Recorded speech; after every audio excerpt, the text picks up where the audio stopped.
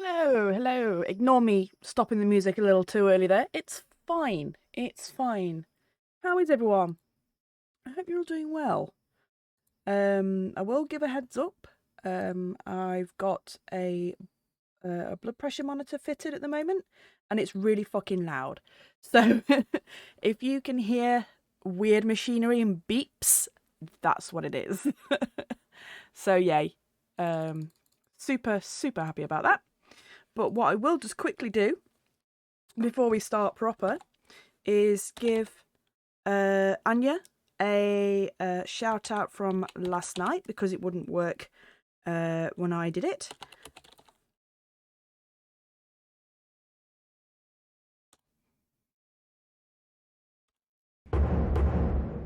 There we go. That's Anya. Or Anya Keister. And Danny, because that one also didn't work.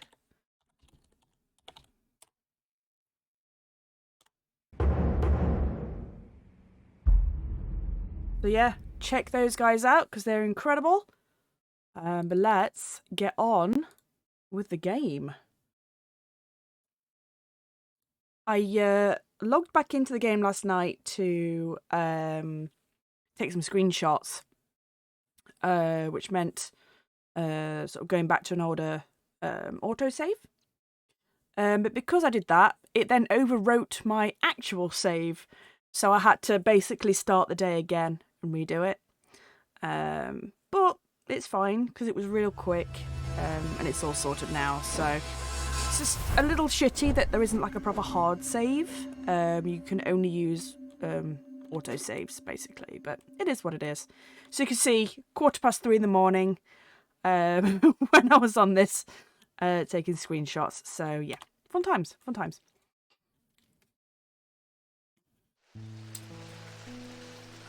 Okay, so let us end the day. Let me just say hello to Jupiter first.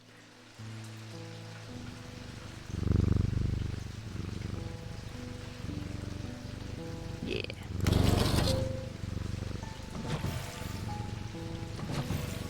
keep the clock on the moon phases because I keep forgetting to do that. Oh, bloody hell! Yes. Smack that bum bum. Let's go. Next day. The rider was lucky. He made it to the Black Barrow and found refuge there and was nursed back to health. He would later discover his left eye was permanently blackened, like his partner's eyes had been. Just the one, though. Like having an eye patch without an eye patch. What we got this time?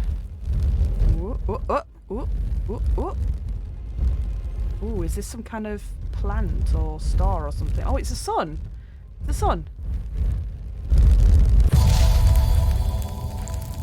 Sun and moon, okay.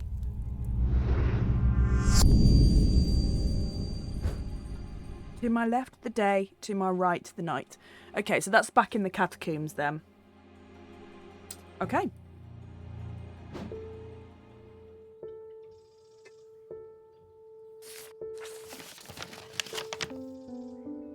So, to my left, the day. To my right, the night. Aha! There we go. That one. Right in the middle there.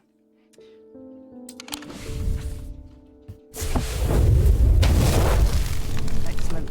I find the row of 3 tombs in the upper levels of the catacombs. The cool darkness is strangely calming at times down here, and I sit for a while in quiet contemplation. When I rouse from my thoughts, I look down at my feet and find an item there. Had it been there all along? I never noticed it when I sat down.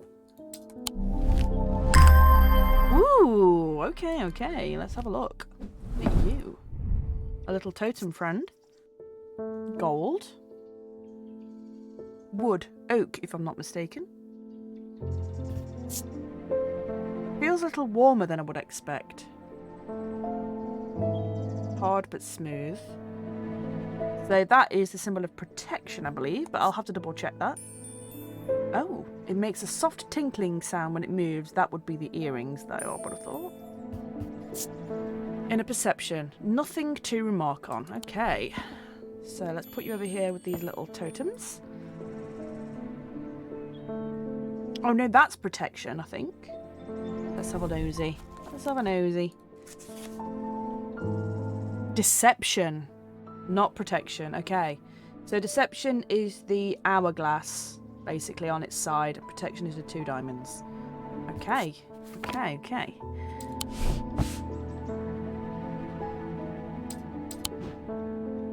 I tried to have a bit of a tidy up, but I've got so much shit, and I don't want to, like, put them in the secondary boxes because I'll forget them. But because these are all discovered, I don't feel quite so bad about them being there, if that makes sense. And same with these ones as well. Admittedly, the bottles can probably move as well, but I kind of like all the bottles and the cups together because I'm weird like that. All the hand figures, all the interesting but golden figures up here. And yeah, you can see I've kind of tried to colour coordinate things and keep it all together, but it's fine, whatever. Don't worry about it. David Schaefer, hello. Heard a worrying rumour about Verona Green. No, they're saying she drowned in the lake. Hope for all our sakes that they're wrong. Yeah, me too. Me too, buddy. Like Verona. According to family legend, an ancestor of mine hid an item of thaumic significance in his burial chamber. It's never been found, but not for lack of trying. I was tempted to search for it myself until I learned that this place was in the catacombs, that it was in the catacombs in a place known as the Hall of Shields. Perhaps it's better to leave it to those who know what they're doing. Regards, MBM. Okay. Let's have a look. Hall of Shields. This one then. So it's going to be one of these two, I think.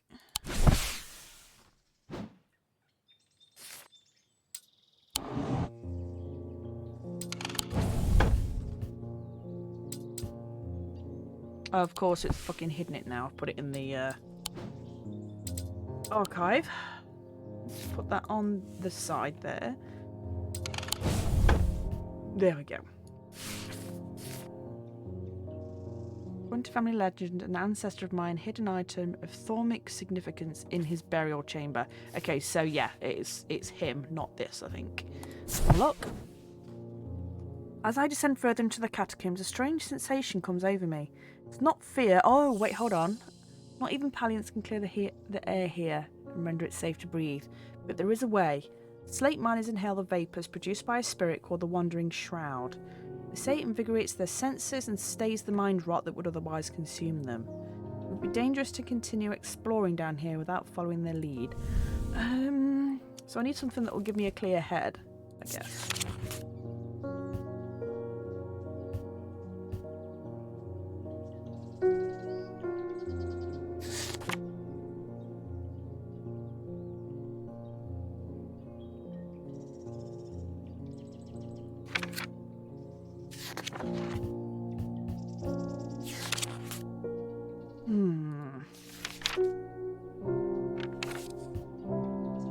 Selenic totem? Oh, feelings such as love or joy. It's not that then.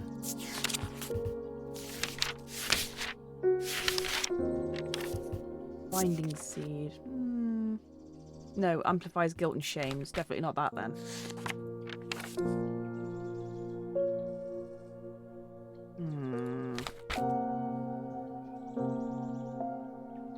Hobbs' fear, Moonstone Guardian. The banishment of Hobbs' fear and Noctic's sight. These tend to take the... Okay, let's try the Moon Guardian then. Nope. Okay, never mind.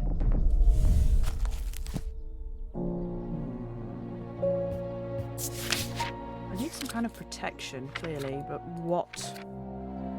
Different story. Serene Ward? Withstand fire and flame, not that.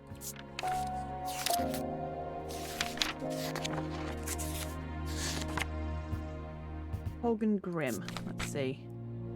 Eerie creations are worn by priests of Holgar in various rituals relating to death in the afterlife. Ooh, the sacrament to ask for his protection. Okay, so let's try the Holgar Grim then.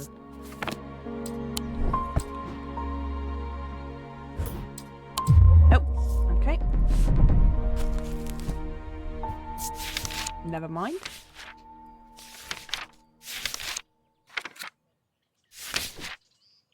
Shield charm.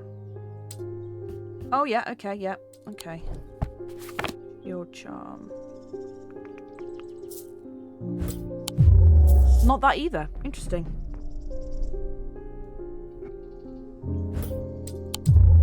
Nope, not that either.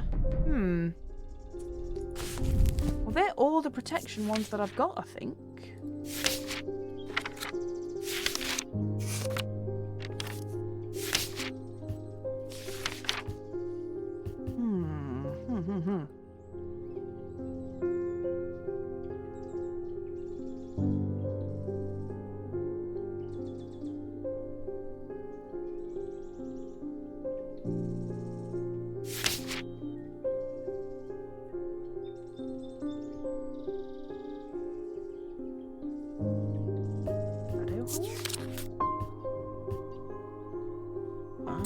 Let's try that.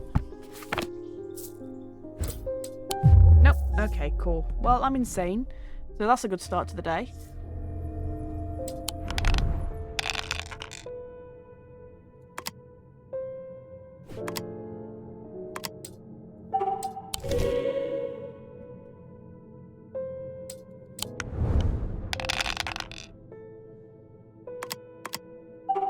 I want a lot of cats again. Hey, Dev! Welcome on in, how are you?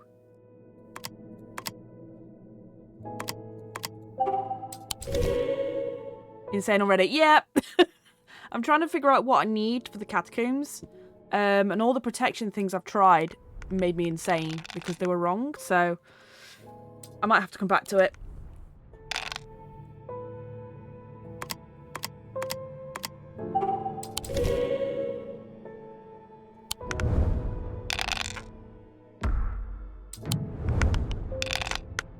Oh, 3. Oh, thank you, Jasper.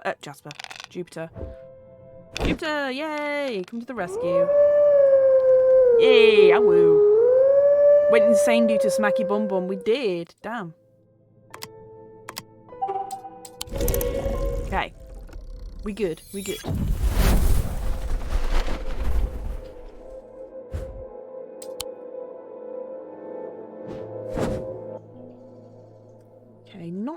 inhalants can clear the air here and render it safe to breathe.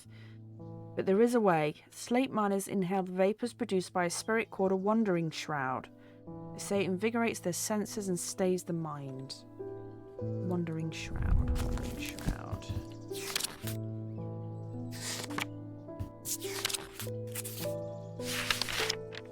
Easily done, yeah. Oh, fuck. Oh, get all. Wandering shroud. Spirit shield or spirit vault. Okay. Spirit vault is known as a fetid chamber, a receptacle used to store a wandering shroud.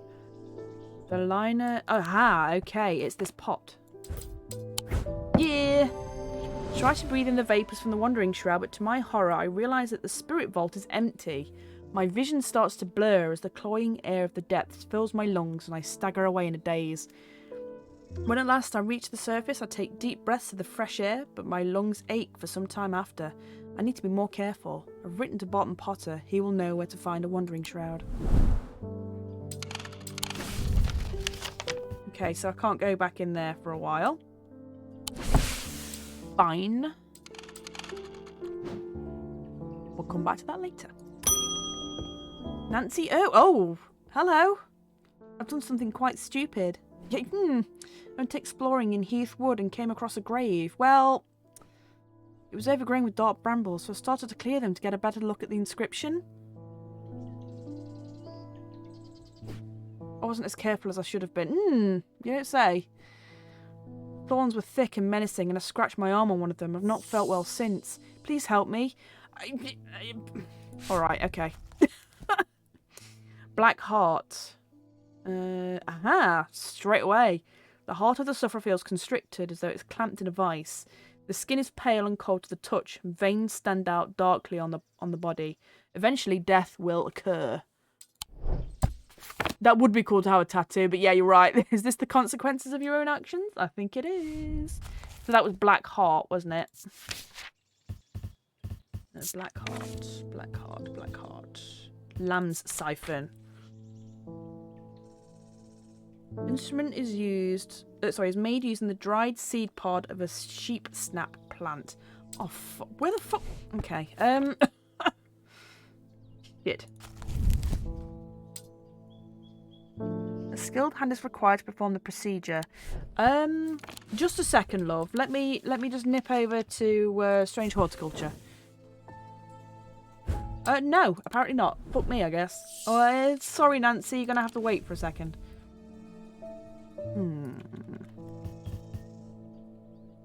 Well, where the fuck would I get that from then?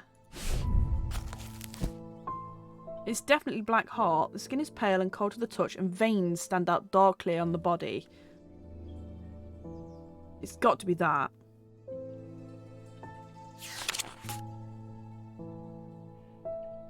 But yeah, I don't know where to get the lamb's pod from.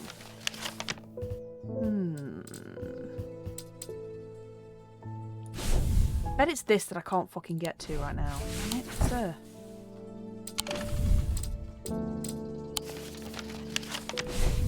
According to the family legend, an ancestor of mine hid an item of thaumic significance in his burial chamber. It's never been found, but not for lack of trying. I was tempted to search for it myself until I heard the place from the catacombs, in a place known as the Hall of Shields, which is here, because this is where all the shields are.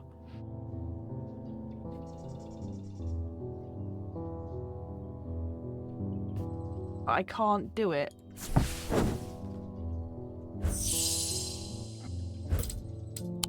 Because the Spirit Vault doesn't have a Wandering Shroud in it.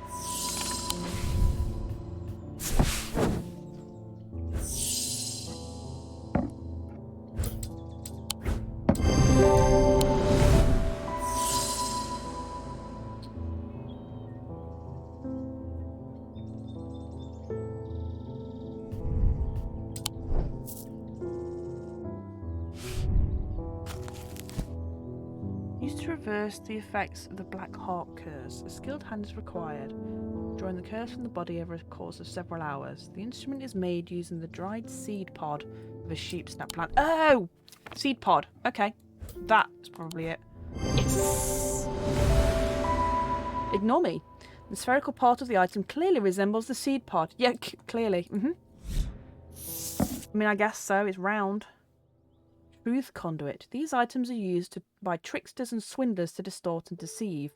They do not warrant the designation of a dark article that some want to apply to them, but they can be and have been used maliciously.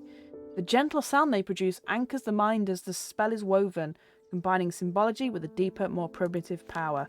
That is you. Because that is a symbol for deception, from what I remember earlier. Yeah, deception. There we go. Okay. So we know what that one is, at least. Thaddeus White. Hello. You don't know me, but it's time I introduce myself.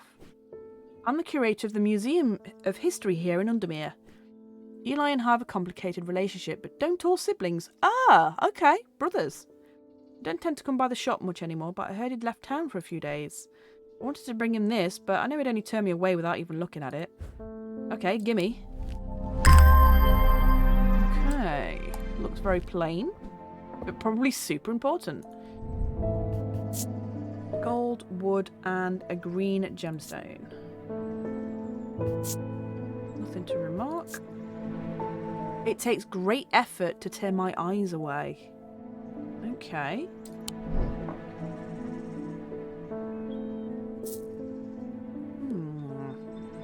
So that, I think, is jade. Friend of the earth and nature. Obviously, we've got gold and wood as well. Okay. Simone, hello. I hope my mother's okay. Oh shit! That's Verona's kid. I didn't even twig. I've lost count of the amount of gossip I've heard about her misdeeds over the years. Truth is, when she gets stuck into a mystery, she's known to disappear for days at a time. In the meantime, I believe I've found another clue in the journal. Hey! Welcome on in, Raiders. Bear with me. Thank you so much, Boops. Let me just do your shout out. Now they're actually working. Yay! Yeah! Double goal. Hell yeah. Welcome on in, everyone. Hope you're all doing well. Oh, hold on, let me just skip past. Go back.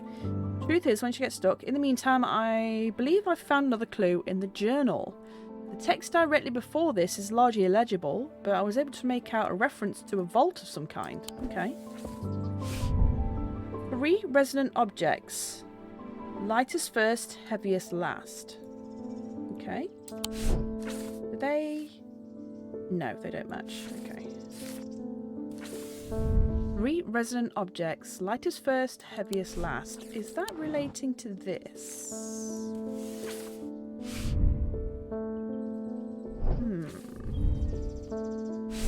Possibly. Put you up here. Okay. Oops, wrong button. Ugh.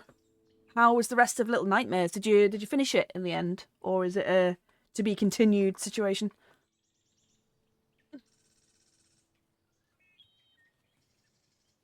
Right. Let's crack a lack. Oh, hold on. Oh. Hey, Francesca. Got a fright when they brought the body of that poor drowned woman to me with those lifeless black eyes. I thought for sure it was Verona at first. She does look like her. But we're certain it's the lady from Hawkshead who went missing a few days ago. Oh, thank God. There's one thing I can't get out of my head, though. Why would she try and swim across the lake? In the meantime, Verona's still missing. Oh, shit! That's the person I gave this to, so she could breathe underwater. Oopsie doodle! In the meantime, Verona's still missing. I don't like to use thormic needles as a rule, but the circumstances are beyond the rulebook. We need answers. Ooh, is the Doctor evil? Maybe? Hey, Splinter! Welcome on in, how are you? We never did find out what the thormic needle was, did we? I guess it's time. Thormic needle, let's see. Thormic needles are controversial items that are rarely used. They can reach into the mind of the recently deceased to give an impression of their thoughts before they died. Curiously, the weight of these tall items increases when heated. Yes, we were trying to experiment, weren't we, with this one? Formic needle. Formic needle. What's the symbol for protect? Okay, that's protection. Hypnosis. Okay. So I'm here, but I'll probably time travel shortly. Oh no, that's fine. I understand you being tired because you've been up for a while now. I'm actually here now. My sound settings were so funky from stream to watching stuff, so I couldn't hear anything. Oh no. Well, I hope you're all sorted now. But yeah, I was just asking. Did you manage to finish Little Nightmares, or is it a case you're going to have to continue later?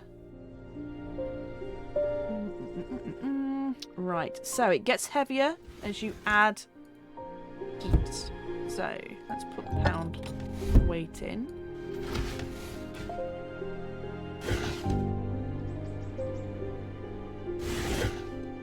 Are we really gonna have to fucking test every single thing? Damn it. Right. Let's think. Formic needle, formic needle.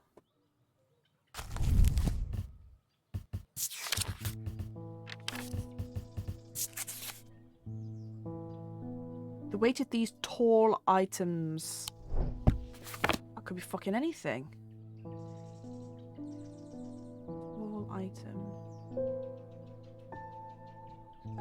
You? Maybe?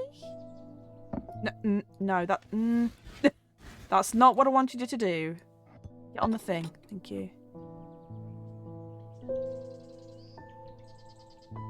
That's not getting heavier, is it? Okay.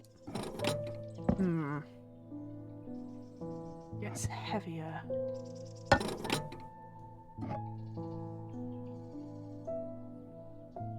Pick it up again next week. We're trying to get to a good stopping point, but the chapter went off for an eternity. The dumb child thing will leave us alone. Oh, that sounds about right though. That is very accurate for kids.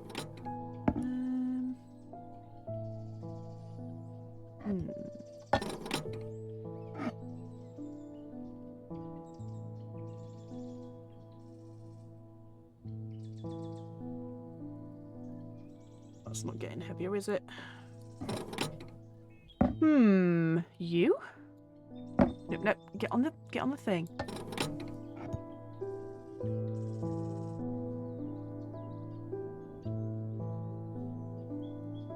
You're also not getting heavier. Okay. Is it the hand? Then we set it on fire, so all's well with the world. Oh, you know what? Fair, fair. It's not the hand. Is it the monkey's paw?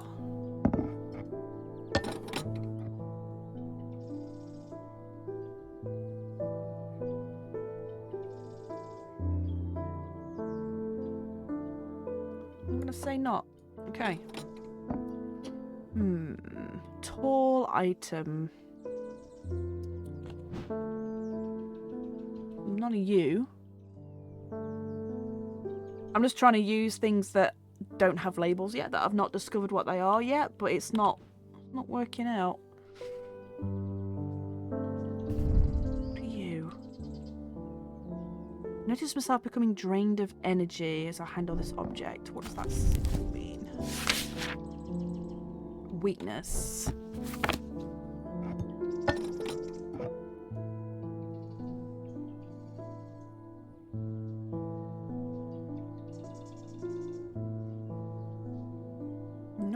Okay.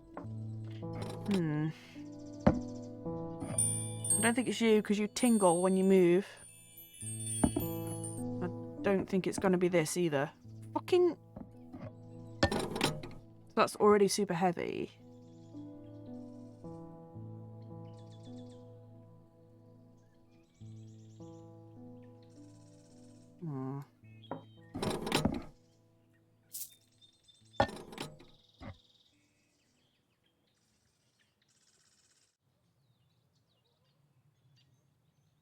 Nope, not you. That's not tall, I know, but...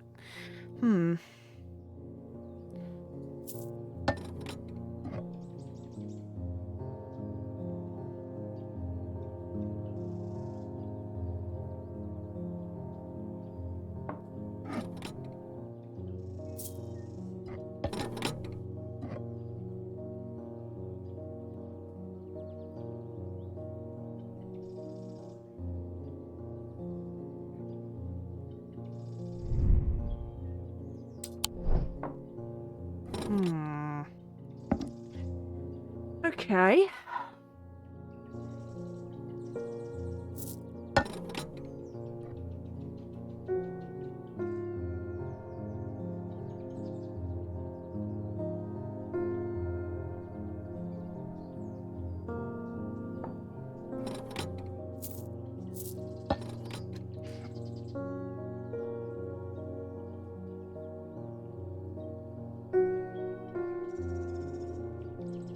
Not that.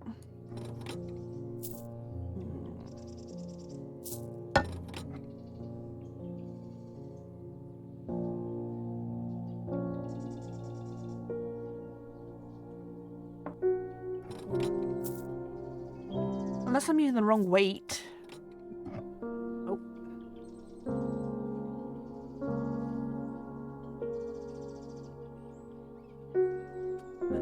Nope, it's not that. Sorry if you can hear that, by the way. That's my blood pressure monitor going off. That's a compass, so I don't think it's going to be this one. Interesting. Can't hear, but hope everything's okay. Yeah, I just got fitted with a 24-hour blood pressure monitor. But it's a lot noisier than I expected it to be.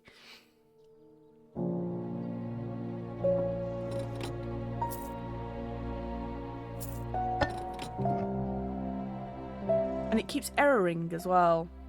I don't know why.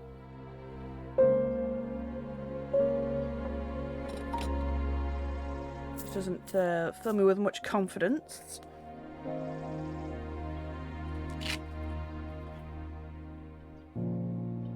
It goes off every 30 minutes. So it's like cutting off the supply to my arm every 30 minutes. And then at 11 o'clock at night it switches to hourly, supposedly, so I'm probably not going to get much sleep tonight.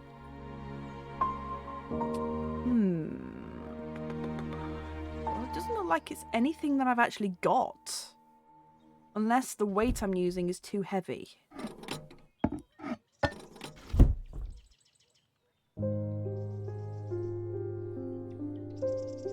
Just going to put all these over here a second. Leave them alone, Jupiter.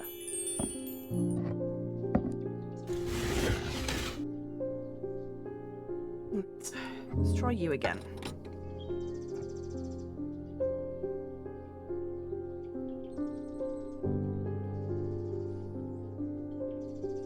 Nope, okay.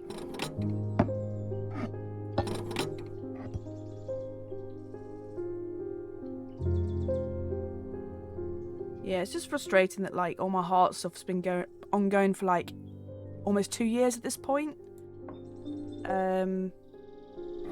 And it seems to be all or nothing. So like there'll be nothing happening for months and months and months, and then I'll be like, what the fuck's happening? And then all of a sudden they're like, oh wait, and book all my fucking appointments at once. So yeah. So it's not those. Let's try the handy again.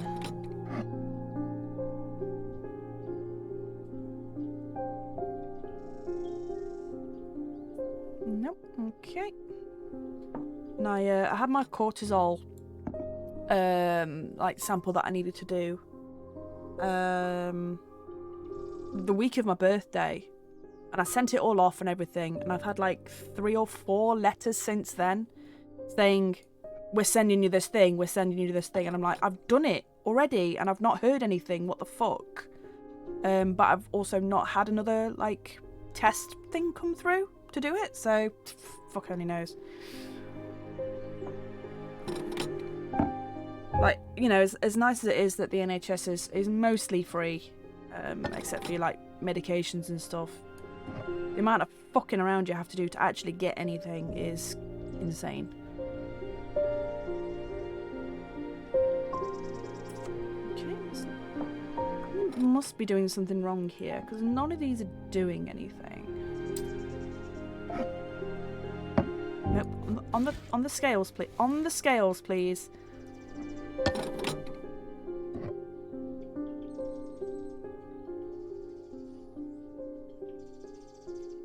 Maybe the weight is too light. Maybe I need to use the 2-pounder.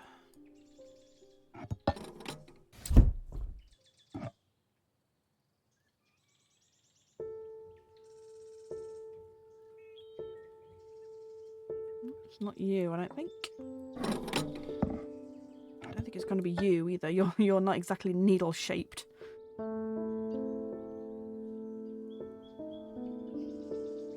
But it is what it is, and at least I'm getting something, you know? Could be worse.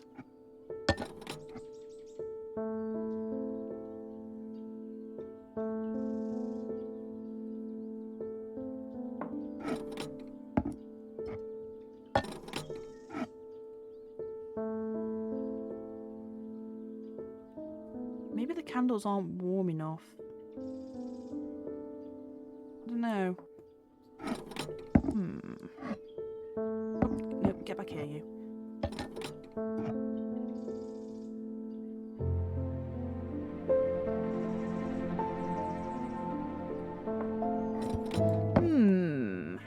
Andy?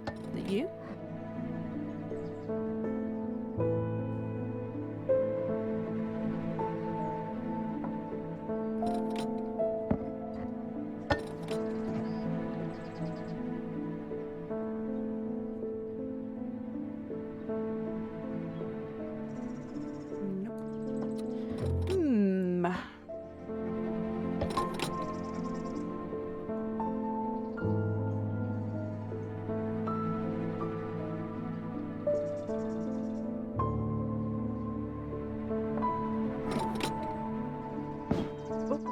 I didn't mean to zoom in. I'm sorry, love.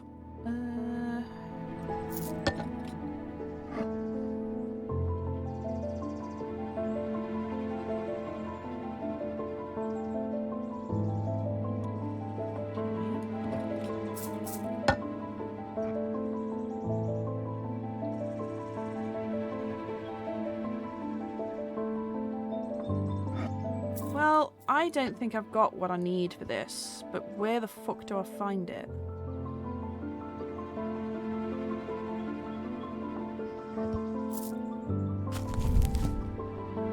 Needles are controversial items that are rarely used. They can reach into the mind of the recently deceased to give an impression of their thoughts before they died. Curiously, the weight of these tall items decreases when heated. So they get lighter, not heavier. Zooming in into personal space. Yeah, right up in there. Sorry, lady.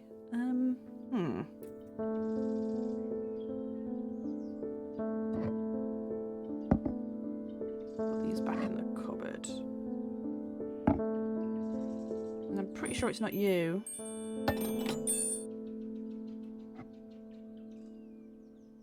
think we need more shelves in this joint. It's getting kind of stuffy. Yeah, there's loads of shelves, but they're off screen and I'll forget they're there.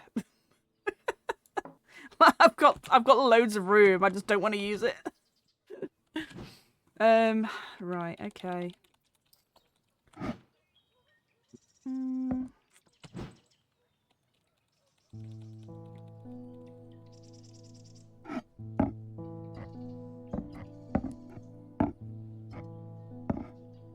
ADHD problems, yeah, exactly. If it's out of sight, it's out of mind, basically.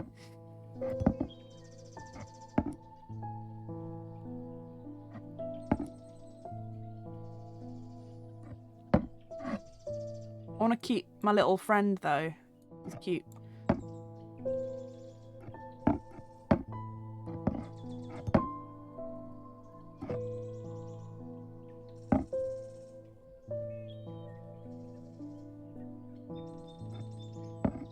I wanted to keep all my hands together.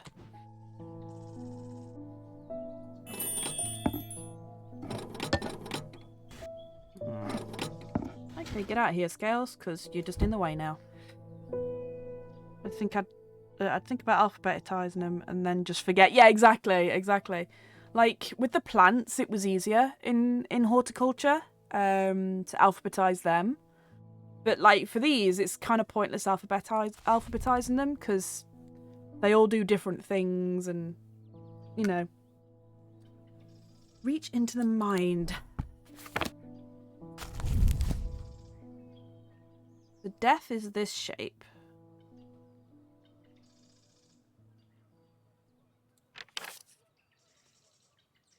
Mind is this shape. I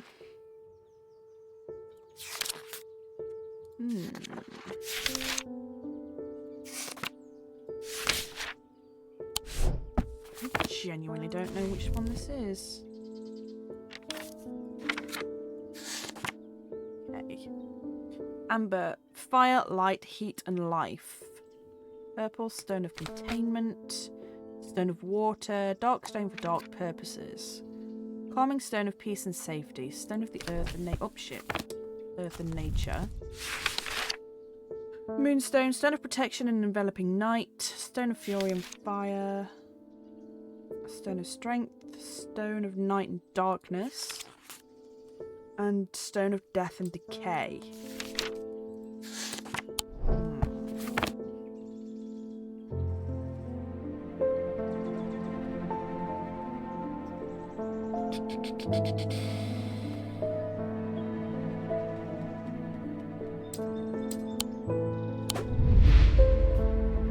Oh, this is our last profile. The curator, Thaddeus White. As the curator of Undermere's Museum of History, Thaddeus is a collector of artefacts and curiosities from around the world. He has an eye for the rare and unusual, and enjoys telling the world's unheard stories through his collections. Over the years, he's also amassed a collection of items he does not want to put out on display. These are items that would be best the public did not know about. They are known as dark articles. Give. Give.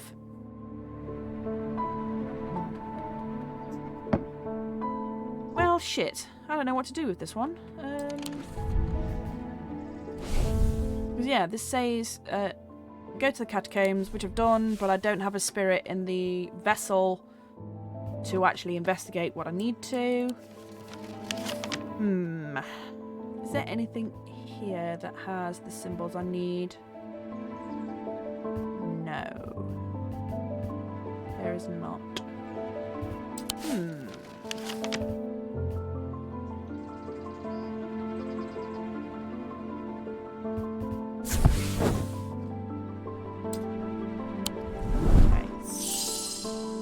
I don't know where the thormate needle is. Ugh.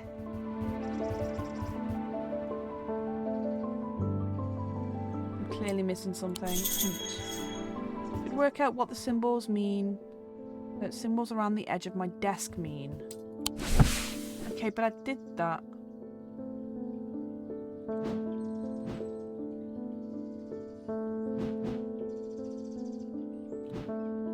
Unless it's these.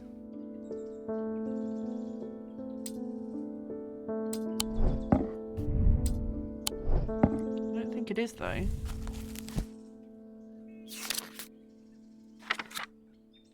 Bismuth and antimony.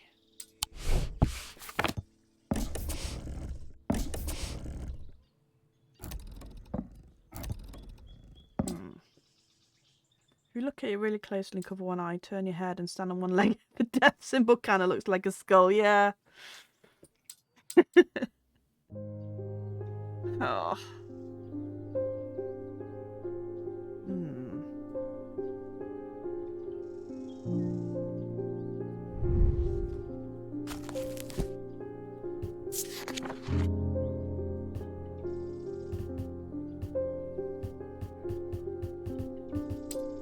Help. Oh, I'm sorry, Francesca. Shit out of luck at the moment.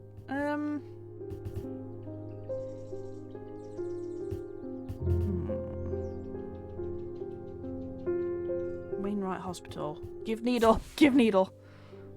Not the right kind of needle, though, I guess.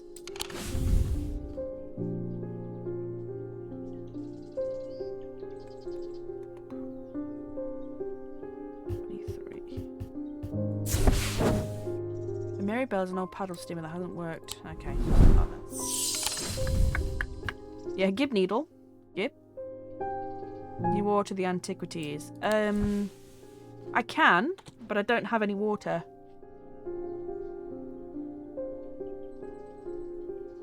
Well, I could, should I say, if I had some. There's nothing in there. pretty sure it's not going to be any of these fucking mugs either.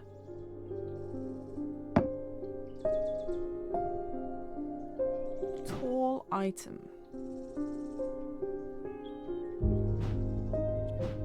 Unless it's some kind of shitty trick where, like...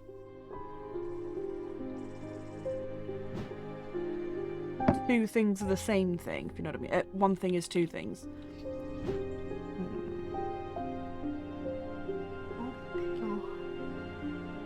I'm genuinely stumped with this one. Shit games around 10 experience. It'd be funny if it was a mug. It really would. Like the needles are like as you swallow it, I guess, rather than rather than it being an actual needle.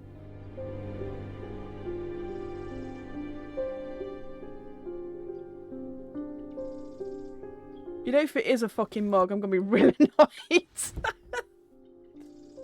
Yeah, just casually over here turning mugs into needles, exactly. Let's try it.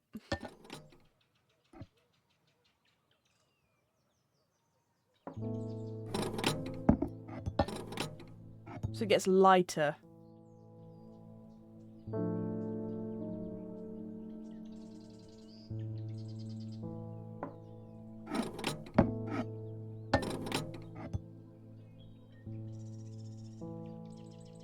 Nope.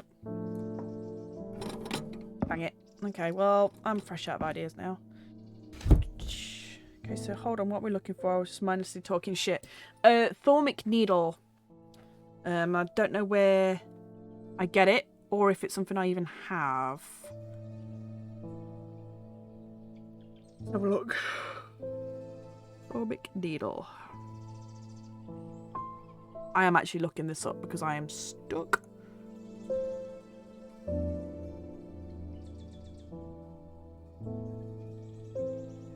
Must first unlock the Thormic lens by solving a puzzle and then complete the note with the 3 Thormic fields drawn on it. It is unlocked on day 11 by solving the Sun and Moon card. Is it? The item's weight decreases when heated. I have no clue what we're doing or what's going on, but I'm just vibing with the chirping birds. Yeah, it's a good time. It's a good time. Where to find the Thormic lens? Oh, I'm supposed to have had this by day 9, apparently. Alright.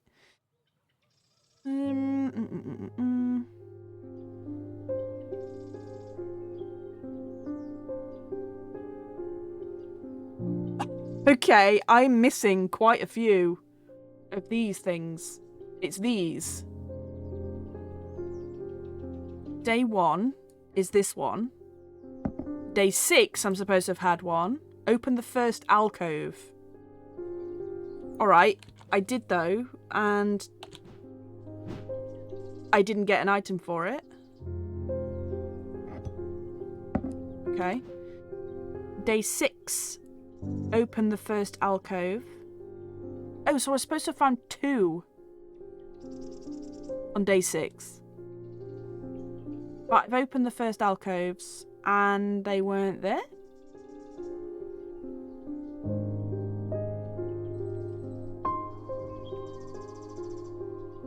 Bro, we just missed like 4 steps. Yeah. The judgmental cat on the counter. Oh yeah, this is Jupiter. He's a good boy. Except he knocks things over if you put him in front of him. I like his little profile. Devourer of Souls, Jupiter. Jupiter's the Thaumaturge's cat, or more accurately, Eli is Jupiter's thaumaturge. Jupiter found strange antiquities, perhaps drawn to the curiosities within, and made it his home. Eli was more than happy to accommodate him, but he learned early on that Jupiter was his own master.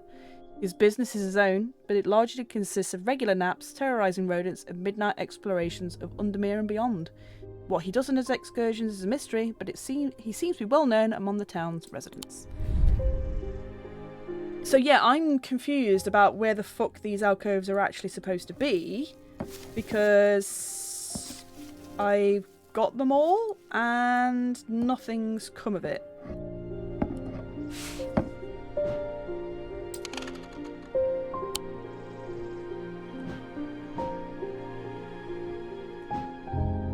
So yeah, I don't know. Unless it's really well hidden, which is also possible. Slapping dice and slapping stuff on the floor, yeah. You need to put 3 in the middle. Yeah, I just don't know where they are, because I've just had a quick look at well, I just did a quick Google. And it said I unlocked them in the first alcove on day 6. We're on day 12 when I've got all the alcoves and they are nowhere to be seen. So unless they're like really fucking hidden and I have to like click into them. Fuck only knows.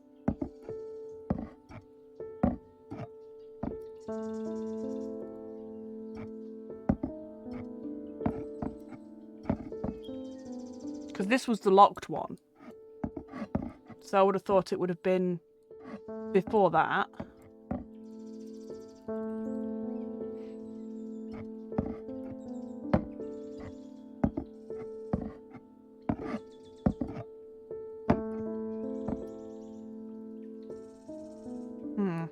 Can you hear me like furiously clicking away?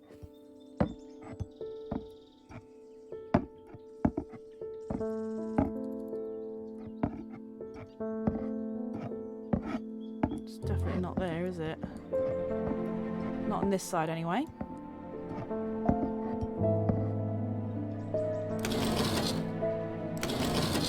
Can you move, Jupiter? I want to check if there's something behind you. No? Okay.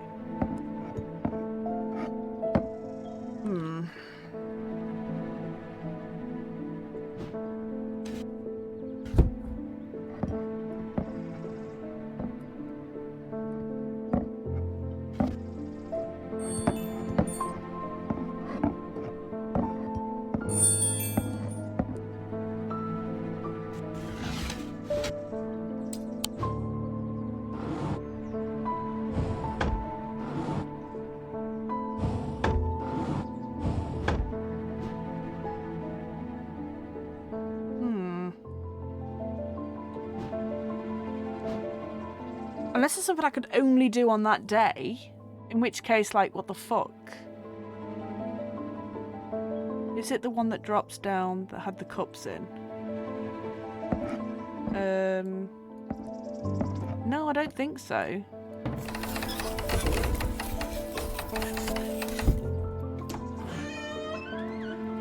No. Okay.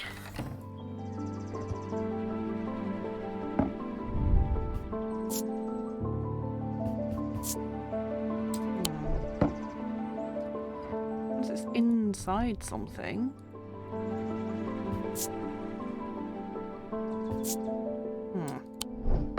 Imagine we got soft locked. That's entirely fucking possible, knowing me.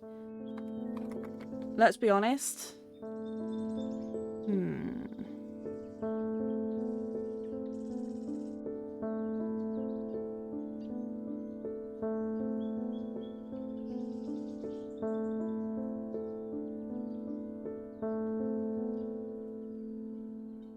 Let's see.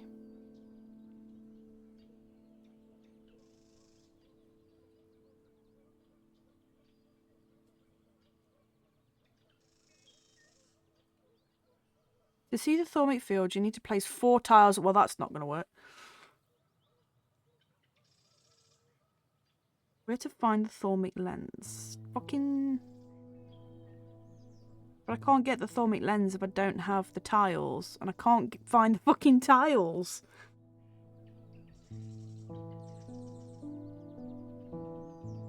Try clicking on it since it worked with the pendant. Which one? Sorry.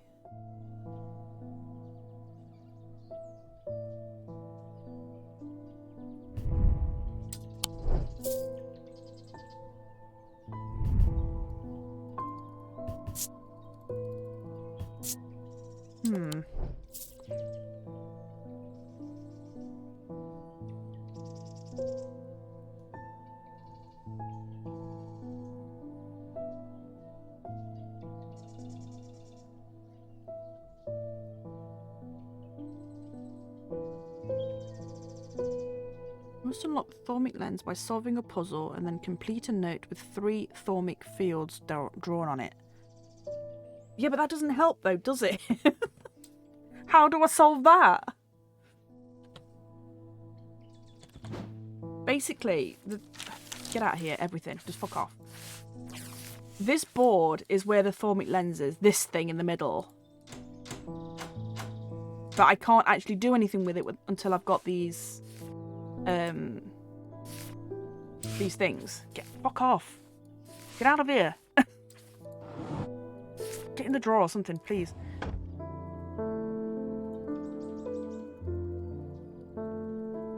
So you can see where the tiles fit.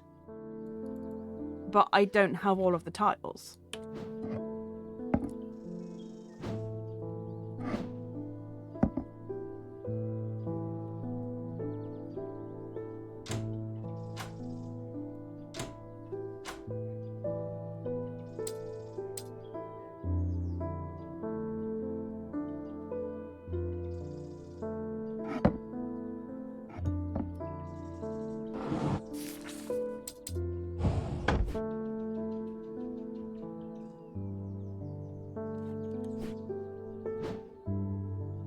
And my maps have gone fucking somewhere. Ah, there's one of them.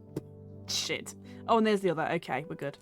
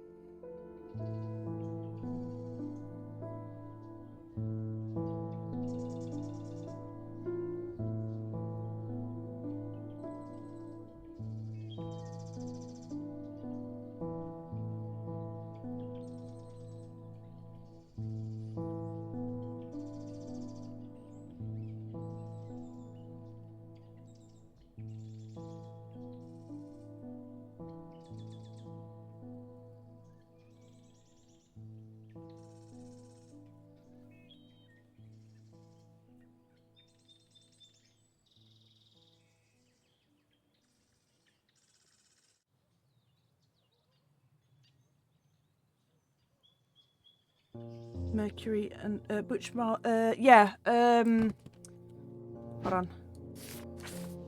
These two, which were day. What was it? Day.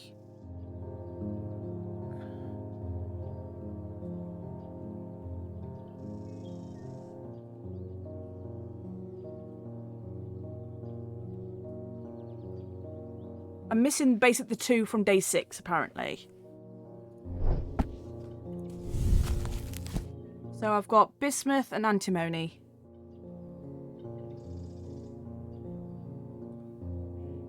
One from day 1, one from day 10, and I need 2 from day 6, apparently.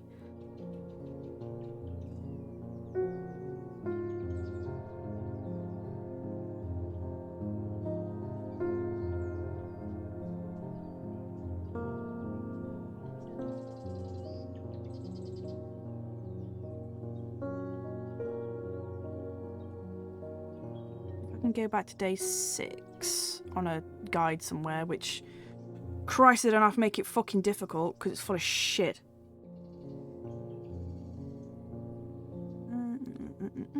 Sorry guys, I know this is super riveting gameplay right now, but I genuinely have no idea where the fuck to go for these.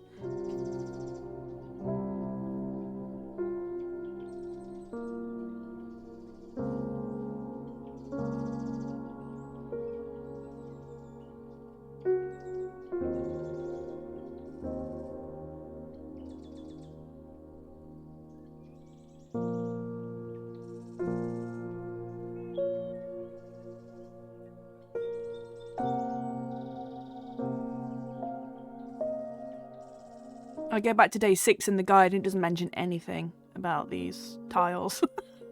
So that's good.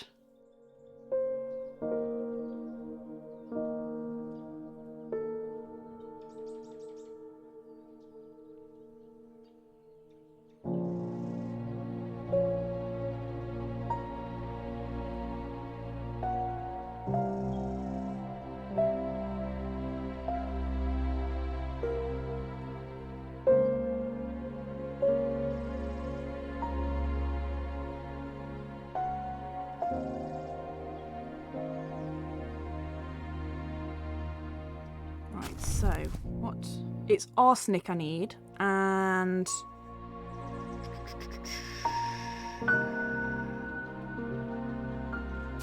phosphorus. Arsenic and phosphorus tiles.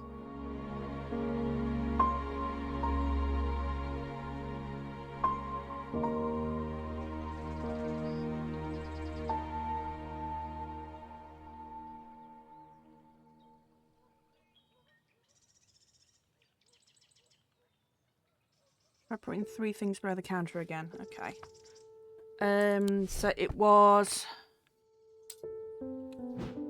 this horn shackle and the Elverstone?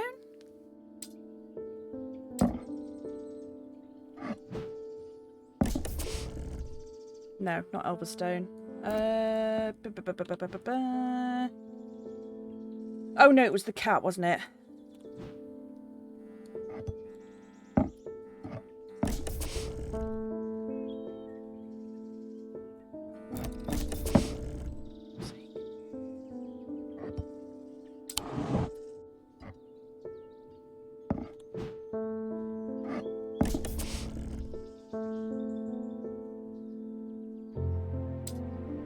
Oh, of course, yeah, it was the owl. Duh.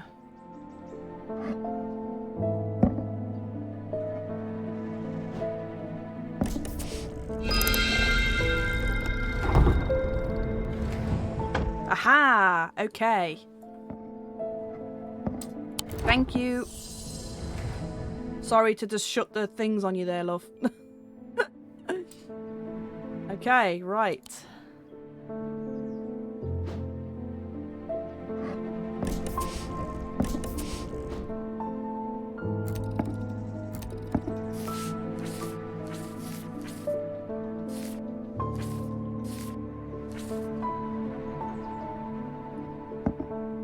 So, is there a specific place they all need to go? That's right, boys. Mondo cool. Okay, of course, they've got to go in a specific place. Why wouldn't they? That's what they meant by the first alcove. That's really not what that is, but okay. So now I've got to figure out where they all go. I think that's there. I think that's there.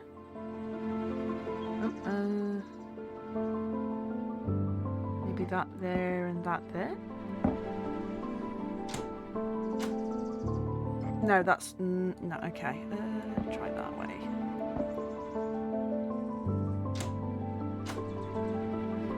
Okay, here we fucking go. I think it is a repeating pattern. Yeah, I think it is. Taurus Z.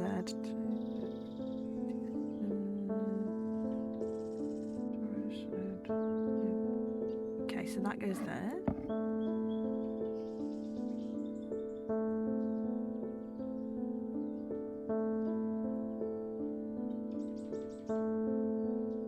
Goes there.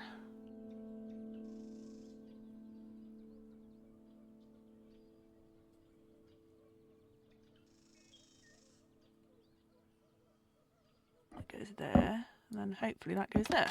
Yeah!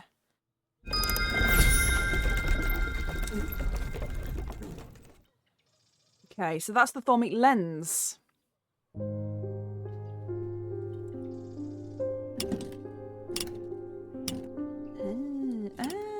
Oh, okay, right. So that changes what I need to put there to sense that thing. Okay. Jesus Christ. Okay.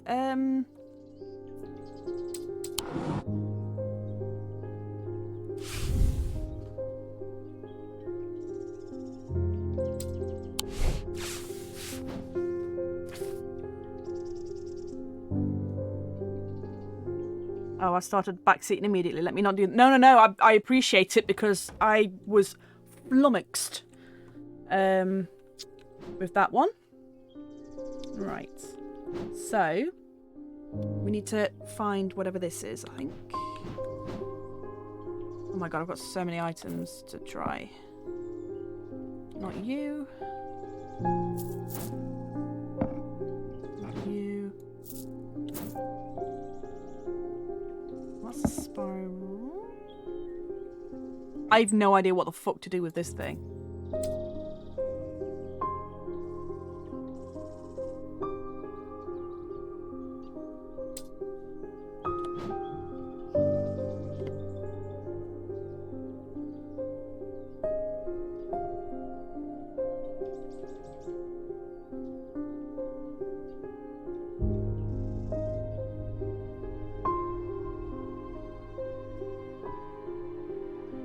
Once you have the lens, you need to place an item with each type of field from Simone's note on the plinths under the counter. Okay. I think I get it, maybe? I don't think I get it.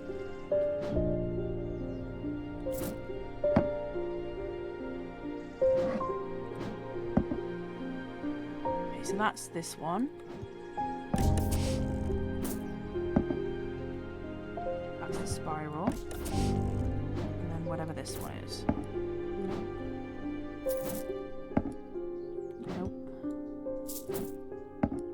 Nope. Oof, that was stressful. Nope. Nope. I don't think it matters what the item is, just so long as it makes these patterns.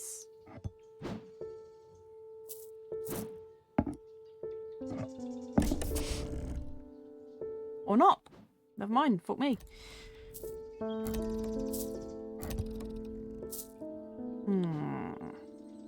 They were all the right shapes. Do I need to change what this means?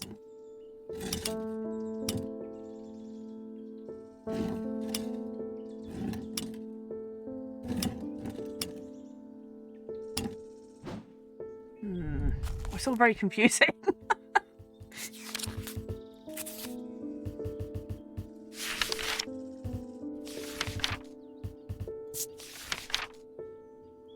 Reach into the mind. Okay, so this needs to be in the mind mentic. So 2 circles. I think I get it. Okay.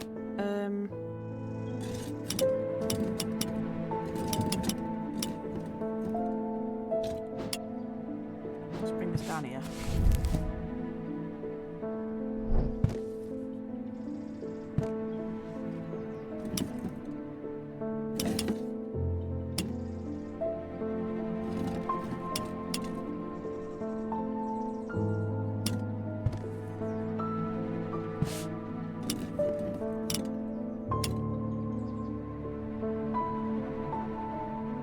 Yeah, that's the shape of the mind. Okay, cool.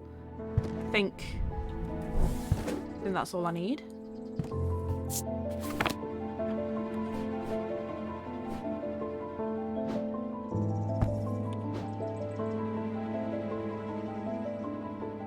Okay.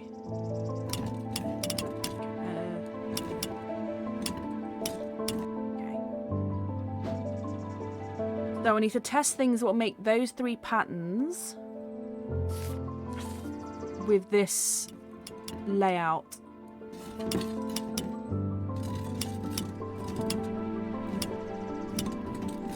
Yeah.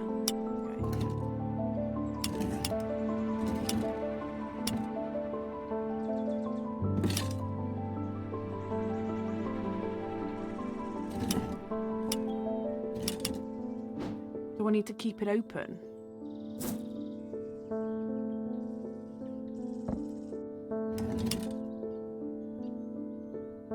No, I don't think I do. Okay. Not that then. That's 1. In the middle. That's 2. And then the spirally. Not that one. Did I try this one? I did. Okay. Yeah. Oh, sorry. Close in a face. Okay, cool. We've got a fancy new thing. Oh, my items disappeared. Oh no, they didn't. They just stacked them for some reason. That was weird. Why would you do it like that?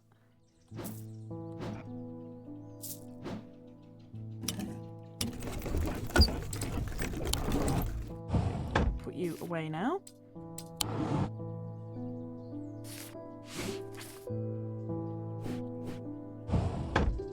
So.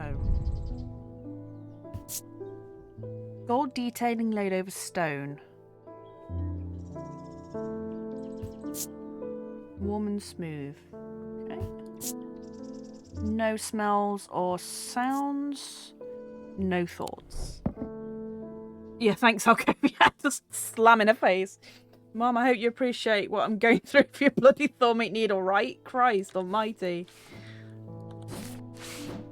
Sorry about your plight or whatever, but like, Christ almighty.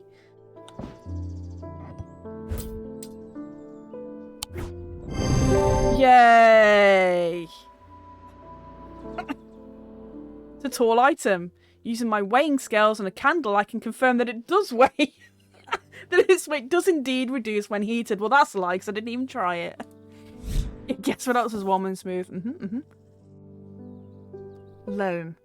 Sometimes called the Hand of Jupiter, or Fire Palm. A loam is an item with enticing power. They can reverse the signs of aging, but anyone who's played that game knows that it can only last so long before time catches up, and when it does, it often hits harder. Yeah, it's not a needle, but sure. Well, that was a fuck around, wasn't it? Christ on a bike.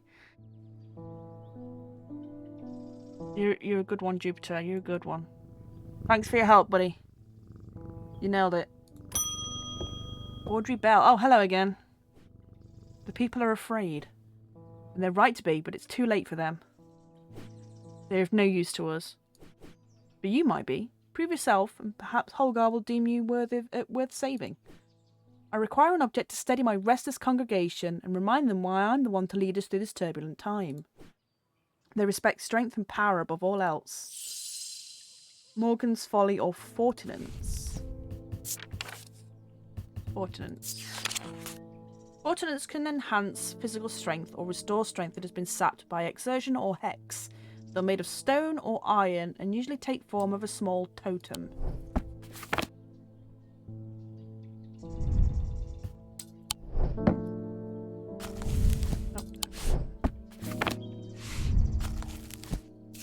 Okay, so that one is strength. Okay, so it's probably this then. What's Morgan's Folly?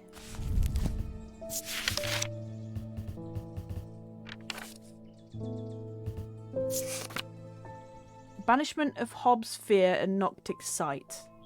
Oh, sorry, no, wrong one. Folly's symbol can be revealed to induce a trance-like state in anyone who casts their eye upon it, making them open to suggestibility. Precautions should be taken against unwittingly looking upon the hidden symbol for too long. Okay. Fortinance it is then. Have fun! Like the spacey? Yeah, a little bit, I guess, yeah. Listen, women can used to use brooms. We do what we can. Yeah, see you later, have fun with that. Tormund's Bane. These can be rolled along the tongue to cure Tormund's paralysis, or worn about the neck to protect against the curse. Like most items that ward against curses, they emit a diurnic field pattern. Oh, well, I'm not fucking doing that again. Get out of here. I think Folly might be the one pendant with the hinge. Oh, yeah, could be. Yeah, good point. Yeah, let's have a look.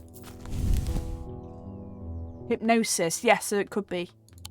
Open to suggestion. Ooh, let's end the day. The rider's partner was less fortunate. They found his frozen body a week later. Ooh, what we got this time? Ah! Hey, thank you for the raid, Ghost Max. If someone can just do a quick shout out for me. Is this a beard? It is, kind of. I'm marked by Jupiter. Ooh. Thank you for the raid, Ghost Max. How you doing? Marked by Jupiter.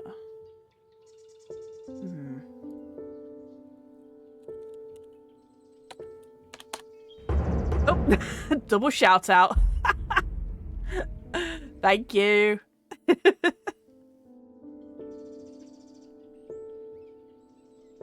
Yeah, Soul Reaver, baby. Marked by Jupiter. So does that mean fire?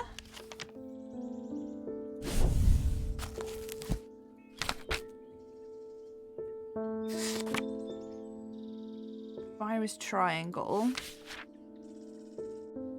Jupiter is this 24. Okay, so this. Hell yeah. Don't think I have permission. Did it in my heart of hearts. Oh no, I appreciate it, Boops. I thought you were mod actually. I'll sort that later. The mark of Jupiter on my map leads me to a square room on the ground floor. Other than an intriguing torn note, there doesn't seem to be anything of interest until I notice that the bookshelf is mounted on a runner and can slide to one side. I push it and it glides easily, revealing a hidden recess in the wall behind it. Ooh, that's the other half of that note. Castle vaults are blocked. It can be opened by an or gold that produce and a little trinket. You finished the Zephon fight. Hell yeah. And welcome on in Raiders as well. Super appreciated. Thank you so much. Does that mean we'll be hooking up with a married man whose wife is going to either curse us, our family, or our child? We don't know. Possibly.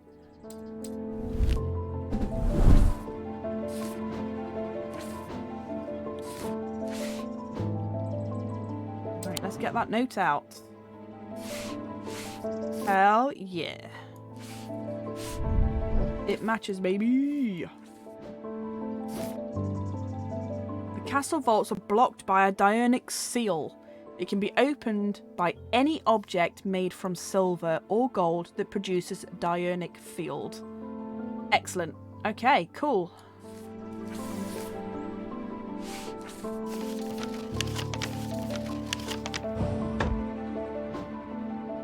And a little snake. A little snake seal. Another fucking pendant. Christ almighty, I'm drowning in pendants. I think we should stay celibate for a while. I think you're right. It is a cute trinket, but like, geez. Okay, to the castle vaults, and we need a Dionic field on a gold or silver item.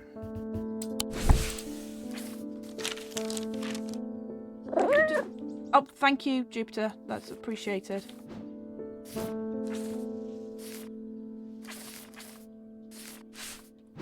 Any gold or silver item. Okay, well, let's take the kitty.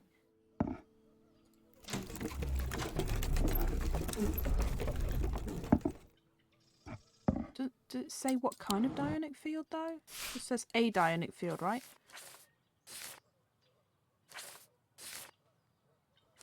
And that is a Dionic field. So yeah, the kitty will do. Let's go.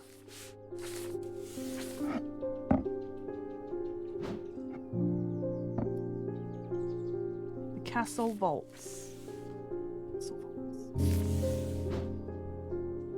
Castle vaults. Okay. To the castle we go then. Let's go explorating. AEX, the cat is adorable. Sacrifice the cat. No! No, we shall not. Castle vaults. Where are the vaults then? Let's see. To the vaults. The vaults are blocked by a large iron door. It has no handle or keyhole and does not give in the slightest when I push against it. I realise it's been thaumatically sealed. Not that it's much help. It's not clear what I need to open it. Yeah, it is. The doors slide open without a sound, as though it's been kept well oiled over the years. Behind it, I find a large natural cavern that extends to the rock beneath the castle. Somewhat disappointingly, the walls are lined with racks of whiskey bottles instead of rows of artefacts that I was picturing. When I show Edmund, he's delighted, and he spends some time examining the dusty shelves. It's not long before he makes a find that I'm surprised I missed. I return to the shop with a spring in my step and curious item that demands further study. Ooh, hello, and a note. Bishop's Square is a simple tool of my great-great-grandfather's devising, loosely based on a Briar's disc. By all accounts, he was an impressive man, but it would seem his mind began to fail him at the end. Perhaps he spent too long studying his Zaya. He imagined invisible enemies coming to steal away his most prized possessions, so he began hiding them around the castle. noting their locations in a code that only he understood. Well, shit. Okay, bronze with 4 holes in, and they are elements, I think, or weather, potentially. Weathered, sharp edges, engraved symbols, okay. Any snoof? No, and no sounds. No thoughts either, okay. So yeah, we had summers. Oh yeah, so maybe it is the seasons. Yeah, it's the seasons. Okay, so maybe if I use that on the map.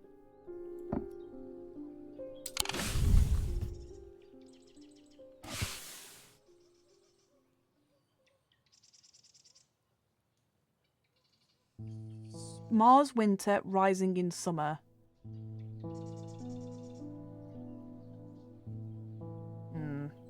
Maybe not.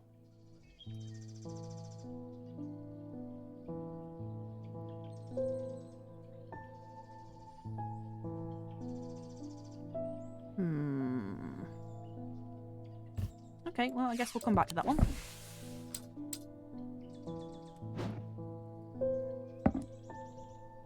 Ring the bell. James Herschel. I meant the cat statue. Yeah. We would sacrifice all of Undermere before we sacrificed any kid. Oh, the statue, yeah. Can't say too much, but it's fallen to me to carry a secret that people would have killed for. That people have killed for. It's a lot of weight to carry around in my head, and it's getting harder to bear around certain family members. It occurred to me that it would be safer in an ecumenical. Okay. Ecumenical, let's have a look. A receptacle commonly featuring a memento mori that acts as an aid of recollection. A memory cannot reside in both the mind and the ecumenical at the same time, and it can't be stored indefinitely. When a memory has been left for long periods, it can begin to emit unpleasant vapours. An empty ecumenical, on the other hand, has an ominous presence pulling at the threads of one's mind. Well, that's an hourglass, so let's have a look. Gold leaf, wood, polished and smooth, nothing to remark, no smells. There was an unpleasant sensation at the back of my skull, so it's got to be this, right? Yes, get in. There's an hourglass motif on the box, a memento mori. On closer inspection, it produces an unpleasant sensation, suggesting it is empty. Have fun with that, sir. Shadow anchor. Shadow anchor is sometimes used in the practice of shadow casting, the art of projecting one's presence outside of the body. Without an anchor, minds have been known to become lost. Shadow anchor designs can vary greatly. Some prefer pendants, whereas others prefer to clutch a totem in their mind. Some make use of symbology, where others use gemstones. They will always produce a field from the individual branch, however. I wonder if that's this then.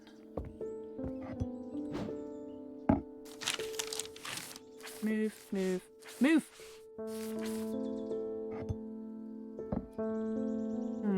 Maybe not. Okay, well.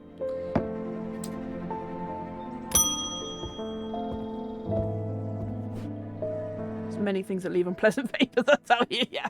People are getting restless. The followers of Holgar have been marching through the streets with that crazed priest at their head. Not long ago, that sort of behaviour wouldn't have been tolerated in Undermere. Now there's people joining in. Well, shit.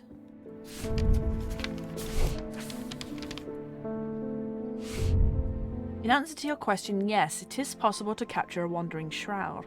To the north of town, if you follow the little stream up through the woods, you'll come out on a hilltop that was clearly of some ancient significance.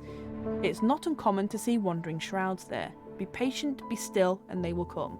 Your friend, Barton. Well, off we go then.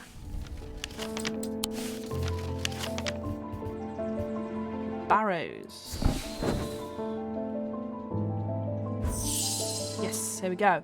After a pleasant walk along the beck, I reach a series of grassy mounds, the Barrows. Whoever is buried in them must have been important in their own time. If I'm to collect what I've come here for, I'll need to be prepared. Get in there, please. Yay! Spirit Vault. This item is a container or receptacle. Upon closer inspection reveals its pungent smell. Hey, Yug! had rum and I'm tipsy. I want to leave here that I want whatever is happening in this game to be my day job. In fact, I could listen to you reading a phone book. It's great. Oh, that is very nice of you. Thank you.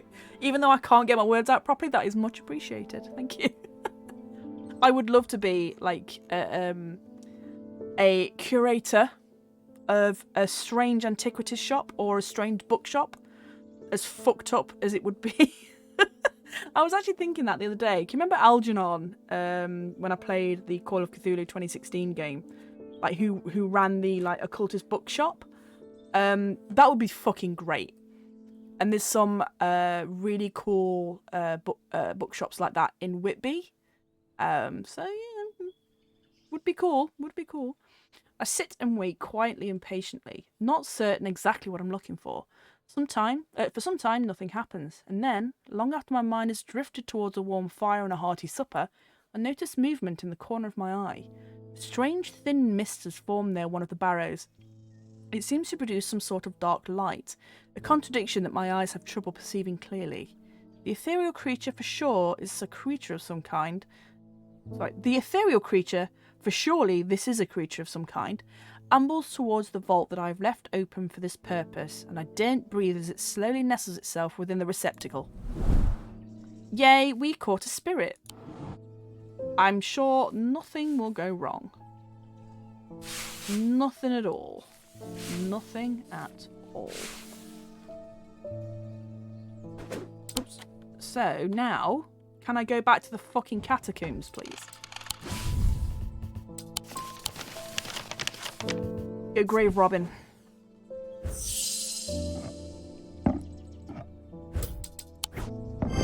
Hell yeah. I'm too clumsy to be around fragile artefacts. I'd get myself cursed. I'd take books there. Oh yeah, absolutely. I'd be clumsy as fuck. I'd have to work the register and nothing else. I wouldn't be allowed to touch anything.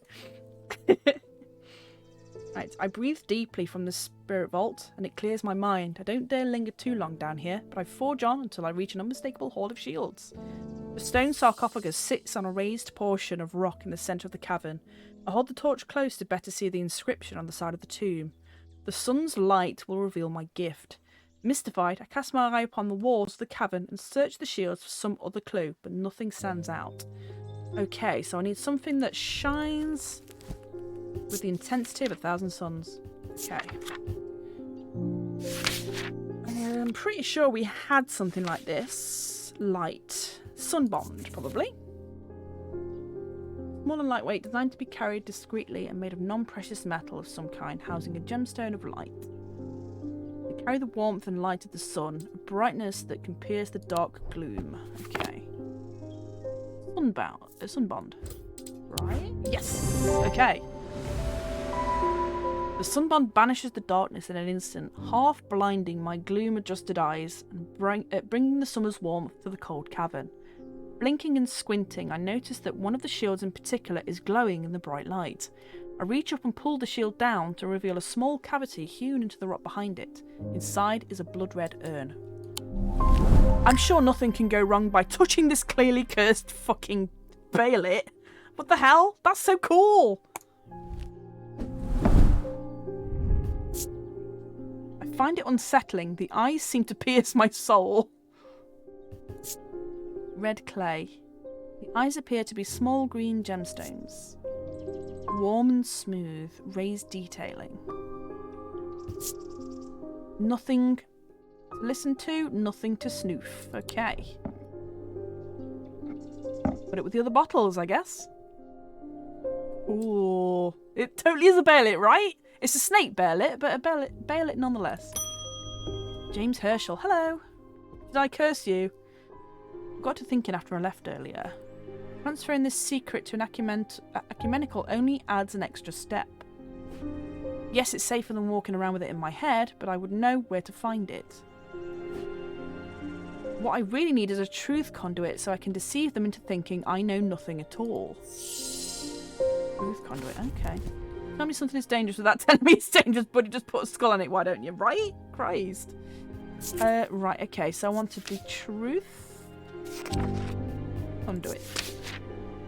These items are used by tricksters and swindlers to distort and deceive. They do not warrant the designation of dark article that some want to apply to them, but they they can and have been used maliciously.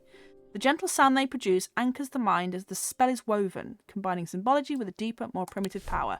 That is you. Yeah, jingle jingle.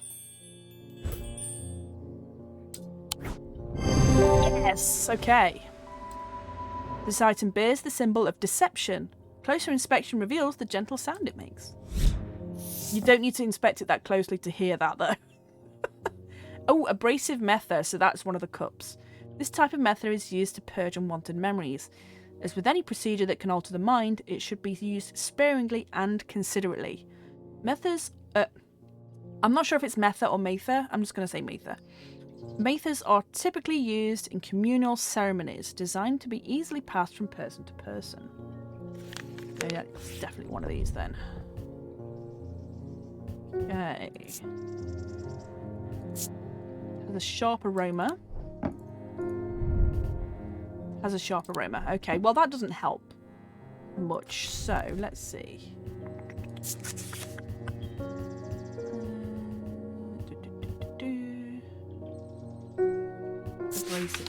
Yeah, there's no picture for it. Okay, fair enough. Dingling. Evelyn Bennett. Hello. I've never felt more tired or more devoid of life. Whoops.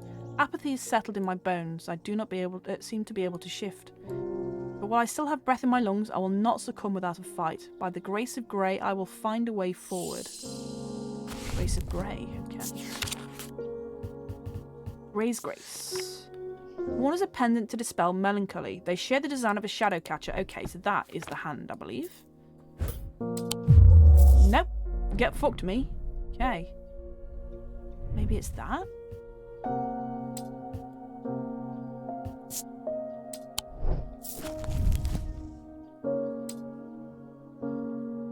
Share the design of a shadow catcher.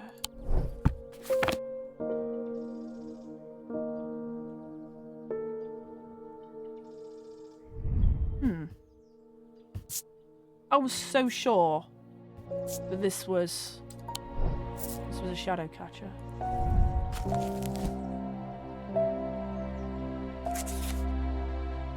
Is there a symbol for shadow?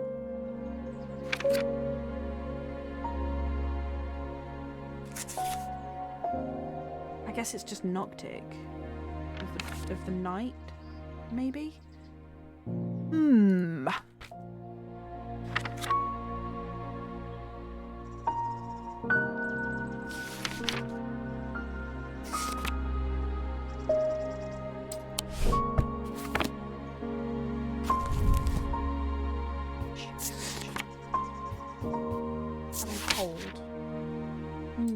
Oh, okay. Maybe it's you.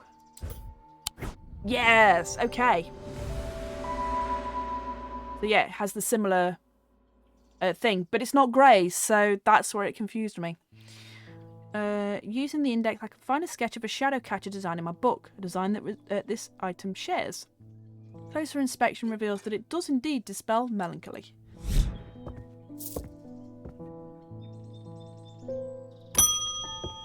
Barton Potter, hello again. I've had a tip-off about something exciting. Have you come across the so-called nameless gods? Did you know that tall stones that you sometimes find in high places were once doorways of a kind? And here's the exciting part. An inscription has appeared on the stone that sits atop Weatherlam. This is where you come in. I'm confident that a pit will open the doorway. The other option is a Bebelia to read the inscription. They say that if you read the language of the nameless gods, you become cursed, which I can't say I like the sound of. I'm leaning towards the more direct approach, but then again, that could be dangerous too. Sure. Alright, fam. Whatever. Say pit. Three different elements that make up a pit allegedly represents the earth, the sun, and death, or darkness. The Dradic, the Diurnic, and the Noctic. These energies balance in such a way that objects do not produce a recognisable thaumic field. So we did have one, didn't we, that was all wavy before, but I can't remember what it is now. Because I was just chucking anything in there to see what worked. And they can be directed to emit powerful vibrations capable of cracking solid rock. And what was the other one? Babelia? The meaning of the unusual markings on a Babelia is not clear. They resemble a mentic field pattern, but the items themselves do not produce a mentic field. They can be used to aid with translation of foreign texts, although they require some skill to make full use of it. This ability does not transfer to spoken language. I feel like the Babelia is the better course of action here. we don't want to open the gateway. We just want to read about it, right? Right? So resembles a mentic field pattern, but the items themselves do not produce a mentic field. Which one's the mentic field? It's Ionic. I think it's this. It'll just curse him, so it's fine. That is also true. That is also true. Fuck that guy.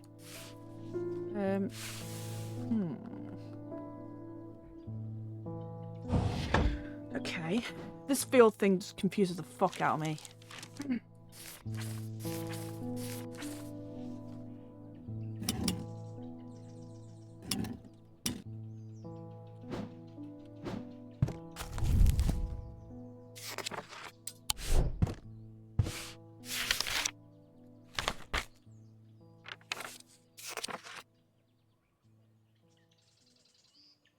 Okay, so it was what it was before.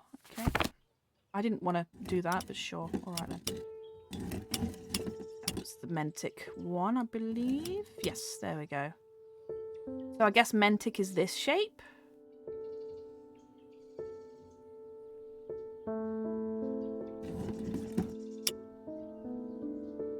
Ow. Fuck off. I've got too much stuff on my desk. Ooh, okay. It's like a fancy hashtag. Yeah, a little bit. They resemble a mentic field pattern, but the items themselves do not produce a field. Ooh, is it this? Because it's got a similar shape to it. No, not you. There, look.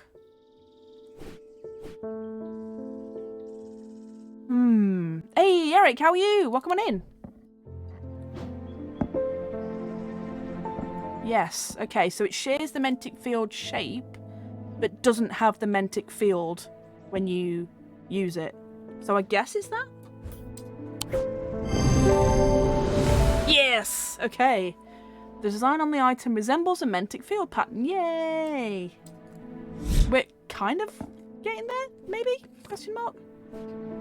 I hadn't finished reading that. Thank you. I hope this works.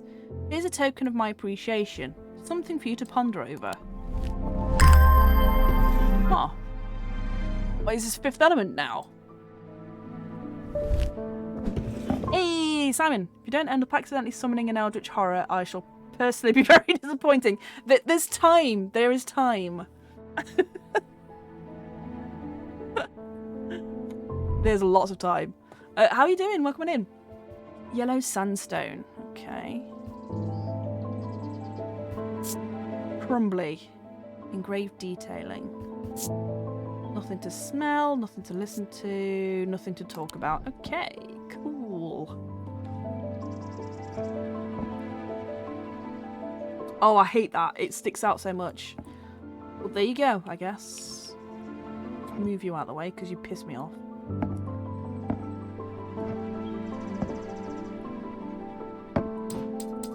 Okay, cool. End the day. Dreams of earning his fortune long banished from his mind, the man brought the casket to a trusted friend, the curator of a museum in Undermere.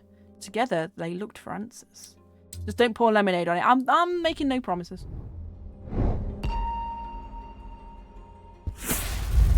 Ooh, what we got this time? Ooh, it's a sword. Ah. Ooh. Oh, there was a mention about Knight of Thorns. Oh, there we go. I'm buried with the Knight of Thorns. Well, there we are then.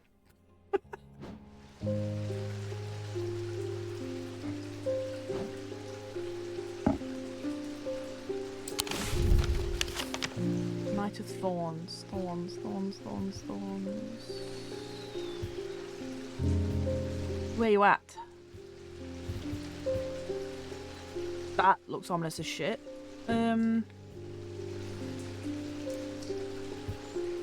Well, that's pointy around the edges, so that could be the Knight of Thorns.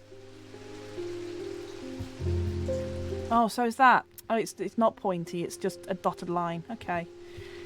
Got my hopes up then. Knight of Thorns. Okay, let's have a look at the Knight of Thorns.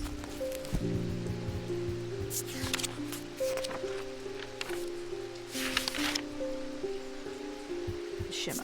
Okay. Okay, so it's like Filgery. You. No, okay. Fuck me, I guess. Maybe it's you? No, that's a moon. You? Nope. That was a mistake. No. Okay. Rid of the Knight of Thorns. It's got to be that guy. It's the only one with a sword. I was right the first fucking time. The tomb of the Knight of Thorns resides alongside an ossuary filled with unknown dead from the Battle of Southafell. An unpleasant place that I do not plan to linger in. Happily, I'm able to find the item I came for without any difficulty, and I quickly leave and don't look back until I'm out in the bright of day once more. Okay, fair enough. That looks cursed as shit. But it also looks like that other one that I've got. Do they stack? Maybe not, actually.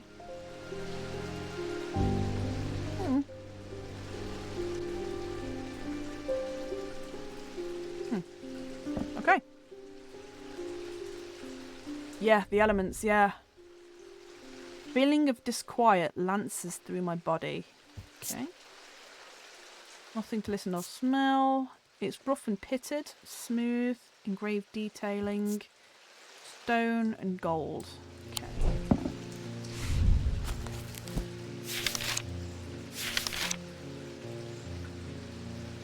Earth. Oh yeah, earth, fire, water and air. So yeah. Okay, cool.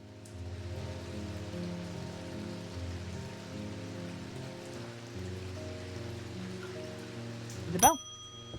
Thomas Pope. Hello. Notice that some people claim not to fear death. They say that dying scares them, but not death itself. Not me. Not the great Thomas Pope. Give me pain, give me fear. If I can feel them, I know I'm alive. Fuck you. Going back to the nothingness, that's what I fear. Back to the nothingness? I'm gonna do my best to live forever, starting today with alone. If I punch you, will you be happy about that? Because I want to. Give me 4, give me 5. Yeah. Oh, what a fucking loser. Right, okay, loam. Sometimes called the Hand of Jupiter or a fire palm. Loam is an item with enticing power. They can reverse the signs of aging, but anyone who's played that game knows that it can only last so long before time catches up. And when it does, it often hits harder. Okay, so... is there a thing for time?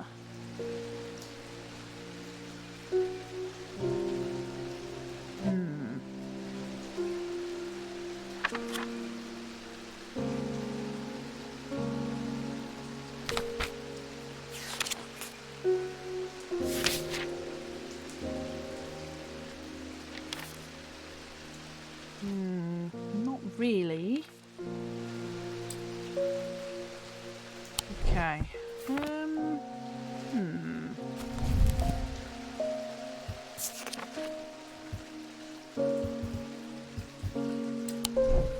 Maybe it's the stone. So it would be amber, sunstone, fire and light, heat and life.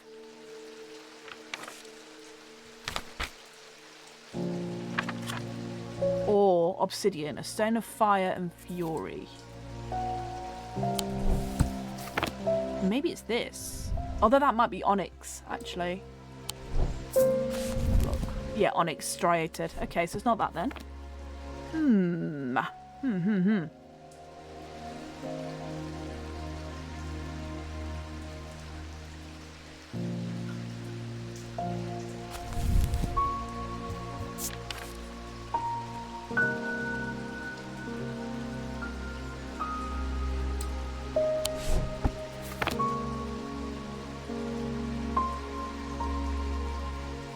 kind of just want to give him the bayonet.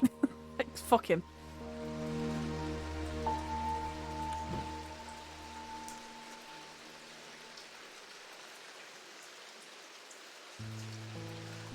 Don't have anything that resembles that image because it's quite literally Jupiter.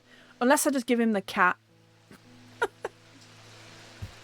Mind you, I think Jupiter was also mentioned in something else, wasn't it? But it's not in the index. That reminds me of Jupiter. Oh, I missed the text. See? See? You're almost there. Right. Was it just that mentioned Jupiter? Oh, hold on, hold on, hold on.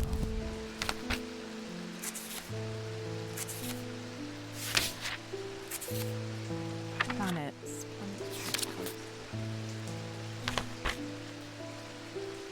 Jupiter. Tin. Tin. Okay. This is made of tin. And it's a hand. Ooh, okay. Yeah, Jupiter's the 24 sort of thing, so I wonder if it's this. It's tin and it's a hand. Okay. The loam features a hand in its design. It's made of tin, the planetary metal associated with Jupiter. It also features a triangle for the symbol of fire. I didn't even twig the triangle. Honestly. Oh, Cassander. The eyes of Cassander focus the power of the mind, enabling those skilled enough to see the path, or paths, ahead. These items do not produce a mentic field, as one might expect, but rather the more mysterious selenake. Care should always be taken with any object of prophecy, and these are no different. Many have been seduced or driven mad by the paths shown to them and have been led to ruin. Off you fuck, Pope. Agnes Dent. Hello, you're new. There's been an unexpected death in the family. It is quite hard, but particularly my husband. I would like to gift him a heart chamber.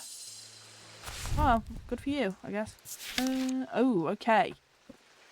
There's a vast skull in the catacombs, said to be that of the beast Blencathra. Holgar's followers believe that when he slew it, he trapped its soul, along with its power, in an item known as the Wraith Chamber. Heart chambers are based on this mythical object, but they've been morphed over time into a way to keep those dear to us close to our heart after death. Okay, so the Stone of Death is this. Dark blue-green. Vivianite. Do I have anything with that in? And is that even the thing?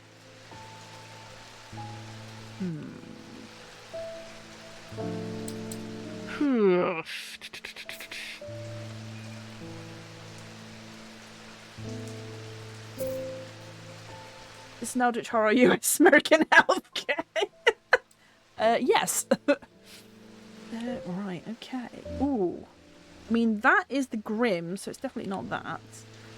I guess let's go to this terrifying looking skull in the catacombs. What could possibly go wrong?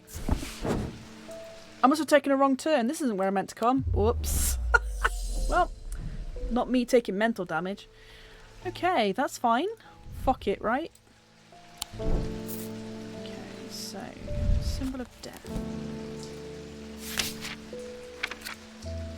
is this thing here. Okay.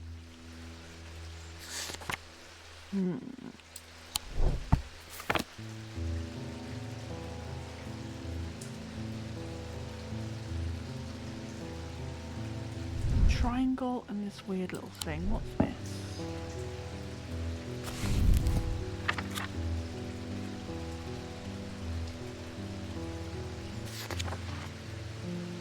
Wax. Fire and wax. Nah, I don't think that's anything. Maybe.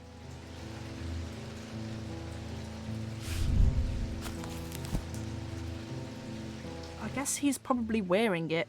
Oh, I wonder if it's the little coffin. I wonder if it's the coffin.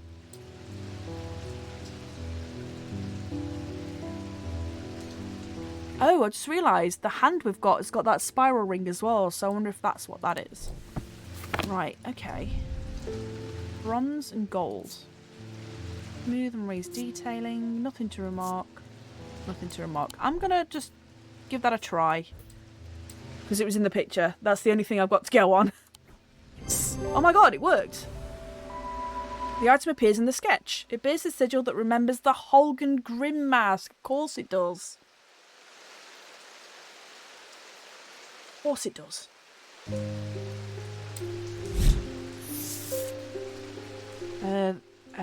Brick charm. Powerful item that offers hope in times of worry, protection in times of darkness, and wisdom in times of uncertainty.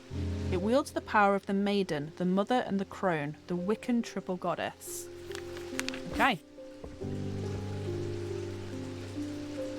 With that. And the final pages, right there. Morrigan, yee. Edmund Bishop, hello. Did you work out what that Bishop squarey thing was? Suddenly remembered this note that I found some time ago, and it occurred to me that it might be related. Cool, thanks, Edmund. I almost threw it away, but it intrigued me, so I held on to it. I haven't a clue what it means. Okay. Blessings in spring, rising in autumn. Blessings in spring.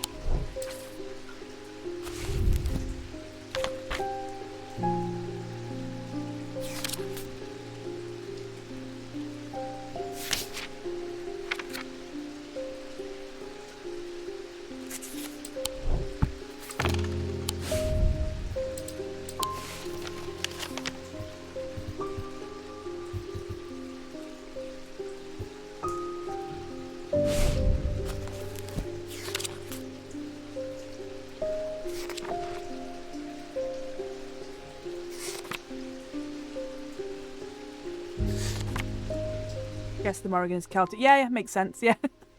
More goddess for us. Oh, yeah. Blessings. Aha! Okay, okay.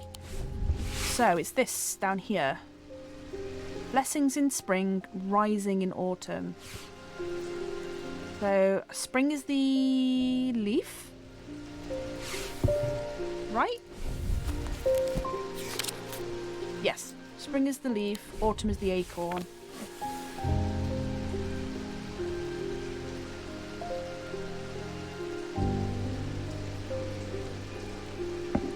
So it's this tower. The symbol on the map leads me up a winding stair of the North Tower. The pendant has been carefully hidden, but knowing where to look means that it does not take me long, and I'm soon on my way back to the shop with a new trinket to add to our growing collection. Hell yeah. Is that another fucking... Oh, of course it's another pendant, he didn't just say. Bronze, wood, oak, if I'm not mistaken. Okay. Weathered, an engraved symbol. Nothing to remark. Nothing to remark. What is this symbol here, though?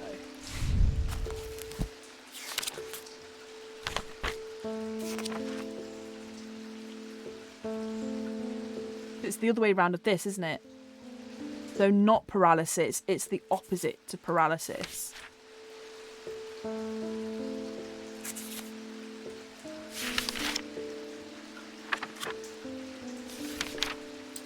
Yeah, it's the opposite to paralysis. Okay, cool. Maybe like mobility or movement. Yeah. Oh my god, I'm running out of Ruper pendants. I've got so fucking many now. It's really upsetting because I've got them all in such a nice order and I can't keep them that way anymore. Boo. Boo.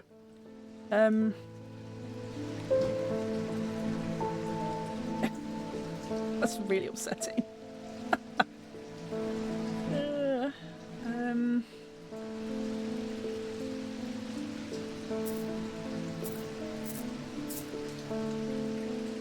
guess this one is now Bones and Nature.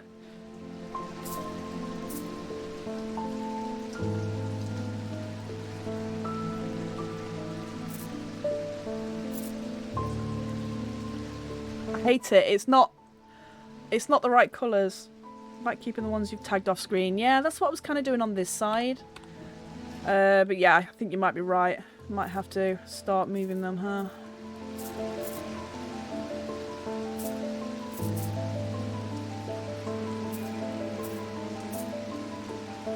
That's already much better. Out of sight, out of mind.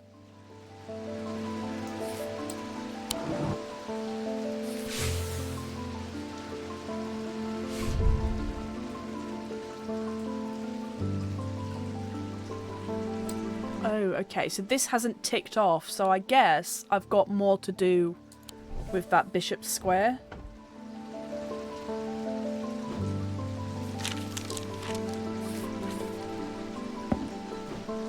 Okay, ring the bell. I'm sorry. I'm sorry, buddy. Something isn't right at the museum. I'm worried it's my fault.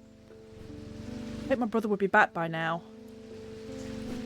I had an idea though. I'm no thaumaturge, but I think I can weaken it using a witherance. Oh dear me, this had better work. A witherance. Okay. Voice Witherance. A witherance is the inverse of a fortinance and is sometimes put to more malicious use. These can be crafted from stone, like the fortinance, but wood is more commonly used. Fortinance.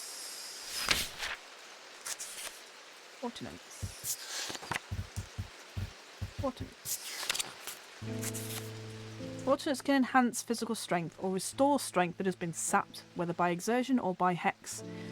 Oh, okay. I think it's you, because you have the symbol for weakness.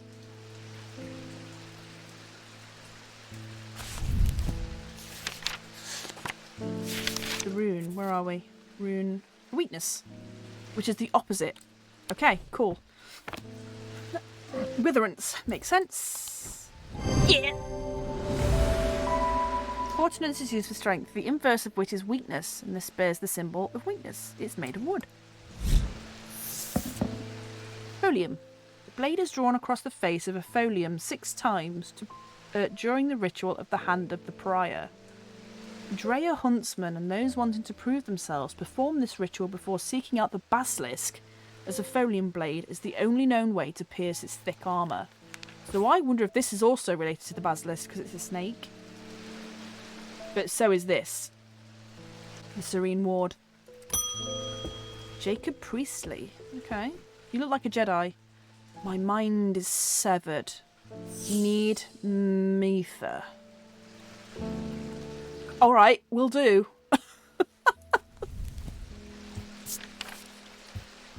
That and the mirror, yeah. So I've got multiple Methers.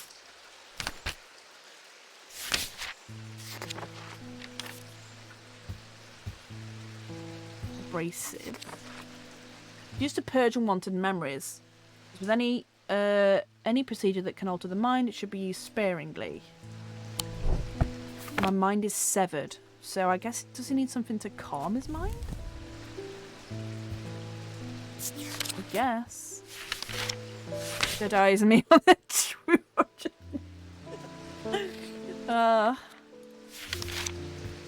Right, restful Mether. There's a thermatage link for the inner mind. Hot tea made from this particular type can be used to enter a meditative state and bypass the rush and clutter of consciousness, promoting clarity of thought. So, ADHD meds. Okay, so I guess it is a restful method. No, okay, fuck me.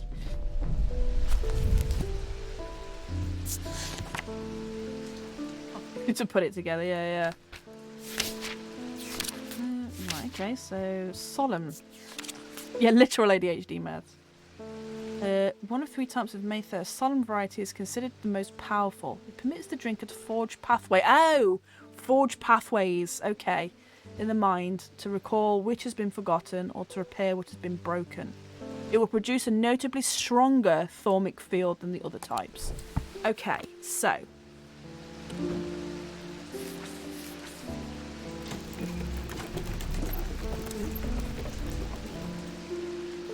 Meds, yeah. I mean, that's how it works for me. Well, it did until they told me I couldn't take them anymore.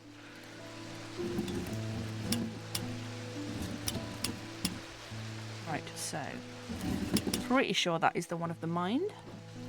Let's try. Like you. I would say that's stronger, wouldn't you? I would say that's stronger. So this one. Here. Using the index, I can remind myself of what a Maether looks like. It produces a stronger thaumic field than other Maethers in my collection. Do meth instead. There's no downsides. You say that, but meth actually did nothing for me when I tried that. Methylphenidate did absolutely nothing. Wixic cord. Despite the name, these simple-looking items do not produce a Wixic field. They belong to the diurnal branch. They cause a freezing effect in the body, earning them the nickname Medusa Stones. Fortunately, this effect is not permanent. Okay.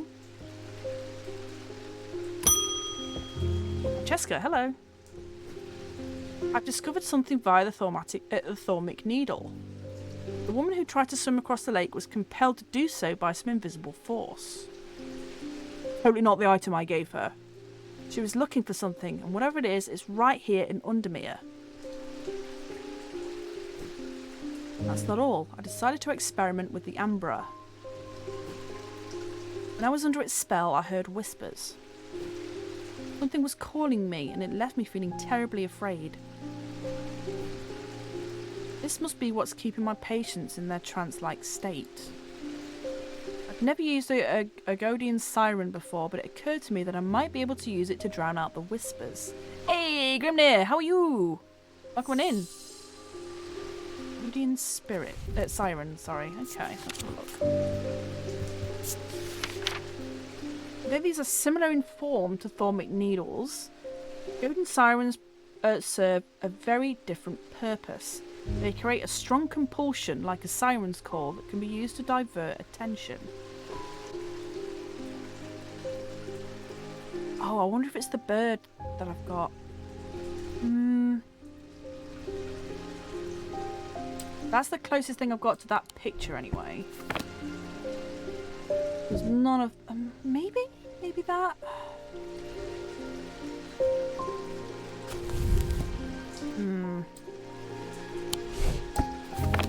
Oh! Bloody hell!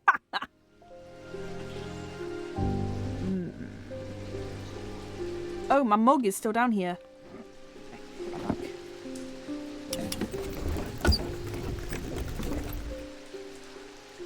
Okay. Yeah, I wonder if it's you. Nope. Nope, it sure ain't. Ooh! It could be this pendant.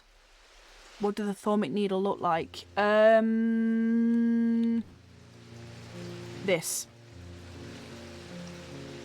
So I think it's this. Because it's a similar shape. Yes! Okay. This item appears in the sketch of the cabinet. Oh, I guess it did. It's an obelisk shape like the thaumic needle. Closer inspection reveals its attention demanding power. Yeah. Yeah, it looked like everything but a needle, yeah. Carrick's candle. These items produce an invisible light that peels back the years, allowing a glimpse into the past. The effect is often murky and blurred, but it works passably on stationary objects. They are marked by a depiction of a candle on their surface. Okay.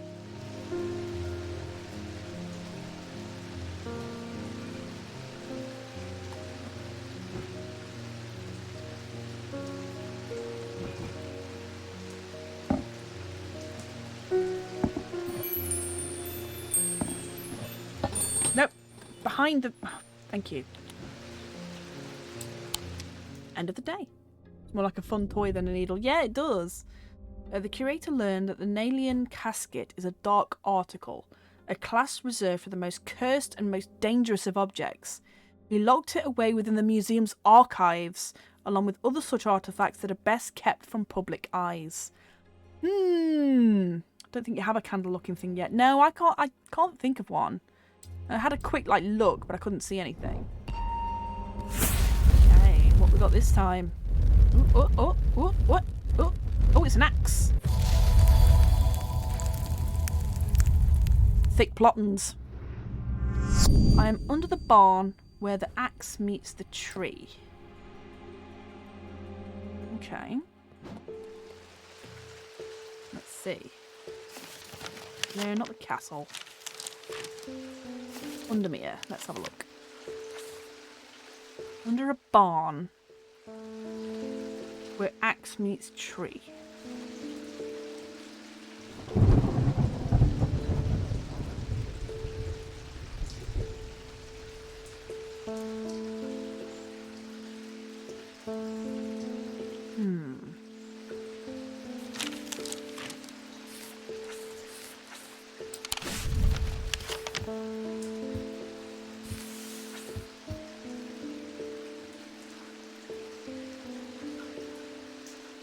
So is it an axe-shaped area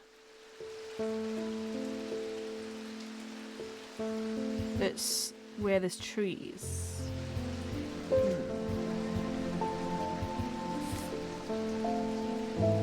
Maybe not. Under the barn where the axe meets the tree.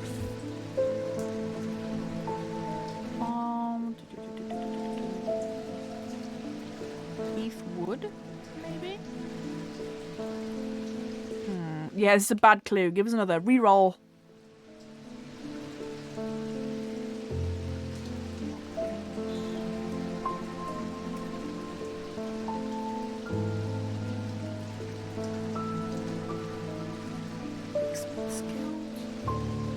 Mossy wood. Nope.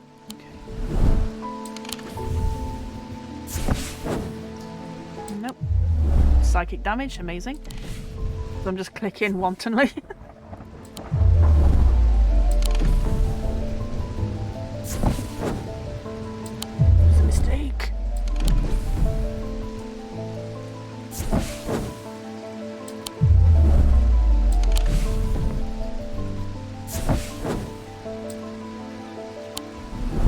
And not Jacob's folly.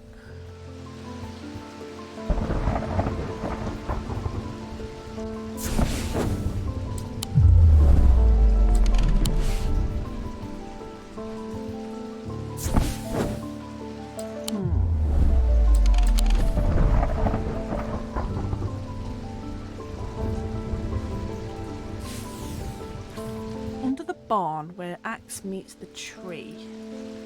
Maybe something on the street names. Maybe. Oh, Woodcroft Road. Woodcroft. Pine. Woodcutter's Lane. Okay. Barn where the axe meets the tree.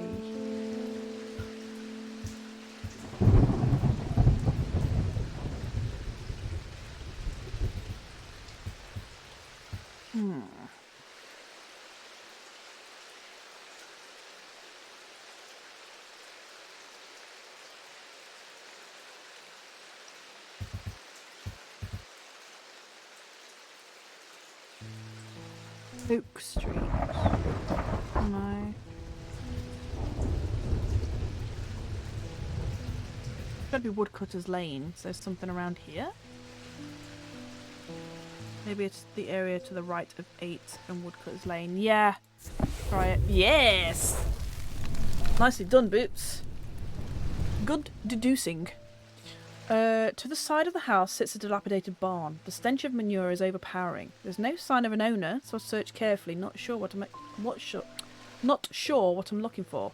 Suddenly I spy a flash of blue. A bottle. This is it. Ooh. Fancy.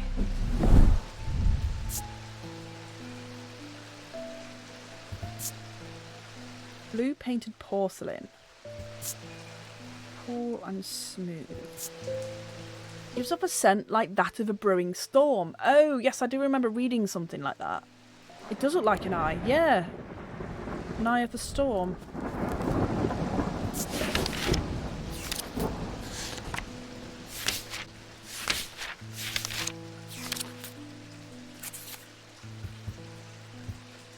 St. Cedric's Thunder. No, it wasn't that. It was the Zephyrim.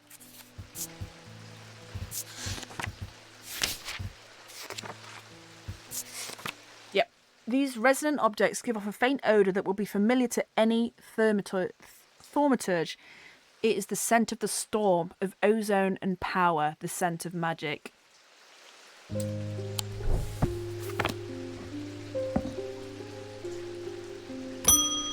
The stink eye, yeah, which is what Squid's given you. Oh no! Oh, Simone, hello, good morning. And yes, you too, Jupiter. I'm getting more concerned about my mother. Hearing about that poor lady who drowned frightened me. But she'll turn up. She always does. I've had another breakthrough. This time I'm certain it's a clue that leads to another hidden part of Strange Antiquities. Do tell, because I'm fucking useless at finding them apparently. From the individual, a stone for dark purposes. From the celestial, a stone of earth. From the diurnal, a stone of death. Stone for dark purposes.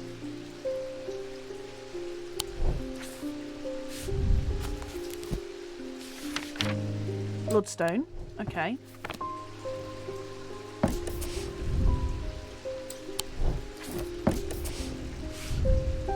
Stone of the earth, which is green.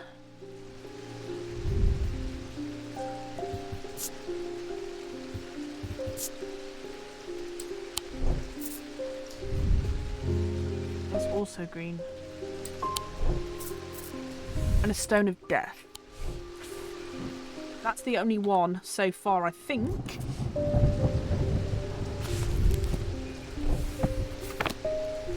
Nope.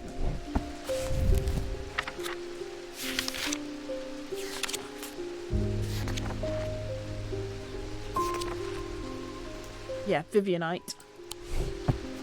Which this has. And what was the other one? Stone of the Earth. So this, maybe? Yes! Woohoo! Oh. Okay. Well, I don't know what to do with this. Okay.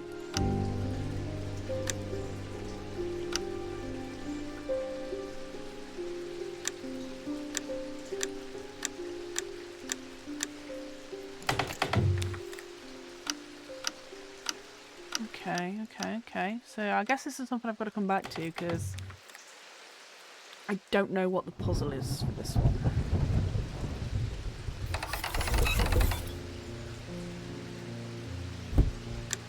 Unless it's the same as that.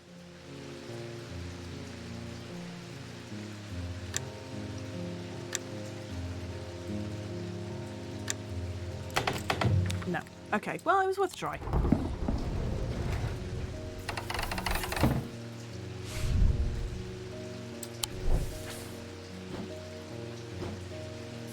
Okay. Jacob, hello. Thank you for the mether. I've seen into the yawning deep. I've seen beauty beyond the comprehending mind. The price is steep, but I pay it gladly. My shadow anchor is broken. Must replace. Okay.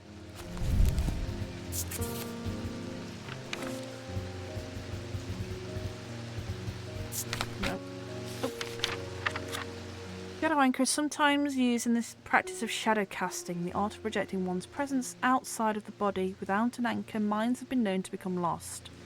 Shadow anchor designs can vary greatly. Some prefer pendants, where others prefer to clutch a totem in hand. They make use of some symbology, where others use gemstones. They will always produce a field from the individual branch. Yeah, what is Snake Man's deal?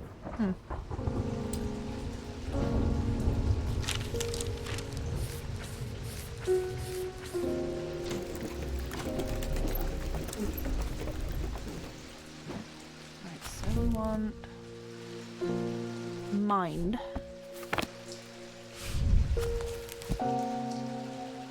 Yeah, so it's just the same one again. Okay.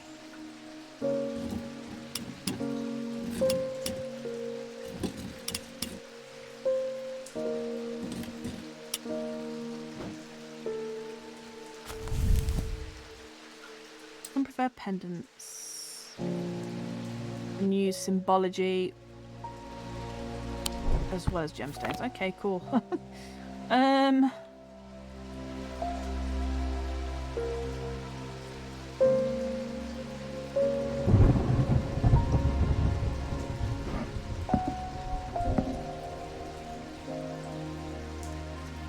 has the right shape, I think.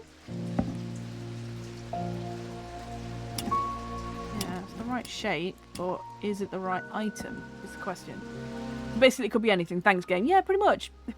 Or so it seems, anyway. It's definitely not that. What about you? Nope. Okay.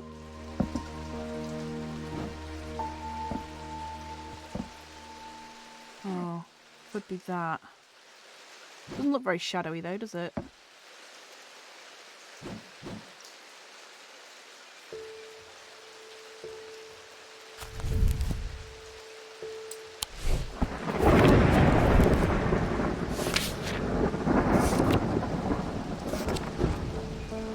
Blue stones. Oh, so it could be this.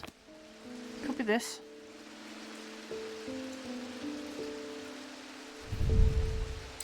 Because it's got the diamond. What does the diamond mean? Diamond on its own. Soap. Okay, cool. Yeah, that's the one.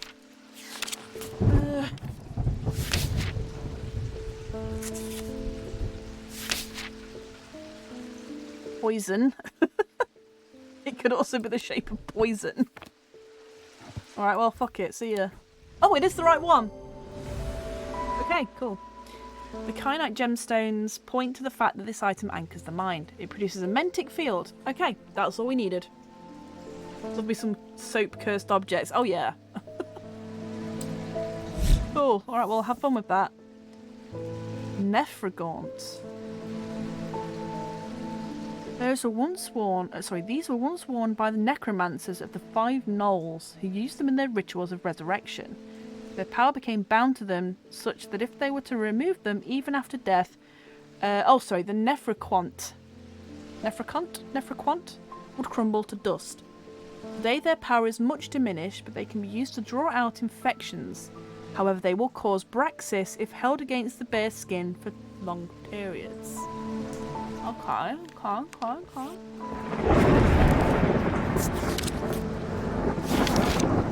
Necroquant.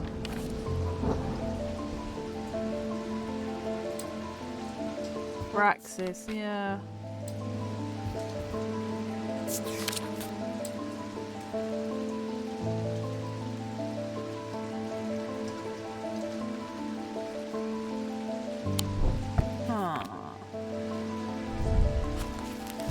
Braxis, characterised by necrosis of the flesh. The afflicted will feel no pain, but the scarring has no cure. Yes. Audrey, hello. You've shown yourself to be a useful ally in these worrisome times. Keep one eye on the lake in the coming days. When blackened eyes seek the casket and the waters turn to midnight, perform the sacrament and have faith in Holgar. Alright, bye. Sacrament is a baptism ceremony in which one's life is pledged to the warrior god Holgar, performed by a blood priest within a stone circle. In spring, a charm of green growth. In summer, a pendant of the yellow sun. In autumn, an instrument of the red night. In winter, a totem of blue fire. Well, we know which one that is. The Vestiger, that does all of them. And it glows blue. Well, makes fire glow blue around it. So that must be what it is. In spring, a charm of green. In summer, a pendant of yellow. Autumn, an instrument of the red night. Okay, so yeah, that's definitely one of them at least. Okay, well, let's put that away for later. Hello, Mr. Chafer. I'm afraid this letter was sorted incorrectly and ended up doing a round trip to Kendall and back. Better late than never. No, it's not. I spent a long time looking for an object that is believed to have been lost somewhere in the catacombs. The adventurer and thaumaturge, Marwyn, left a trail to her hidden stash, or the story goes. I followed it as far as the ossuary of the damned, a chilling bone-filled alcove carved into a natural chamber in the upper levels, but it seems her markings have been worn away by time after that. Pass on this story to you in the hope that you can succeed where I have failed. Your friend, Barton. We go to the catacombs, to the boneyard. I'm able to follow Marwyn's trail for a while, but the carved markings are faded and worn by centuries of weathering. By the time I reach the ossuary, I can no longer make them out. Fortunately, I've always wanted an excuse to use a candle. Fire and wax! Fire and wax, that's the candle.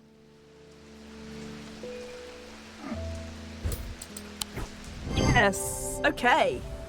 Excellent. The symbol for flame is rendered above the symbol for wax, a depiction of a candle. Hell yeah. Stalagmites retreat under the light of the candle as I hold it aloft and search the shifting rock walls for any signs of Marwyn's trail. Suddenly I see it, an M etched into the rock, as clear as if it had been carved yesterday. Yeah! I follow the trail in an excited hurry, tripping and stumbling as the candle distorts the height of the floor, until I come to its end at a small boulder. Rolling the rock to one side, I reach behind it and reclaim Marwyn's lost treasure.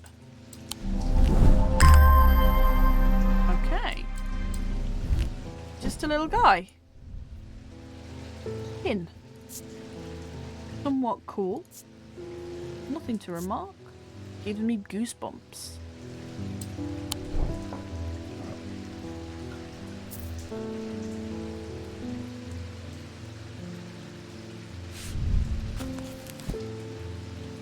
It's like the shape of a person. Fortune? Maybe not. Yeah, a little bit Silent Hill, yeah.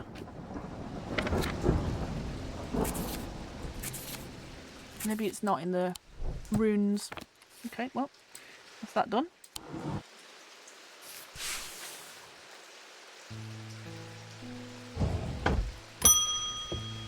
Barton, hello. Oh, he's been cursed.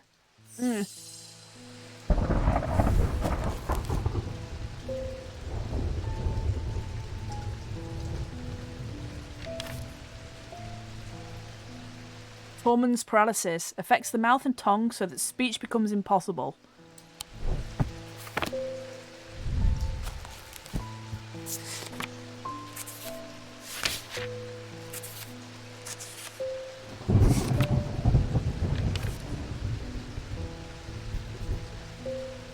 Oh, there was that charm, wasn't there, that had the reverse of the, it's this one. The reverse of paralysis.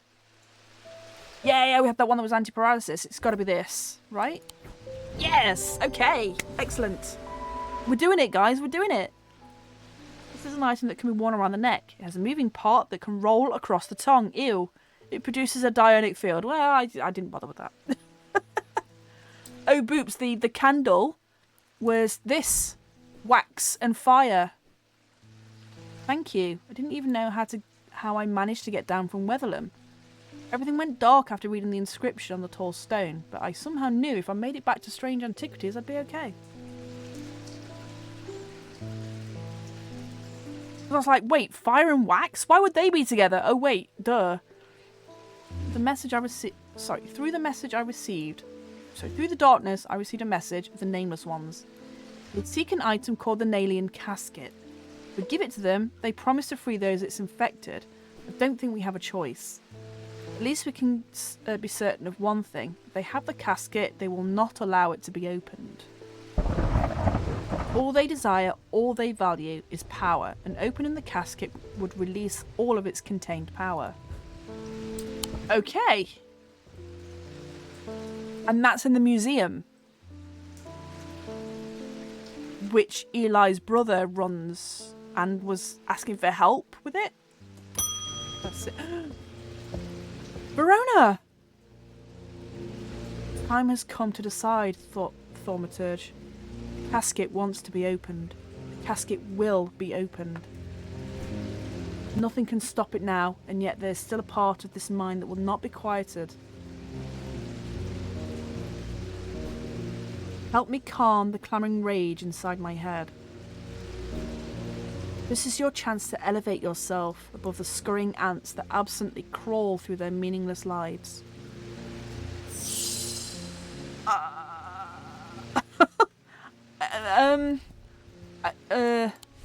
Verona, no! No! No!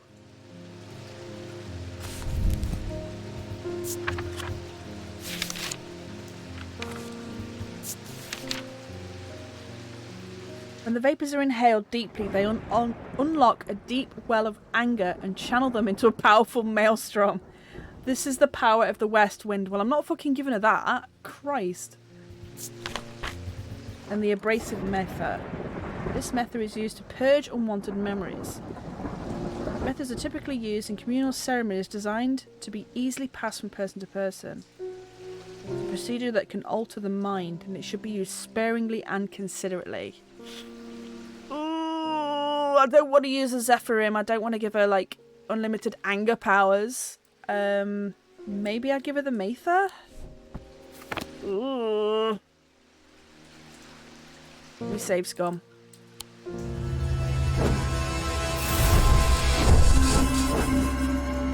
Method seems less bad. Yeah, slightly less bad. Okay, 2240. Okay, that's where we are then. Okay, all right.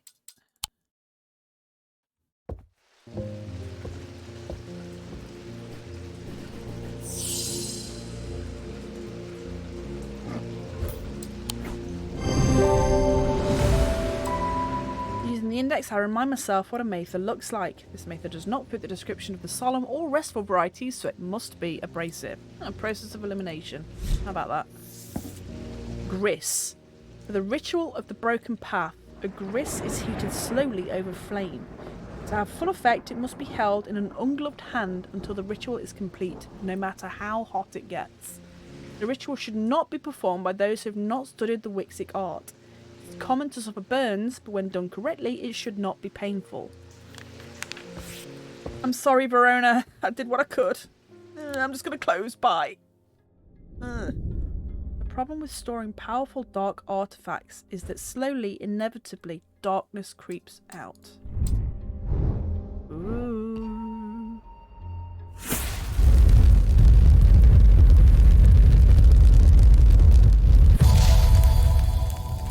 Yarn. Okay. Jupiter?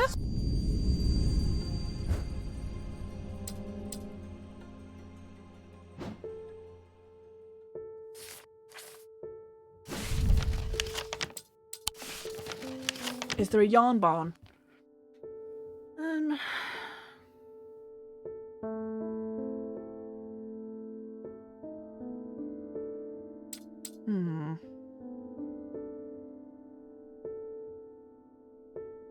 Can't see anything on the list of places to go that mentions anything to do with knitting or yarn.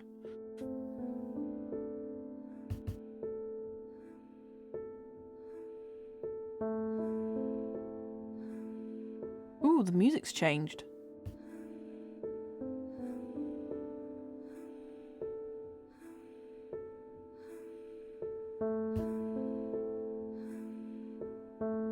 We've got vocals now, kind of.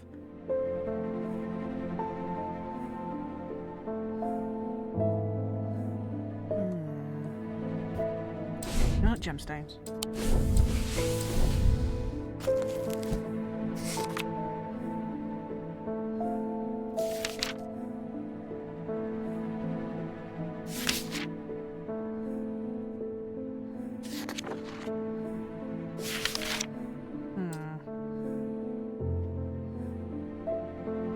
Which is not.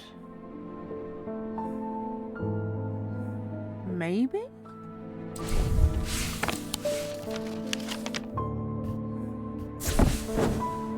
Nope.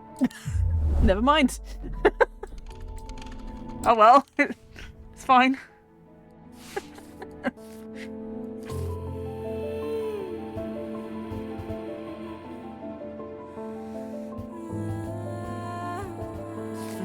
You've got singing now.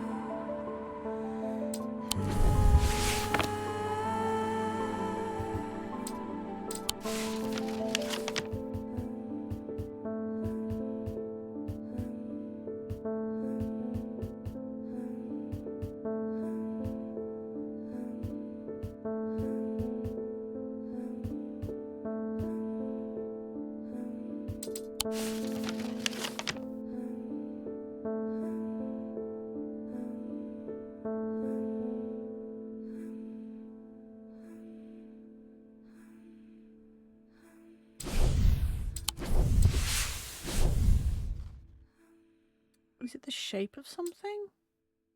Like the string?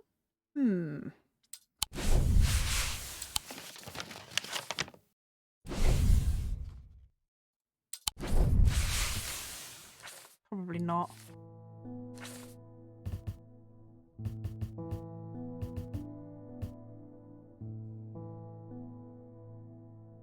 Well, let's go to the fucking museum.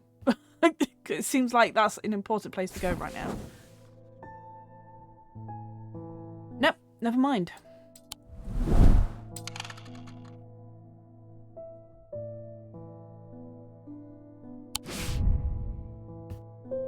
I'm pretty sure that's nothing to do with the thing in the alcove either.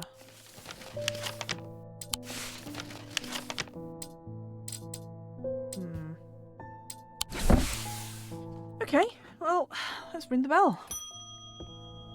Marion Lancaster, hello. Someone very dear to me has fallen ill. I would like a nephroquant. Do not be concerned, dear. I have used one before and I know what I'm doing. Sure.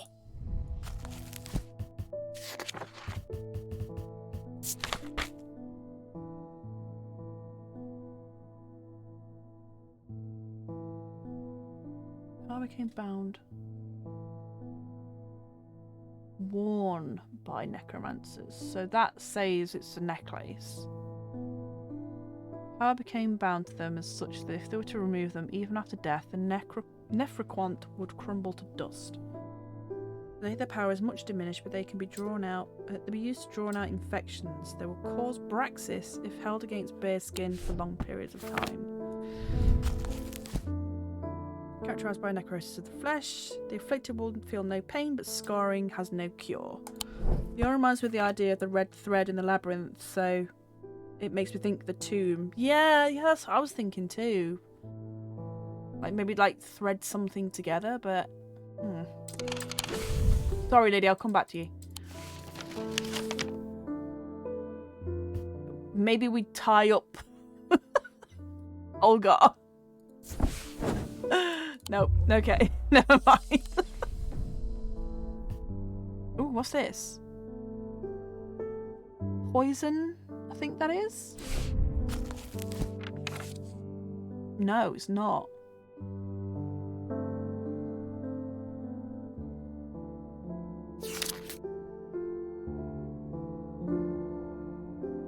Soap. Huh.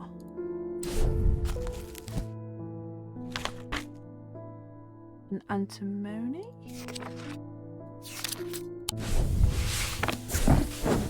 Nope. Back away. Back away. Thought it was a path, but I can't look quick enough. Yeah, I thought it was a path too. Like some kind of street. Ooh,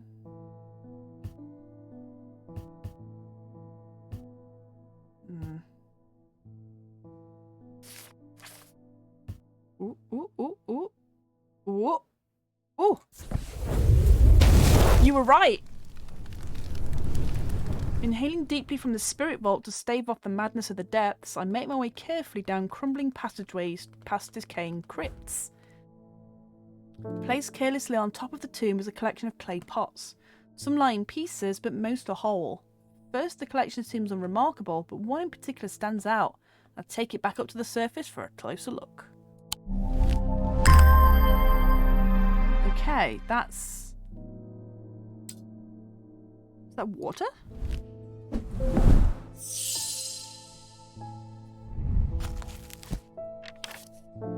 Earth. Okay. Clay. Okay. Cool and smooth, detailed engraving. No smells or sounds. No thoughts. Okay, cool. Head empty. Great.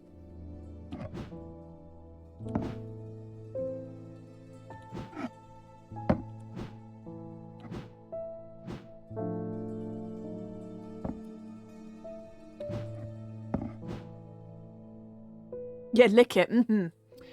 Never quant.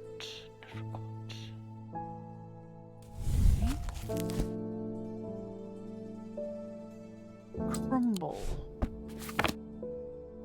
That didn't say anything about it being crumbly, did it? No.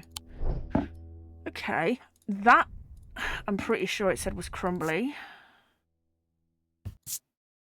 But that's already been discovered. The vessel with the pestle.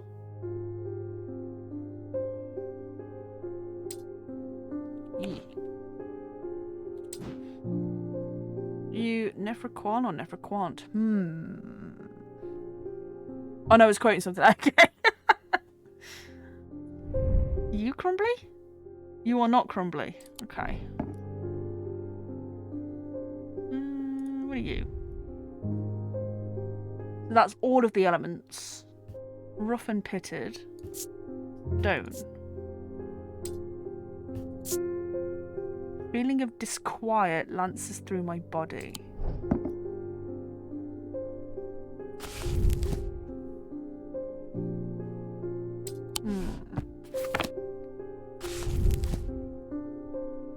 Five knolls.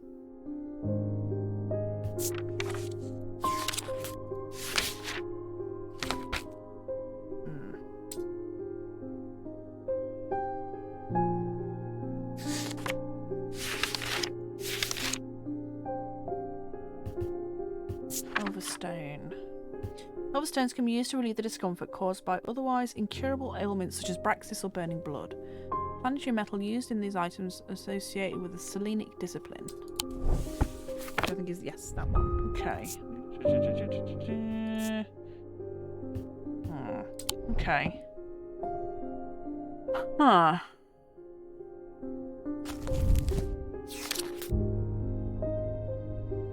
What's hypnosis? So it's not that. Ooh. That's not crumbly. What about a gemstone? Onyx, I think it was.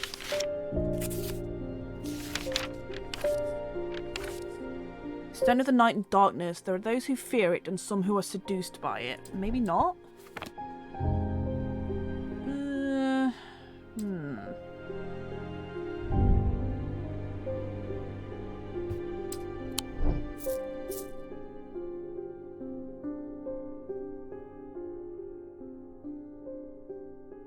Is it the hand? Kills my blood to hold it. Hold. Crisscross grooves, polished. Stone. Oh no. Wasn't there something that like talked about Medusa and turning things to stone? So I guess that might be that one?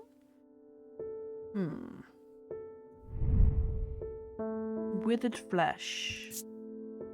Hard and cool, leathery and bony, quite unpleasant to touch. I was expecting it to smell worse.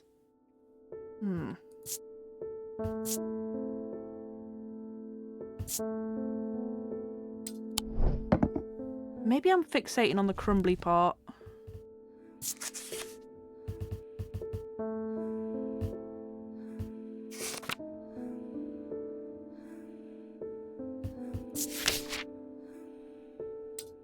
It said they wear it though.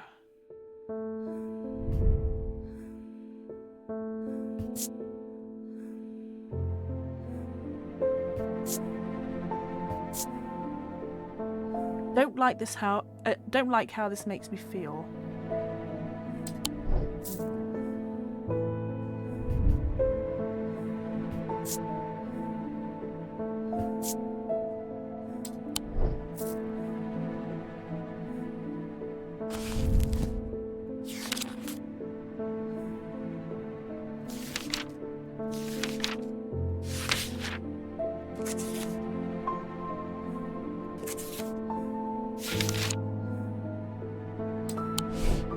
About the disc with the symbols. Yeah, it could be. Because that's all the weather, I think. I don't know.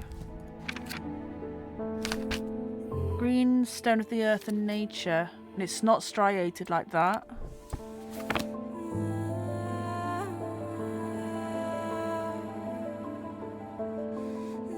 Oh, the person. Person tin, somewhat cool. Gives me goosebumps. Okay.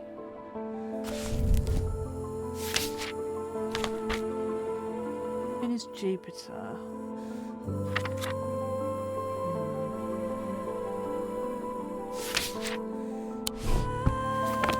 Oh, could be, yep. Paralysis.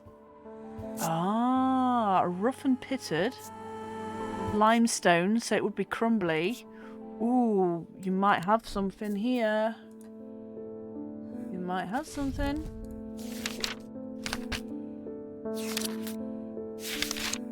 Paralysis. Let's give it a go. Nope. Shit. Okay, well, damn it. Definitely worth a try. Let's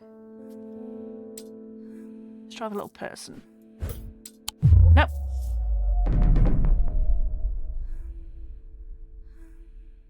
I reckon that's to do with the boat.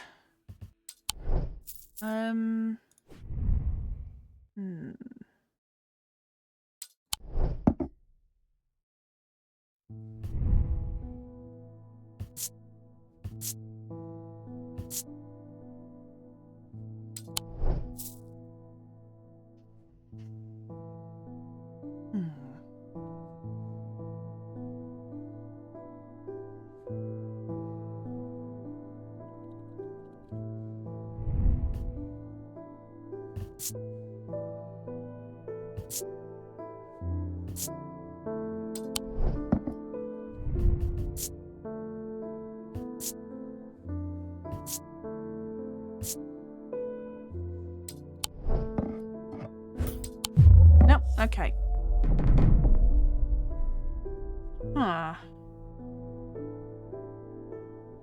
Is it something I don't have yet? That looks like it's cracked in places. And it's clay. Clay crumbles, right? And earth. I don't know.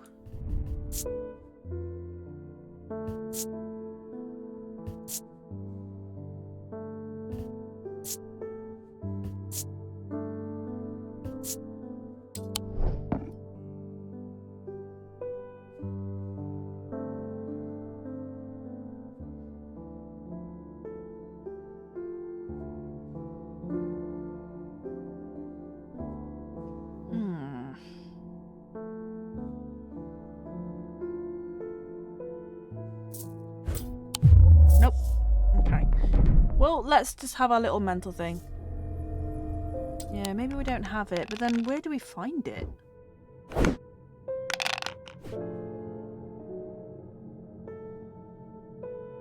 Is it hidden behind the alcove? Everything off screen is tagged. Yeah.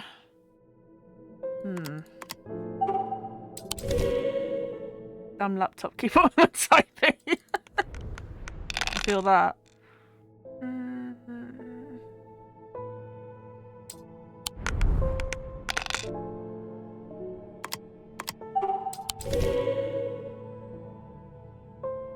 Let's play the dice to cure my sanity. Or insanity.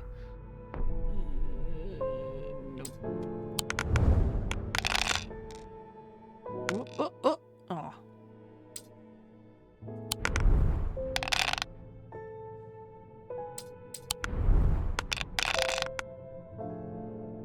Give snacks. You know what? I'll take those two. That's fine.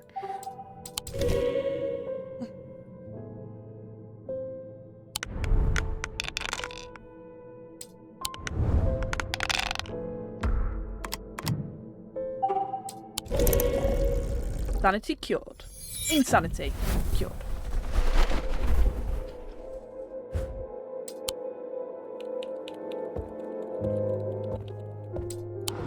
Right. Dark stone for dark purposes. Stone of the earth and stone of death. So I managed to figure out how to get into the alcove, but there's no clue on what to do once I'm in there. 3 resonant objects. Lightest first, heaviest last. Bishop square. And then the ritual.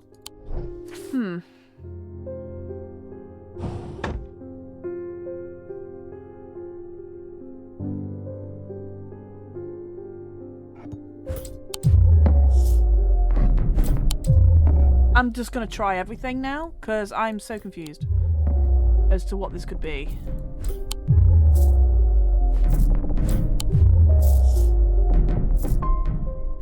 Oh, well, I'm insane again. It's fine. Sanity cured. Now we're insane. Yeah, exactly. But just keep going back in there.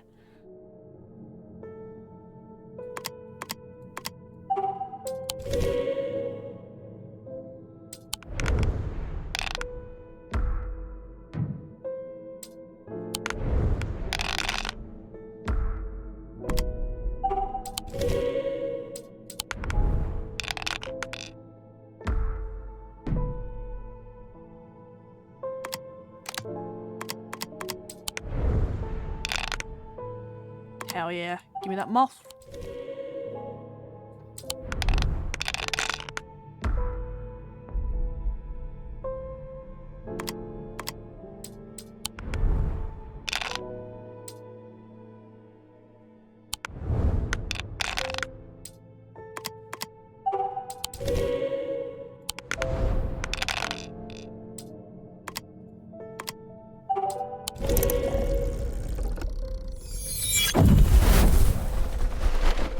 Call. What did I miss? We're struggling to find the item for this lady, the Nephroquant. We're still struggling to find that. I don't think it's something we have, but I also don't know where to find it. So we tried everything on this side so far. It didn't work. Did we try the hands? I don't think we did we? Oh! Okay. The item here is the ring, a wearable item. Wow.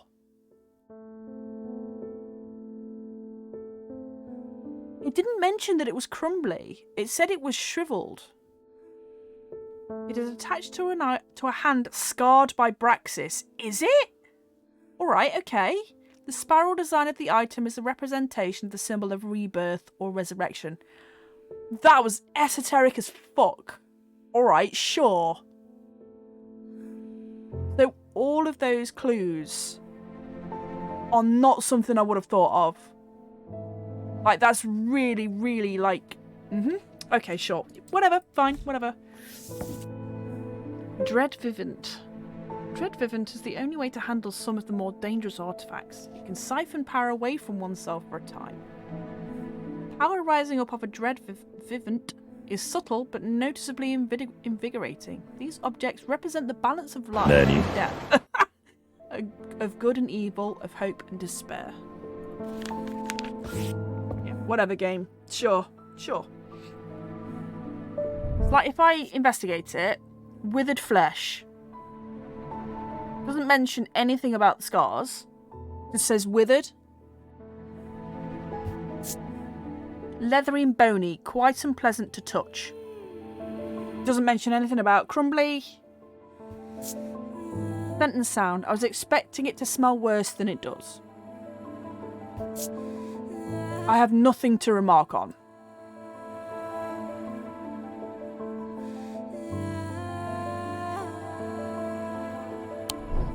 Sure. Whatever game. Franklin Underhill. Hello, you're new, I think. Please do pay us a visit. We have some items that we're confident will be of interest to you. Okay. The Twinings. Artisans of wood, iron and clay. I visited and you told me to fuck off. Whatever.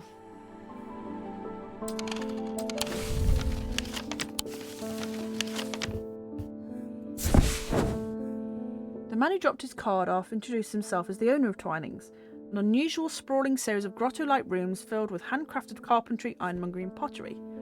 He leads me past wooden chairs and strange iron contraptions to a room unlike the others. Oh no, he's going to torture me. This one is filled with small trinkets, ornaments and jars of various sizes containing ominous-looking liquids and organic materials. I know it might not look like much, but there's some items of value among the junk here, says the man. Take your time and let me know if you find anything interesting.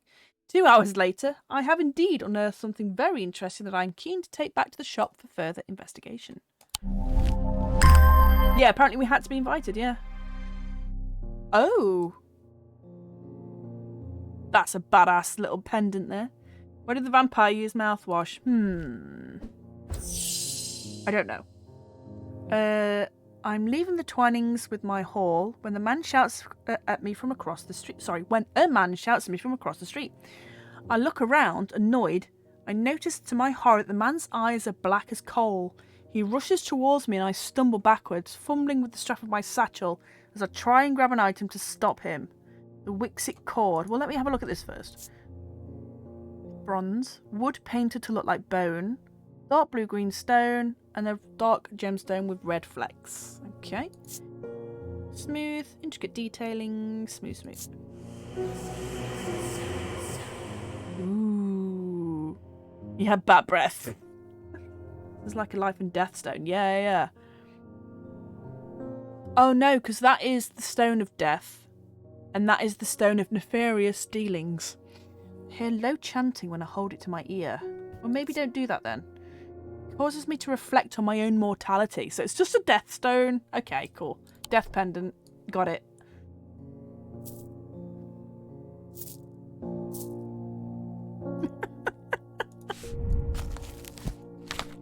Yeah, bloodstone. Dark stone for dark purposes.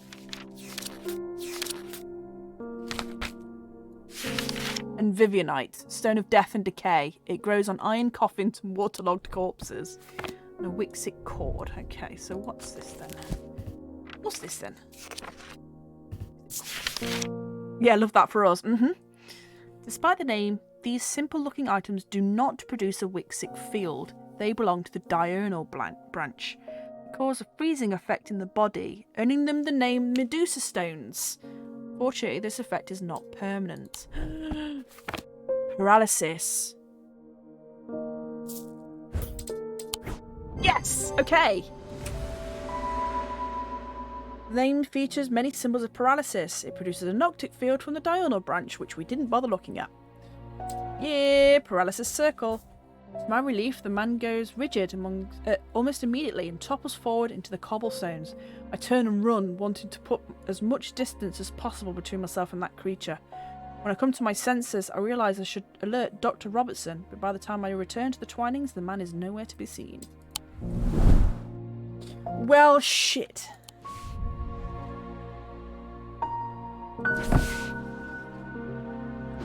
Next customer, please. Edmund Bishop, hello. Something bad is about to happen. Yeah, no shit. The ravens know it. My grandfather once taught me how to use a Cassander to see the paths ahead, but I saw what it did to him and vowed to never touch one again after he died. The gnawing worry of what is coming has become too much for me. Cassandra.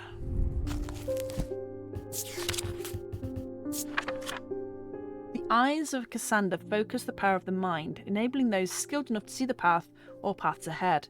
These items do not produce a mentic field as one might expect, but rather the more mysterious selenic. Care should always be taken with any object of prophecy, and these are no different. They have been seduced. Many have been seduced or driven mad by the paths shown to them and have been led to ruin. Yeah, you don't want to see the future, sir. You don't want that. Okay. So it produces selenic rather than mentic. Okay.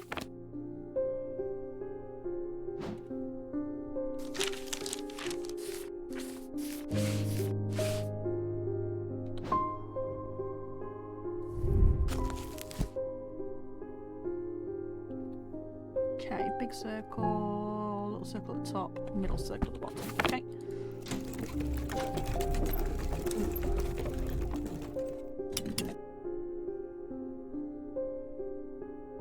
That's it, isn't it?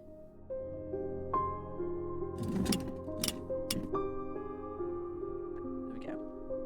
So it's that one. Okay.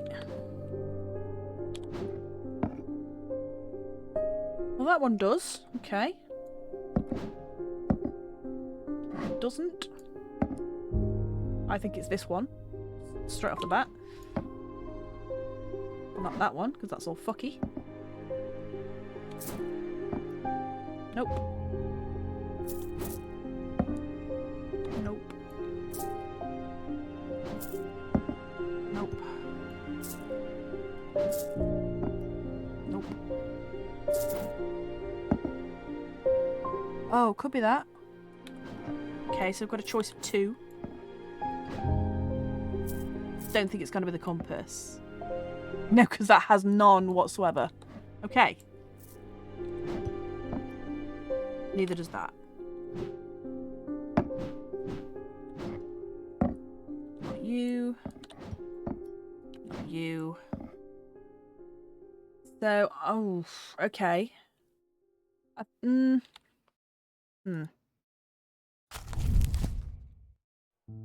Focus the power of the mind. These do not produce a mentic field as one might expect, but a more selenic. Maybe it's this because it's got moons in it.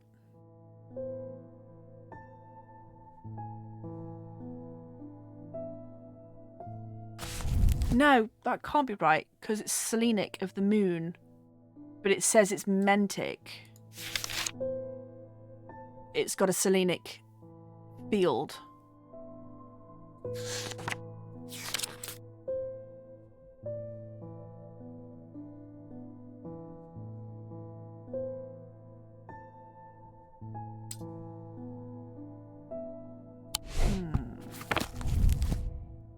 Yeah. It works on the mind, but it has a selenic field. Okay, I'm just going to try that. Nope, okay. Nope. Oh, did I try you? I didn't try you. Nope, okay. Cool.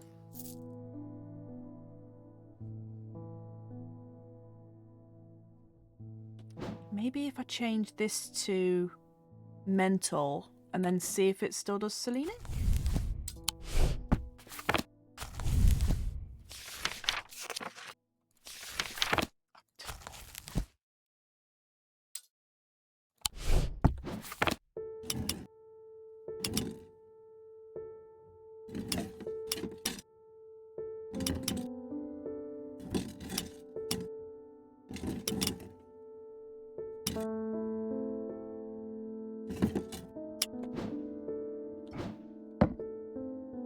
Still does though.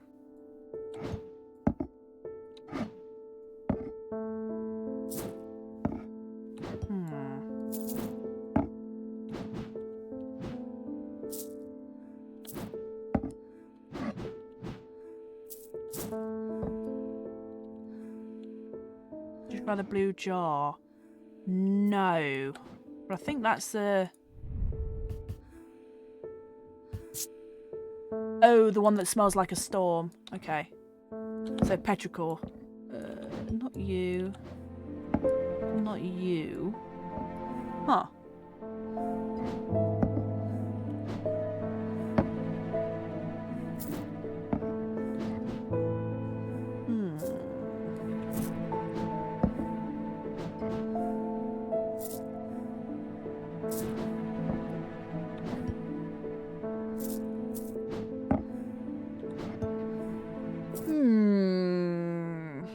Yeah, the Zephyr, yeah. Cassandra.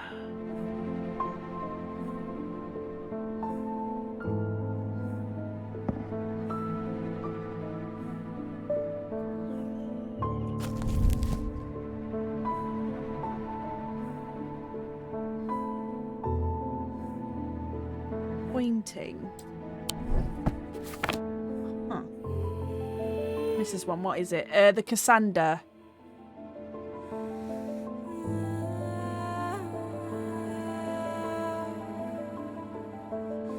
See, I would say that's a mind with paths, right? But it's not. It's not that one. The compass? No, because it doesn't have a field at all, that one.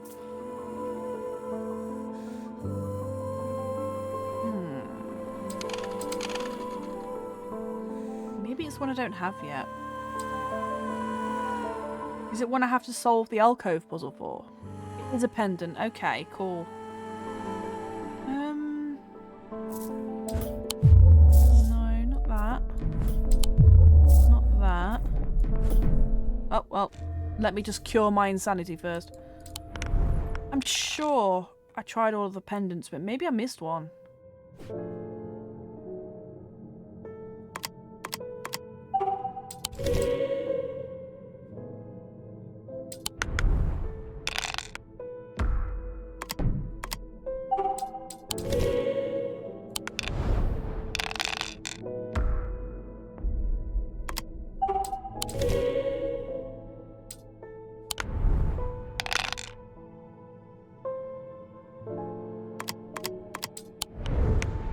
Give me another snack. Yeah, that's what I'm talking about.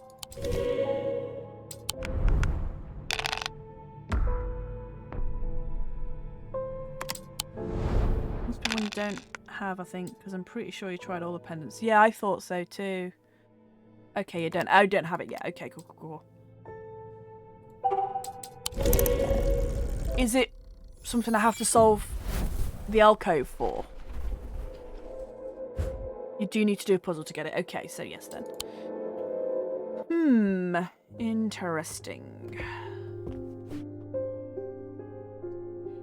So, that puzzle...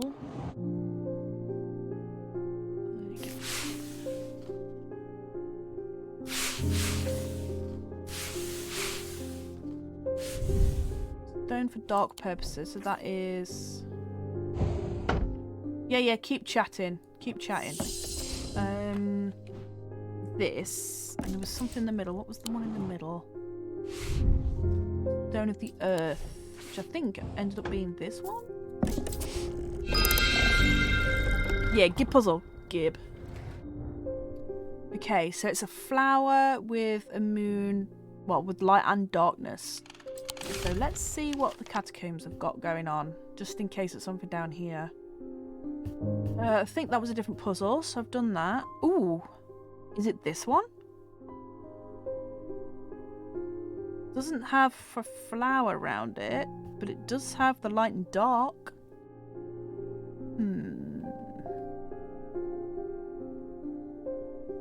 That does have a flower.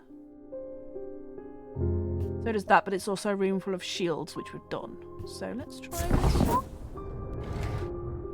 Nope, okay.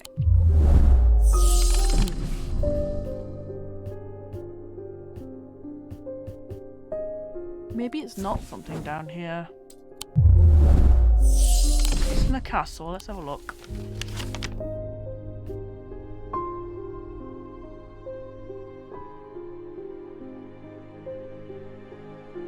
Mars in winter, rising in summer.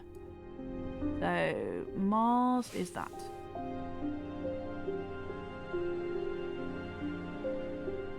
Mars in winter, rising in summer.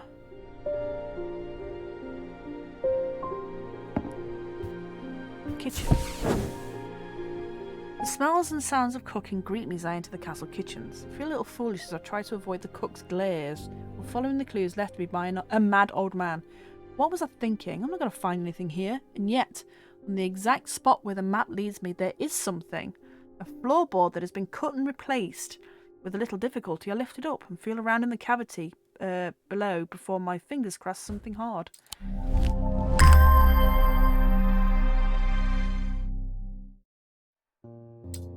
Okay, a little totem. Stone.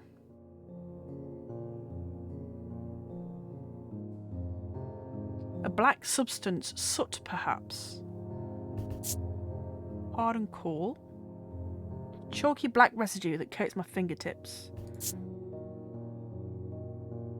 Okay. Okay. This one is vague as fuck. Want a couple of hints. Possibly. I was trying to think.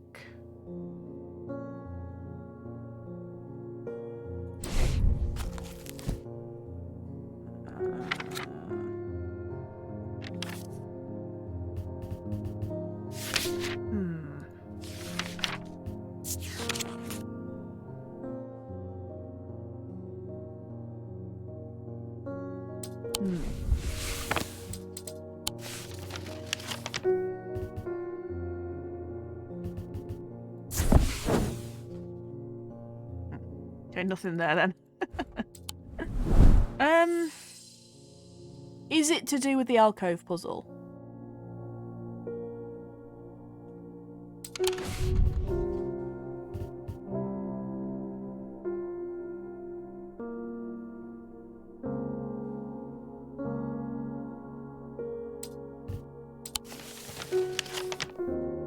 Is something in the shop? Yes. Okay.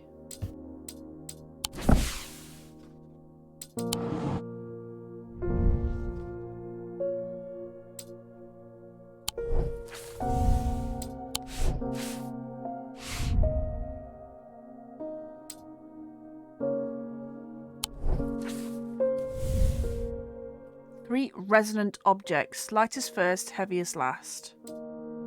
Three resonant objects. Resonant.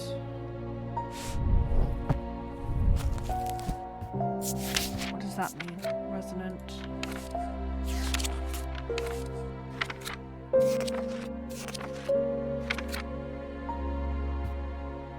Resonance compass. Resonance compass. Oh, there's a fucking picture of it straight up. We point towards a nearby resonant object. The only objects that can be detected this way. Resonant objects are highly prized. Okay, cool. So it's this.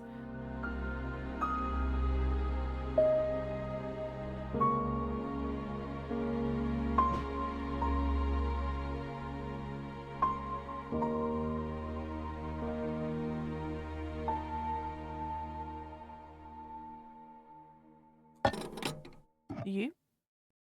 No. You? Yes, you. Okay.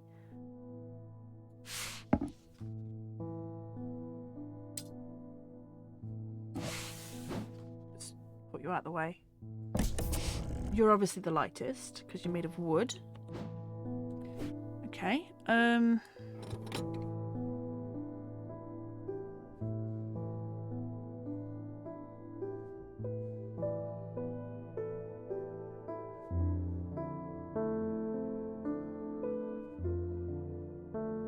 Just pointing towards that. Oh. Okay. Okay. The Zephyr is one.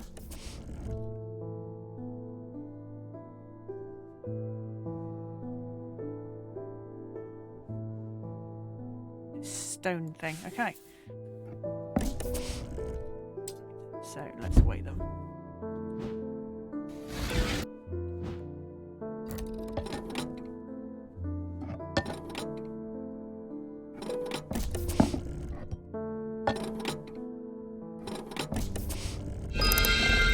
Yes. Oh, god damn it. Okay. That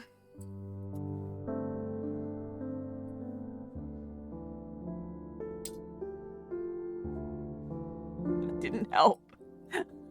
Fuck. Okay. Let me try this. Ooh, okay. The stars. 1, 2, 3.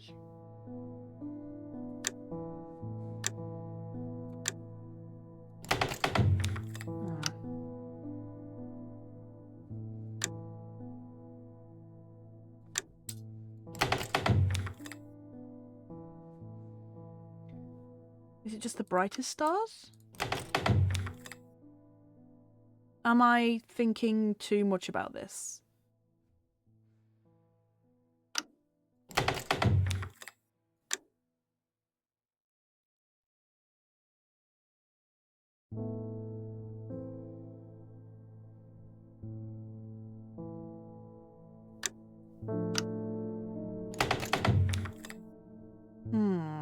Oh, I thought I was onto something there.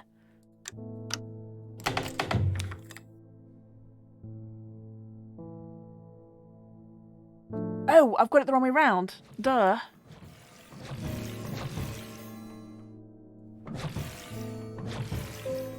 There we go. There we go. Okay, right. Wait, no, that's what I had. That is what I had. Okay. 1,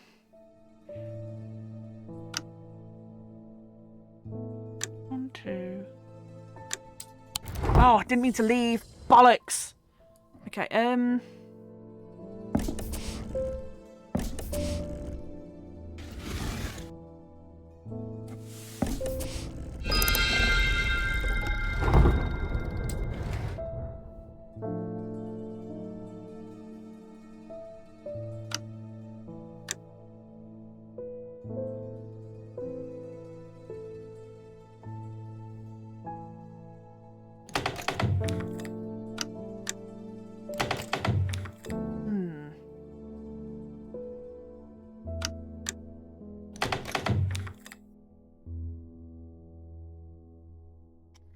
Ooh, okay.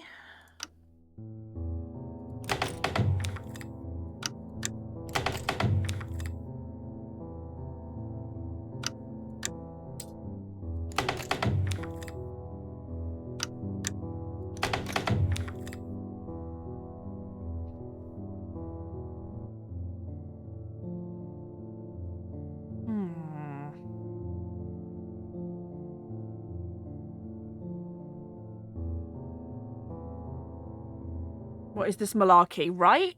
I don't know how much more I can match that, honestly.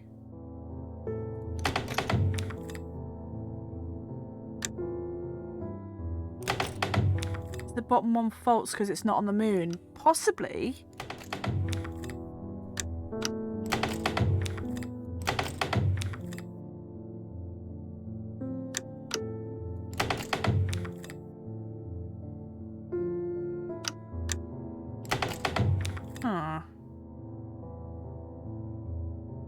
Oh, maybe not the top one.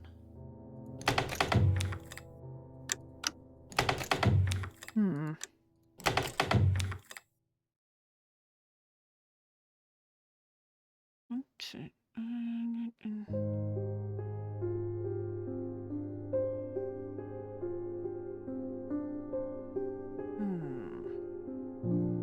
think something's amiss. Oh, really?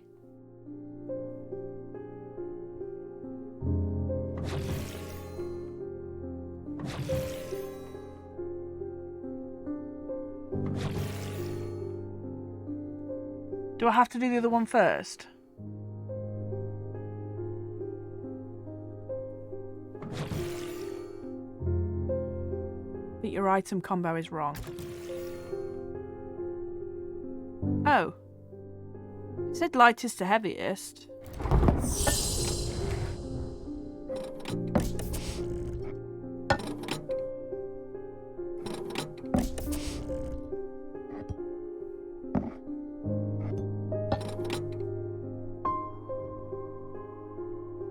puzzle though for something different. Yeah, it must be. Okay, so yeah, this is a different puzzle than we thought it was.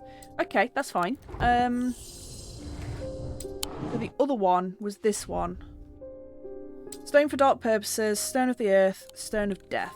Okay, so let's try that one then.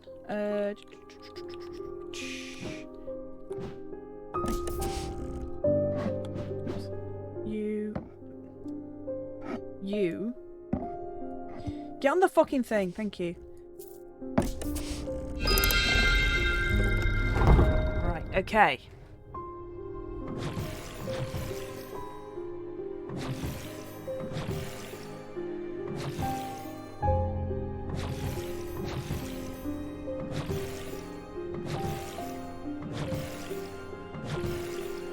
Okay, right.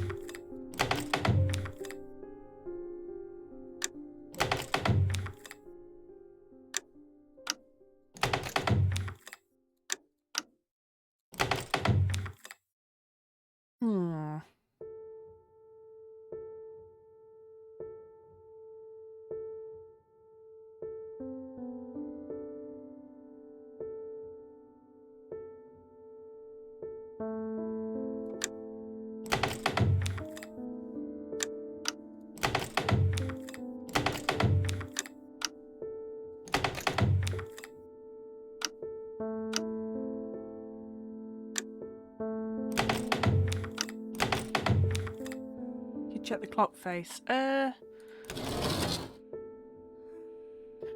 is that what it is?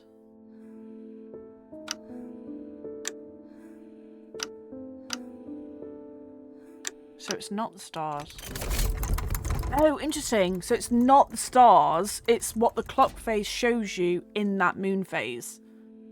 Right. Okay.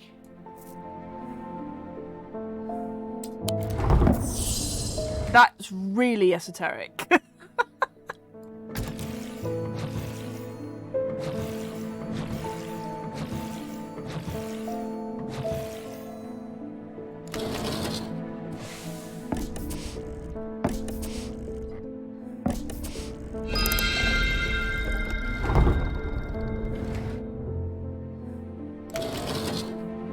Yeah, so I guess this one is...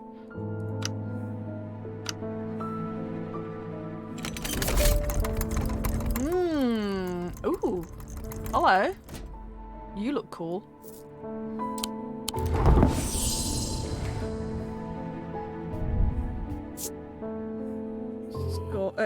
Gold. This part is painted black. Feels unusual. Not hot exactly, but energetic. Can't tell if it's that low. If the low hum is coming from the item or my own imagination. Yeah, it's the logo.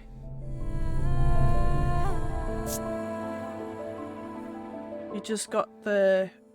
Okay, cool. Thank you, Cassandra. There's something... sorry, there's definitely something unusual about this item. I just can't quite put my finger on it. Okay. Oh, yep, there we go. Okay. Bronze, dark green gemstone. It vibrates with energy. Nothing to remark on. Okay.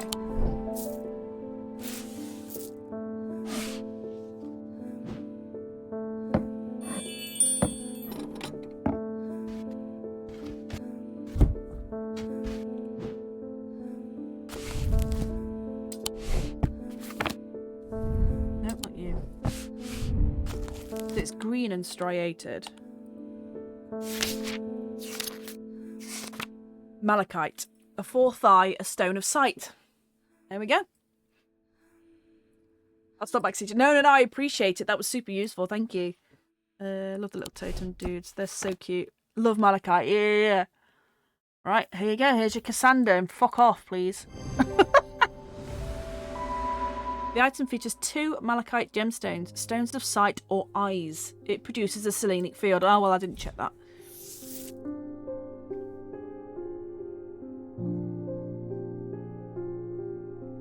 Weaving Edge. A weaving edge is used to enter the Red Night, a bloodthirsty state of mind. Tradition dictates that the handle should be made from the wood of a great oak.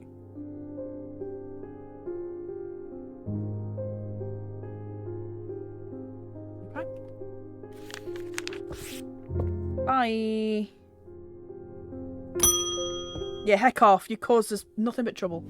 Gilbert Amos. So there always seems to be something going on in Undermere. I know it's like Midsummer Murders, huh? The sooner I can get this sorted and be on my way, the better. My uncle gave me a ring, and I have had nothing but bad fortune ever since. I'm starting to think it might be cursed. Is there any way to uncurse it? I don't know, fucking probably.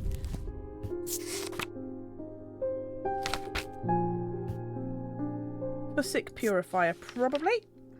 Look.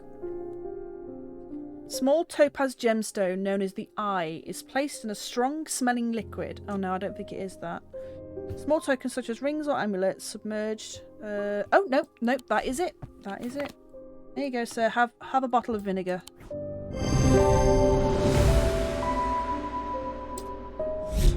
Bye. Don't roll your fucking eyes at me, you prick. Do you want help or not? Lavinia Hawthorne.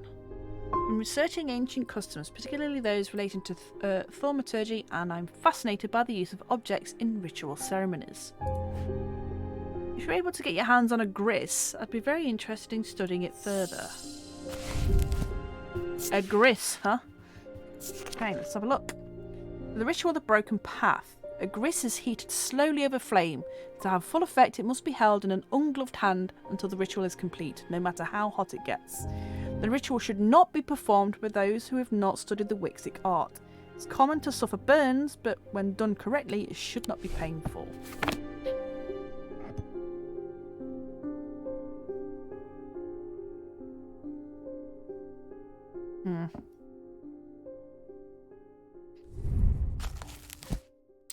Wait, it said there was a stone, didn't it? No. Broken path. Broken path. Amphissian talon.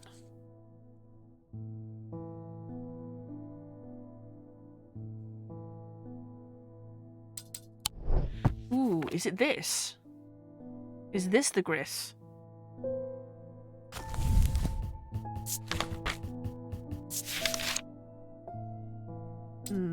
Maybe not, actually.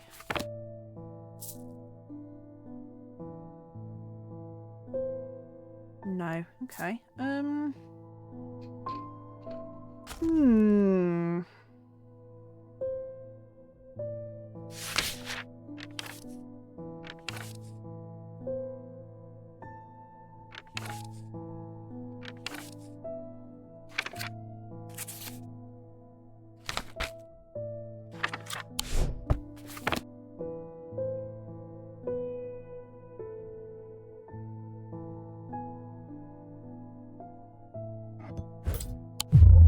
Okay.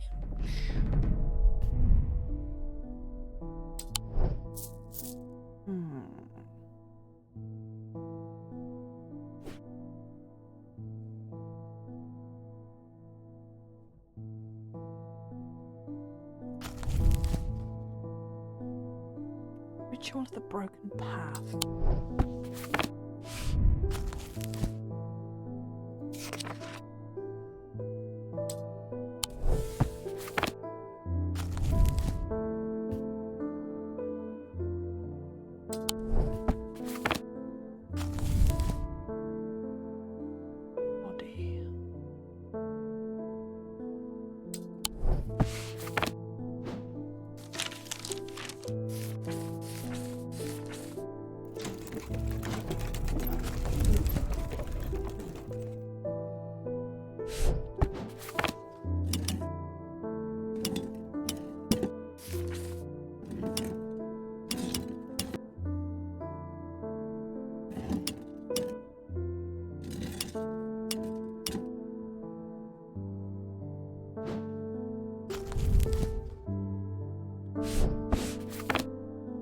That's Wixic. Okay.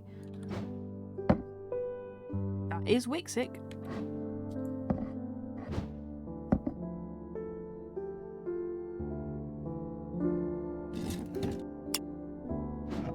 It is not. I've tried you, and you were not. You? Nope. You? Nope. You? Nope.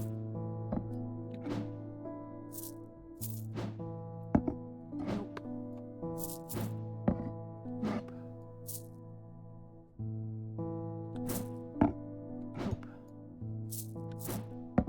Nope. Possibly. Possibly. So I've got 2 options. Oh, 3 options.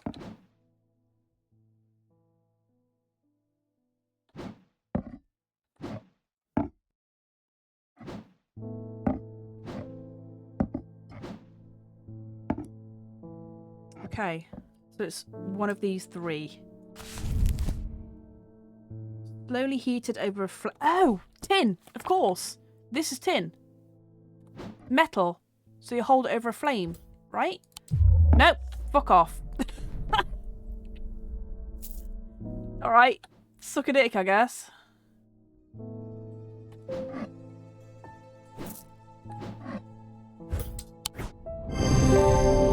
Alright. Oh, of course. Soot. It's got soot on it. Of course. God damn it. Lumina. Sorry, Lunima. A Lunima, also known as a moon pool or heart of tranquility, harnesses the power of elements to create an aura of unease. They can be used to keep people away from places they are not welcome. There's a superstition among thaumaturges that says that a Lunima should not be used when the moon is full. It's not known where this idea came from. Let's have a look at what that is. Full moon, baby! Okay, is anything glowing or changed? No, I've changed the moon cycle. Not that I can see. Okay.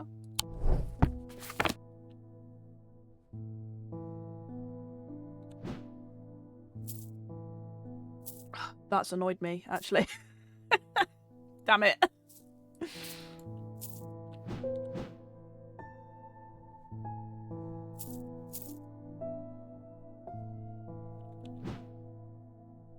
Well, ring the bell.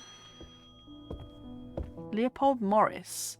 There's been a basilisk sighting in the hills across from the river from Backbarrow. Alright. I wouldn't say I'm a brave man, but I have a duty to protect my livestock and my village.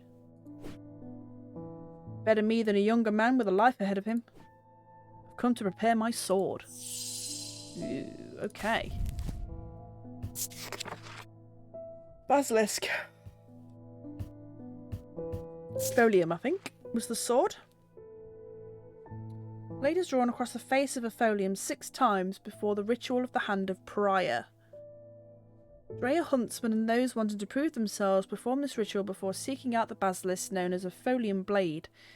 It is the only way to pierce its thick armour.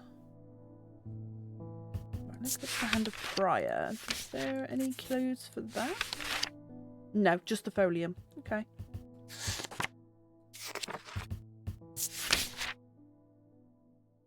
Rare huntsmen and those wanting to prove themselves perform this ritual. Let's have a look at what's his nuts, Holgar.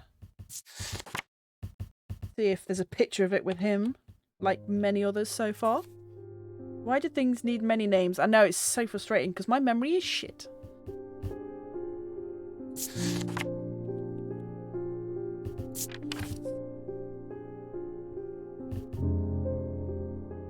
And of course now I can't remember where he is.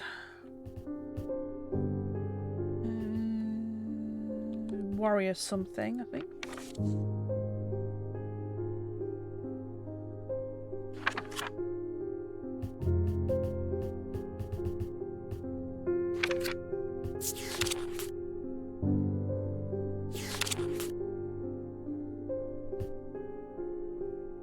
Lead heart. Nope.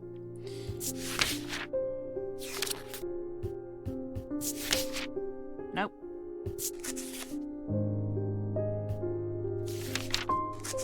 Holgar.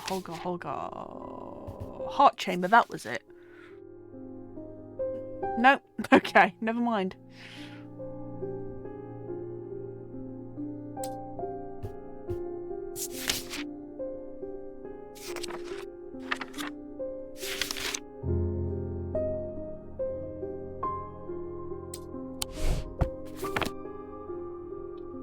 Let's have a look at basilisk stuff. Serene ward. Made from basilisk scales, a material known to endure intensity. Oh, is it you? Because it's a snake. No. No, of course it's not. You don't run your blade across something like that, you fucking idiot.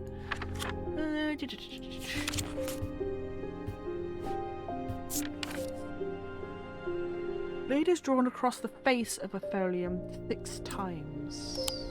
Something. Ah! The hand!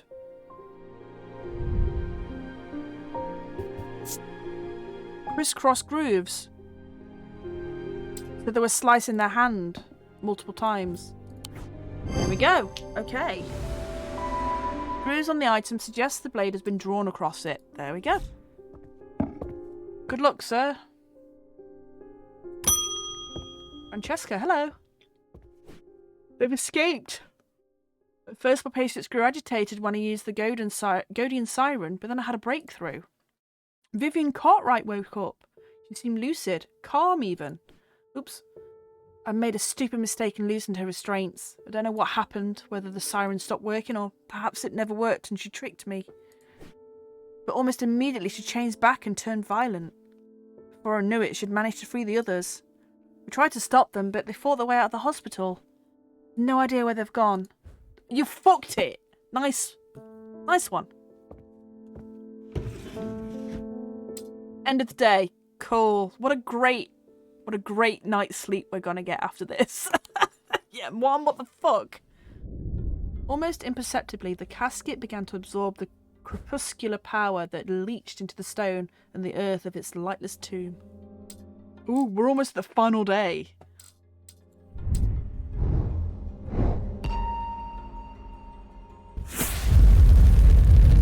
Ooh, is this another gravestone? Sure is. No, or is it a gate? Climb. Ooh, okay.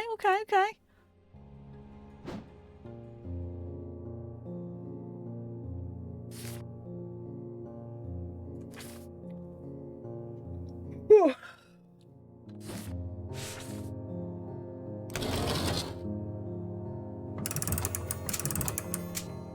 Shit, did I just go over it? I think I did. Oh, I think I broke the clock.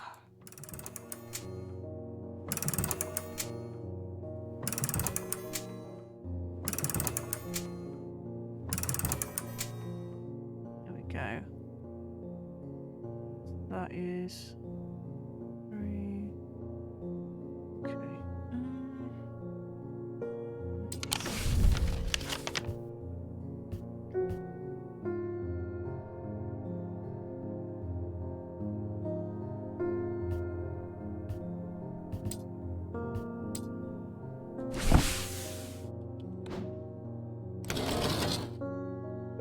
Half moon.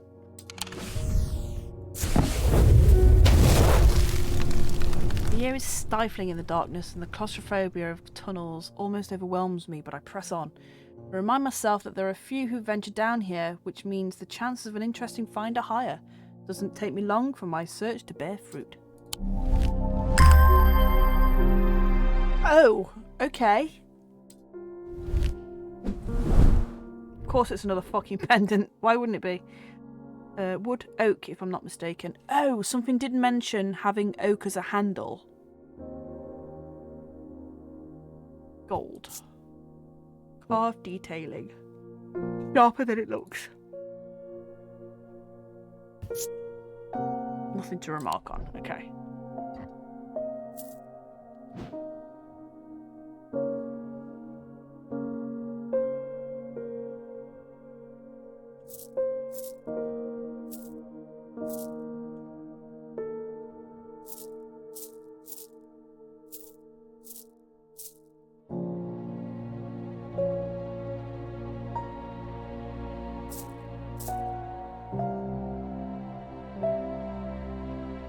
Ooh, sorry. Right, okay. Thaddeus White, hello. The witherance was a terrible idea. I've only gone and made things worse. I wish Eli was back. He'd know what to do. Some years ago now, a friend brought an item to me, a black casket. I learned it was a dark article. I should have brought it to Eli right then and there, but I knew he'd only want to destroy it. I'm a collector of things. It seemed too important to allow it to be destroyed, but I see how naive that was now.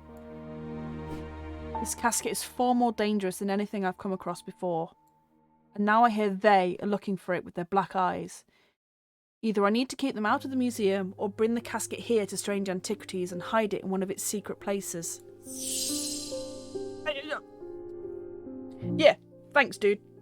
Dread of event.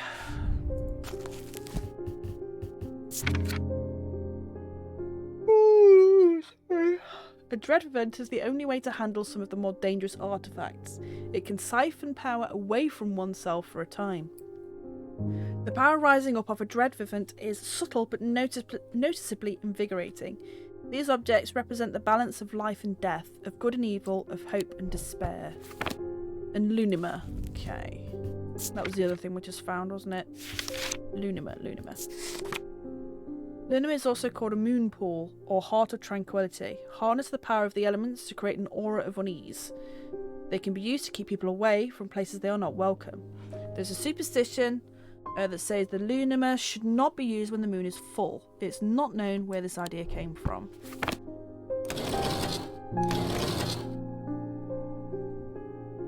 Is it you?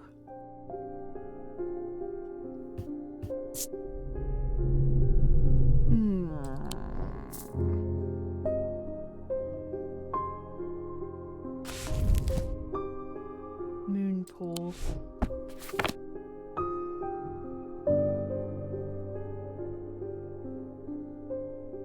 Would that be a Lunima? Because of all the moons? What's the dread event? Let's have a look. Can siphon power away from oneself. These objects represent the balance of life and death.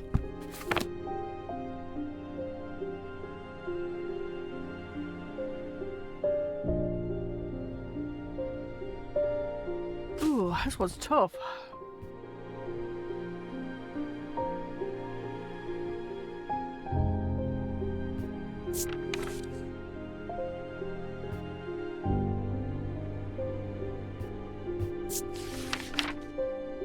Life and death.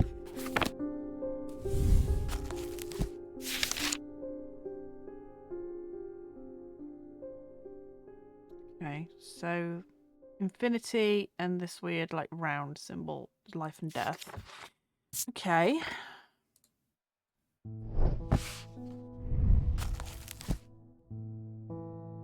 Amber is life.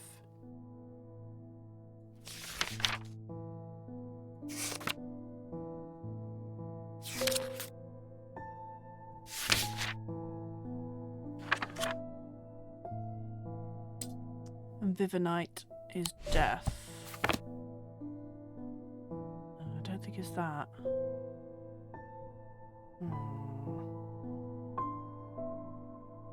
Maybe it is that. Maybe that is the dread of event. I didn't mention anything about singing.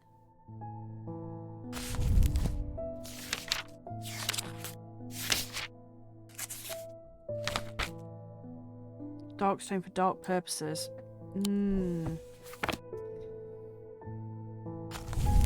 What was it about? Stone of containment is purple. Would that be a siphon?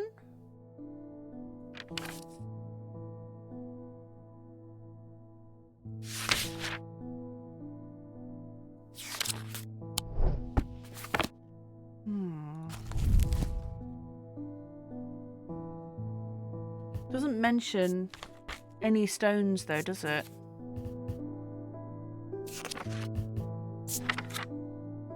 Moon pool.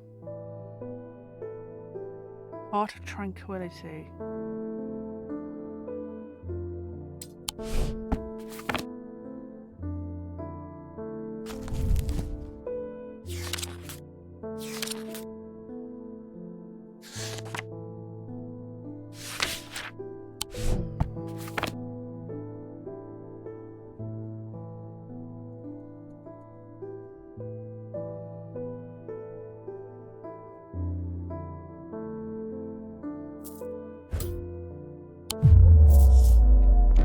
That then. Which are you going to try and give him? I don't know.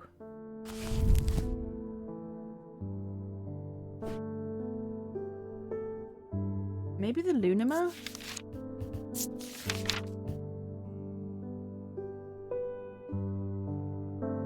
This siphons power away from you, not necessarily the things you're trying to keep away.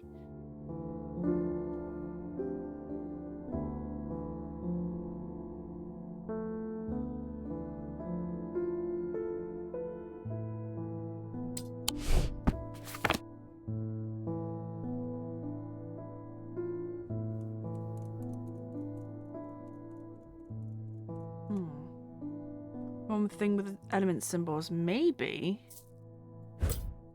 No. Aw.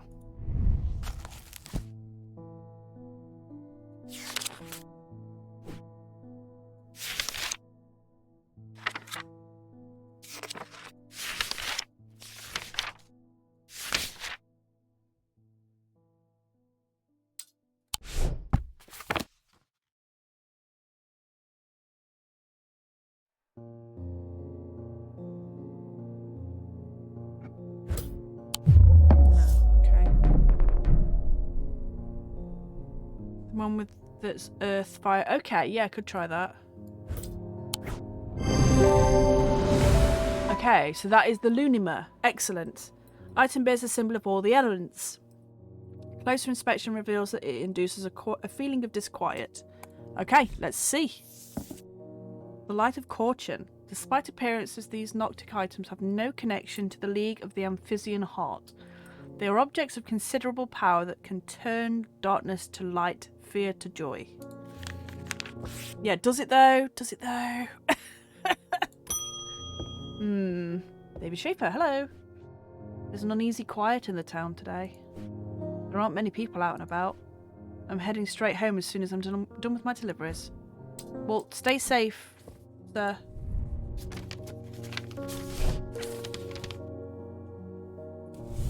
I've recently come into possession of a number of texts on the subject of arcane artifacts. You're welcome to them if they are of any use to you. If I don't hear from you, then I will donate them to the library across the street. Okay, so the house across the street from the library.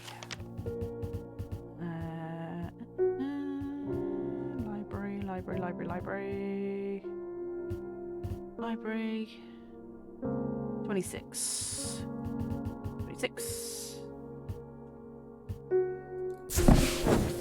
Here we go. Several of the scrolls look promising, but they're written in the Daedric script, and my understanding is too rudimentary to make use of them. If Rona was around, I'm sure she could translate them, but she isn't, and I can't. Oh, yes, there was that thing, wasn't there, that I gave What's-His-Nuts to decipher stuff.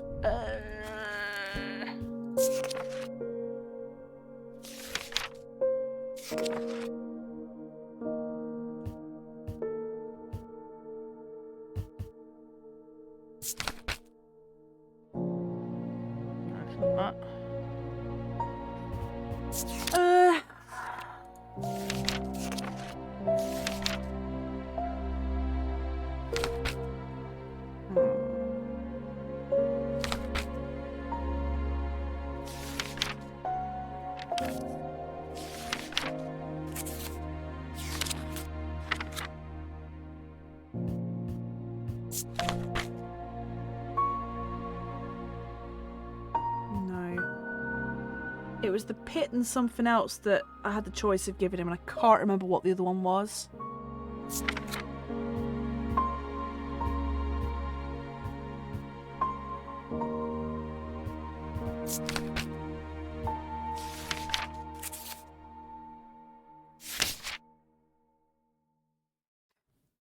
Babalia, that was it.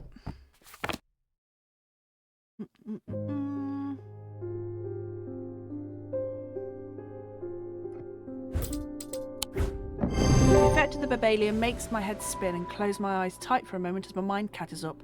The pages swirl and blur in front of me, letters and words floating in and out of focus. After a time, I find that I can read them, though it takes some effort, and I feel drained as I reach the end. Oh, I got quite a few.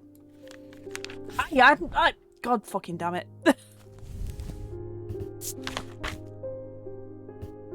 Bloodbeck, that was one of them. It was once thought that these objects could be used to commune with the dead, but it's now widely believed that such a thing is not possible. It's not known where the strange voices that emanate from Bloodbeck originate, but there are some who believe that they are voices of the nameless gods. And what was the other thing?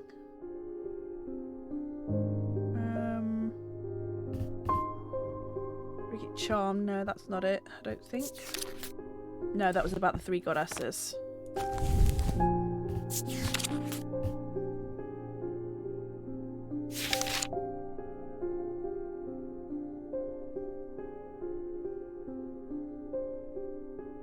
No, it wasn't the spirit eye. York is tired and just naming things as it seems on the screen. Face person, scroll list. It's highly entertaining. Oh. Water's Shadow. That's one I don't recognise. Yes, here we go. I remember that guy now. It's alleged that the water's shadow can be used to pass through solid matter, but the art has long faded from memory. The items themselves are often uninteresting, producing only a faint thaumic field, perhaps as a result of going unused for so many years. Okay then, Anna Bryant. With all that's been happening in Undermere, I picked the worst week possible to lose my Break charm. I hope that you have one that I can replace it with. Alright, okay. This page yielded a what the fuck? Oh. Go to bed, Yorg. Break charm, break charm. Powerful item that offers hope in times of worry, protection in the times of darkness, and wisdom in times of uncertainty. It wields the power of the maiden. Okay, that is that, because it's the same symbols as the 3 goddesses. Yeah, 3 moons. It's not 3 moon wolf, or 3 wolf moon even. Triple goddesses. Argyle, a vessel of the earth. Used in Druidic rituals. That is this. Gotta be. Eli. Hello. Welcome back. I'm sorry, I did not intend to be away for so long. I trust the shop has not been too much trouble to look after in my absence. No. I've learned a lot from my time in Oxford. I'm sure you did. There's a powerful dark article here in Undermere called the Nalian Casket. And now you're telling me that my foolish half-wit of a brother has had it in the museum this whole time? I know how to destroy it, but it's not going to be easy. Whatever happens, it must not be opened. We'll need to create a pillar of Calaris. From what I gather, such a feat has not been attempted in over 500 years. I hope there's enough time to prepare. I'm afraid I can't stay, but I'll be back as soon as I can. Motherfucker! Are you kidding me right now? The Pillar of Calaris is a powerful blast of energy that can consume the darkness. In my opinion, it's the safest way to destroy powerful dark articles. It can only be produced at a place of significant thaumic convergence. Strength and weakness, dark and light. Align the opposing powers at opposing compass points. With Corchin's light, the strong will be made weak and the dark will be made light. But that's obviously one of the endings. Strength and weakness, light and darkness. Align the opposing powers. That's what Thingy mentioned, wasn't it? In that note. This. No. It wasn't you. It was something else. Nope, I don't remember.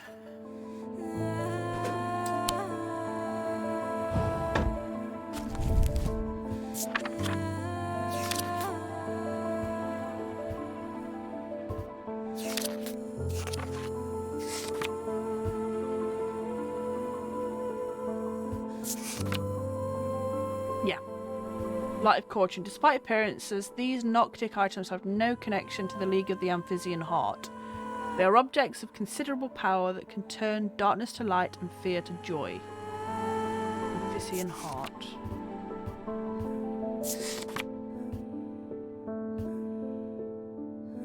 Okay. Something to do with claws, I guess. Okay, well, I'm just going to ding the bell. Isabel Stowe. I've had my energy drained by some disturbing evil power. For days I've felt tired and frail, and then today I found something that horrified me. Beneath my bed I discovered a carved wooden effigy with a strange symbol painted on it. I don't know who's done this, but to me all I want but all I want to know now is to lift this feeling of weakness. No, not necrosis. No. No. I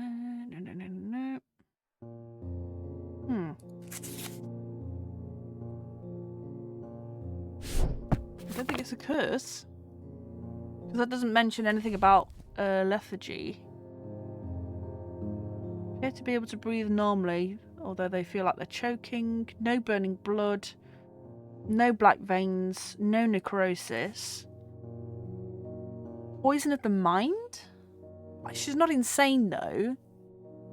Today I found something that horrified me. Accurately describes how I open my working box every morning. Yeah, I'm not even going to tell you how many personal emails I've got.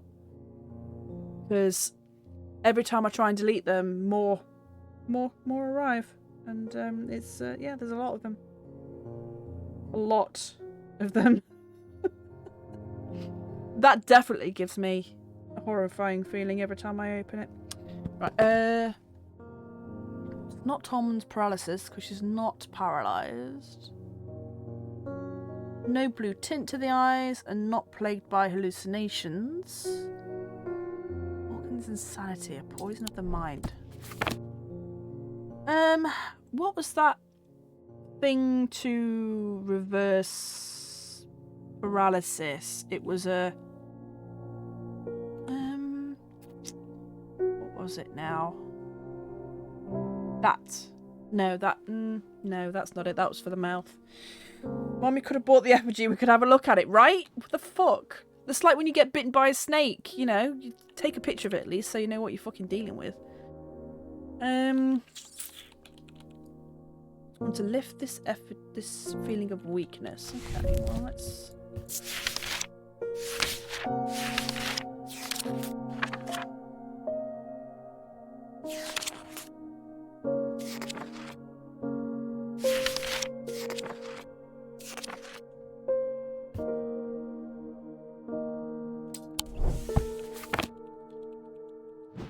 So, that was the one of weakness, right? Umbria?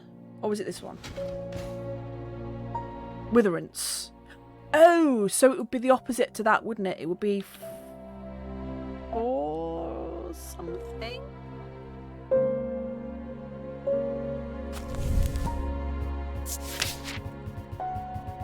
Fortinance.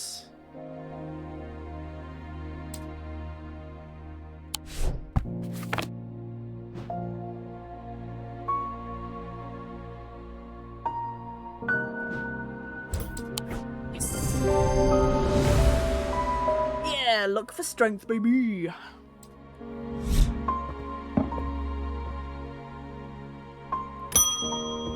Susan Hill. He's got the scars. I would like a bloodbeck. The nameless ones are restless. I'm ready to hear the voices. Okay. It's going to be the snake. It's going to be the bearlet. Once thought that these objects could be used to commune with the dead, but it's now widely believed that such a thing is not possible. Not knowing where the strange voices come that emanate from a bloodbeck originate, but there are some who believe they are the voices of nameless gods. Ooh, maybe it's not. Maybe it's this, because it's got the bloodstone in it. Commune with the spirits. I'm ready to hear their voices. Yep, there we go. Design of the item and the Vivinite gemstone suggests a connection to death. Closer inspection reveals whispers within. There we go. Sometimes I remember stuff. Corchenna.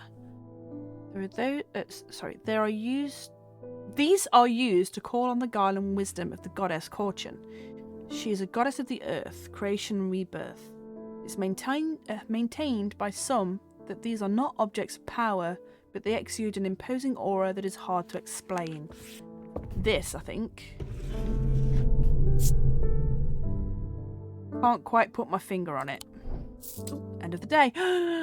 We're on the final day, and we've got loads that we still need to discover. Oh.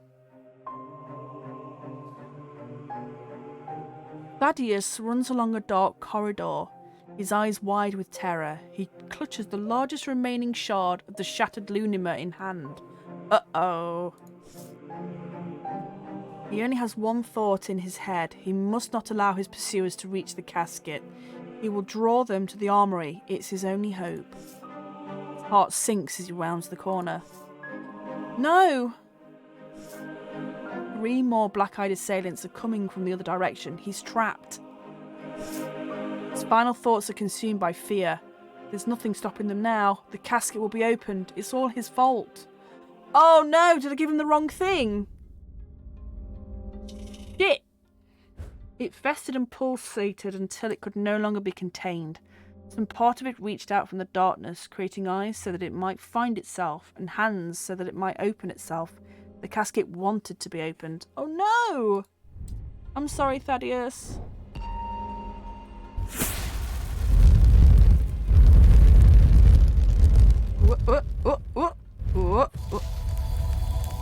Books. Yeah, Abby.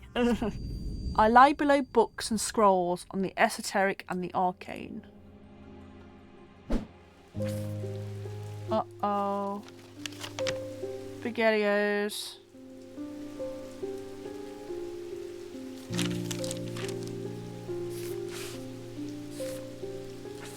Lie below books and scrolls on the esoteric. Maybe it's the Library of Gleeston Castle?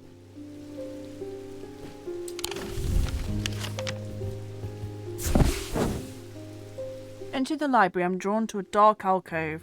Round to the right, bearing the title Esoterica and Arcana. I'm sure there is much to learn here, but sadly a cursory glance is all I have time for today. Piled up on a reading desk, I find books on ornithology alongside bestiaries of the old world. You can learn a lot about a person from the books they read. Well, that wasn't it. Dang, okay. Below. Books and scrolls, okay. Though I guess one of these.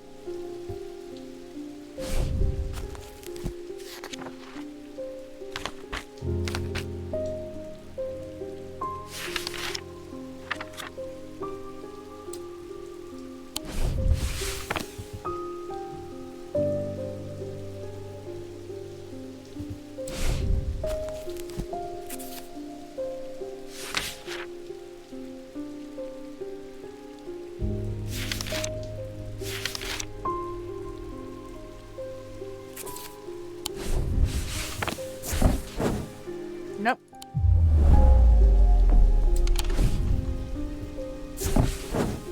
Nope. Oh, I've been there already. Damn it. Ballroom? No. Below books and scrolls on the esoteric and arcane.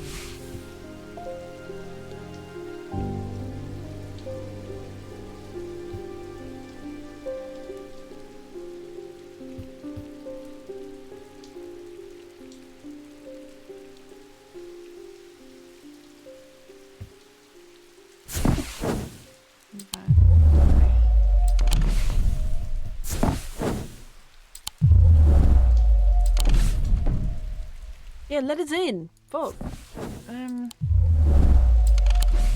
Unless they mean like one of these rooms below. Oh wait, north. Below.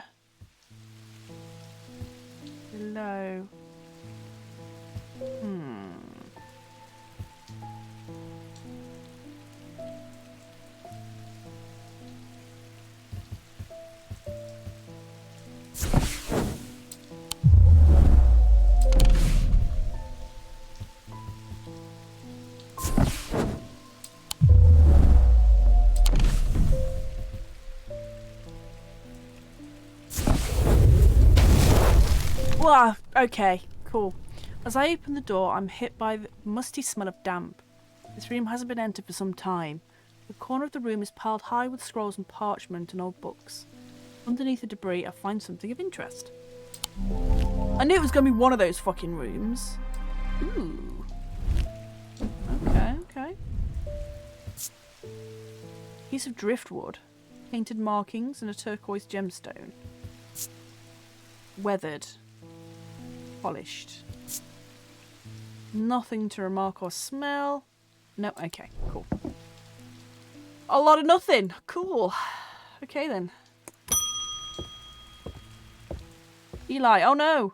The museum was ransacked last night. I went looking for my brother, but he's nowhere to be found. The good news is they didn't find what they were looking for. I moved the casket myself and hid it here in one of the strange antiquities vaults.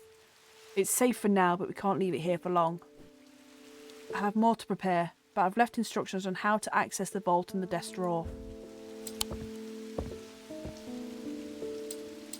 Okay.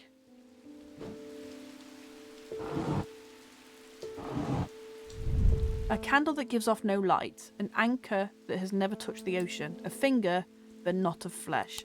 Don't like that.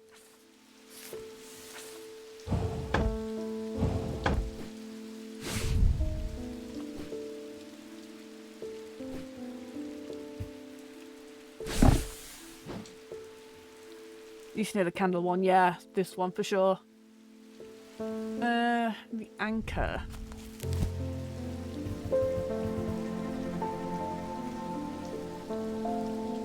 Spirit anchor, was it? No. Fuck it all.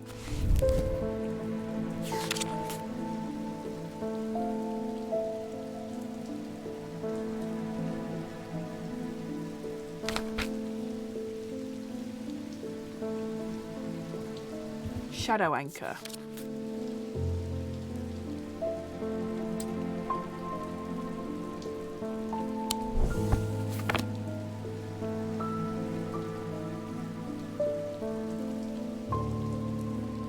Maybe I should start sorting these in alphabetical order.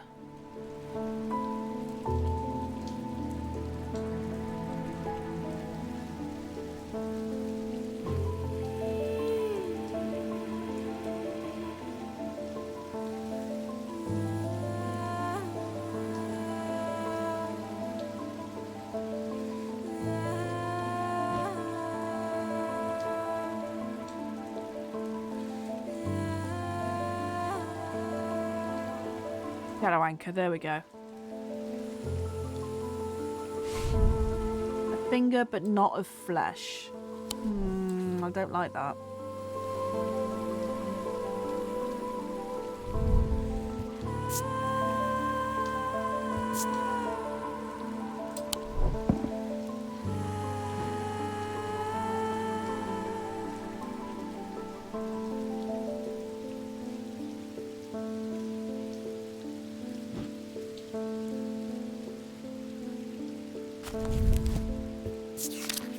Didn't we have some little petrified? Possibly.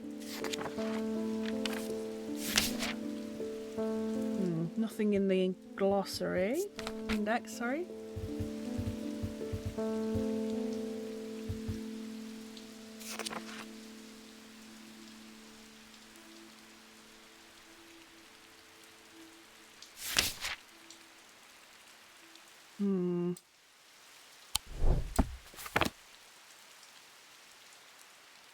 Question mark for that one.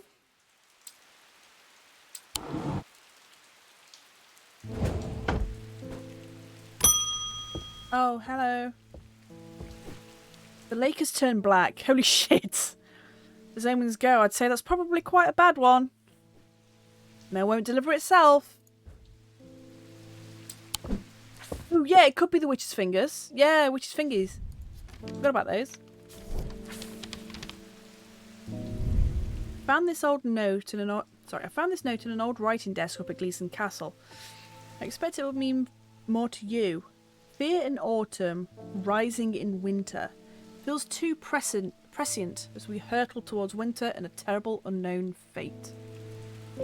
Fear in autumn, rising in winter. Okay, so what was the thingy for fear? The X. Okay.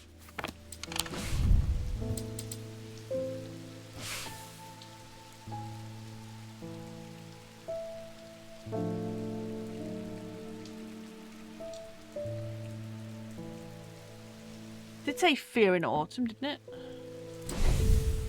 Fear in autumn, rising in winter.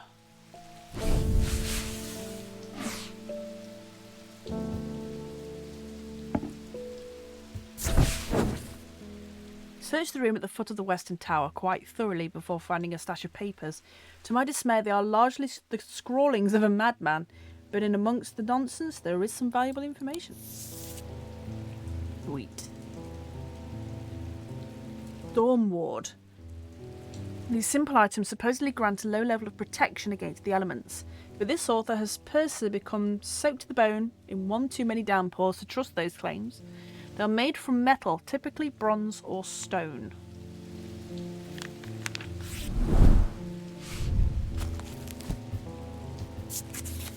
And something else that it didn't tell me. It ended in us. Manus. According to Whitlock, these are lighter than an Evocant by half, not exactly the most useful insight. They are carried by desert nomads who use them to conjure precious water from the cool night air. Okay.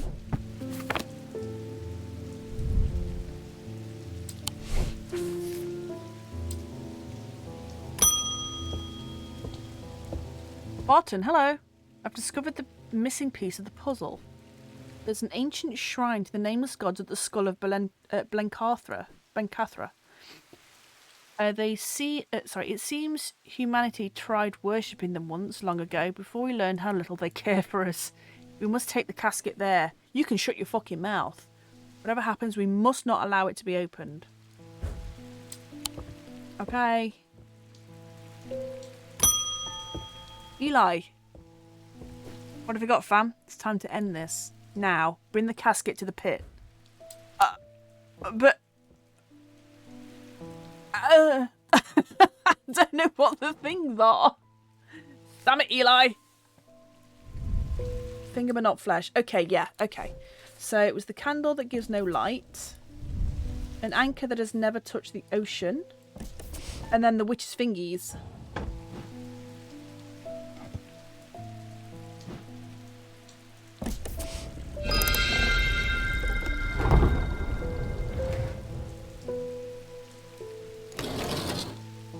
These fucking things again. God damn it.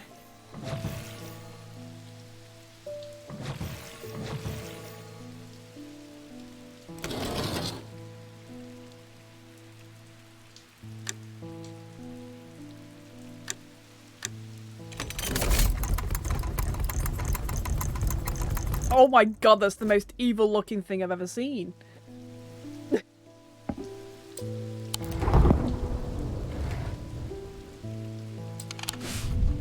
Okay, I guess to the pit we go. What was it that What's His Nuts said?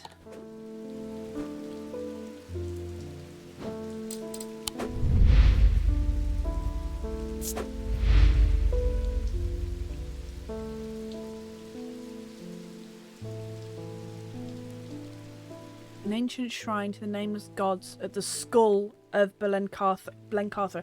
So that is in the catacombs, I believe. Okay, let's do Eli's one first. The pit. The sun is low in the sky as we arrive at the pit, casting a warm light across the treetops and the open fields. A solitary raven cries out from the tree line, and I look to the skies, but they are empty. The pit itself is an ominous sight that the otherwise serene atmosphere can do nothing to diminish. It's a scorched black hole, perhaps 5 meters in diameter. There's an unnatural look to it. This is a site of thormic convergence. No simple thing to destroy an object of this kind. We need to set up opposing powers at opposing compass points. Strength and weakness, light and darkness. Oh yeah, shit. Finally, we need the light of caution to bind them.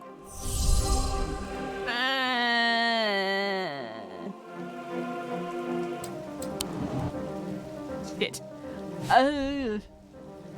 Strength and weakness, light and darkness. Align the opposing powers at the compass points. Okay, I get it now. Okay. So we need the Fortinance. We need the Witherance. And then we need light and darkness. Light and dark, light and dark.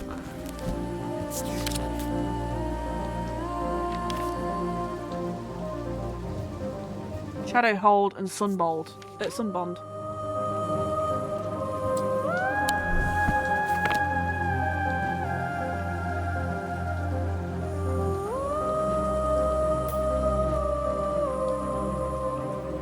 Sunbond.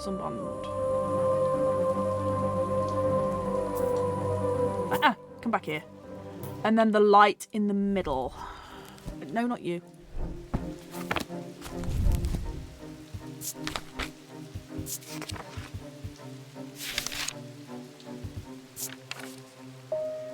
Despite appearances, these Noctic items have no connection to the League of Amphibian Heart. They are objects of considerable power that can turn darkness to light and fear to joy. Is it you?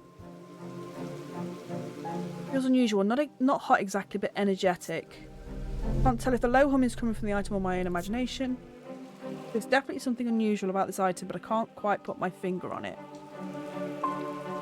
Can't imagine anything bad happening here. Nope. Do you have an Amphibian Heart? No. I don't think so. I don't think it's something I can have. Amphibian Talon, but not an Amphibian Heart. It's the League of Amphibian Heart.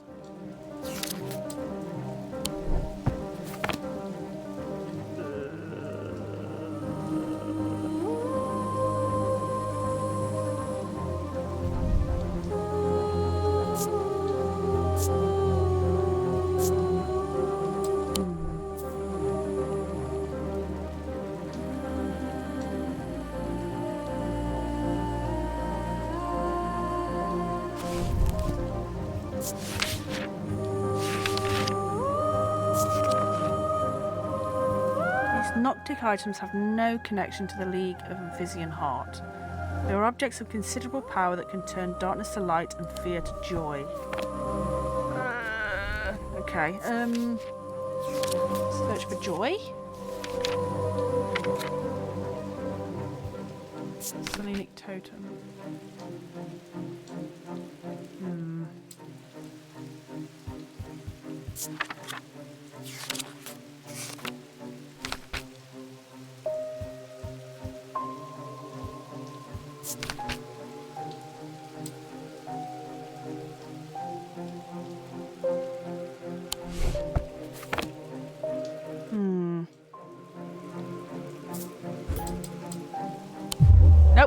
Okay, I think two of these items might be wrong.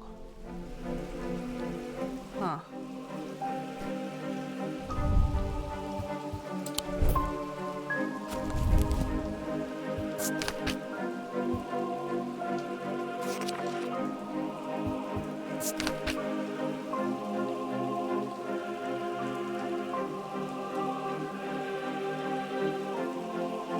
Oh, pulling it from the shadow, so it's not that. Something that makes shadow?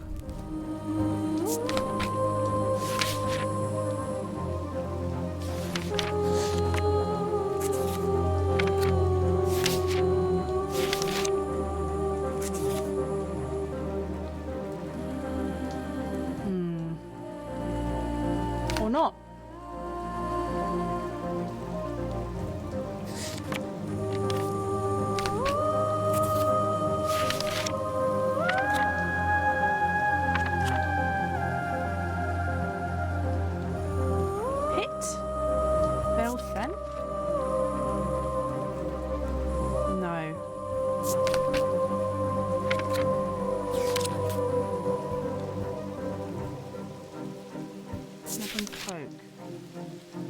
So, upon activation, a Tenebran cloak can create a sphere of enshrouding darkness that will cloak all within its reach.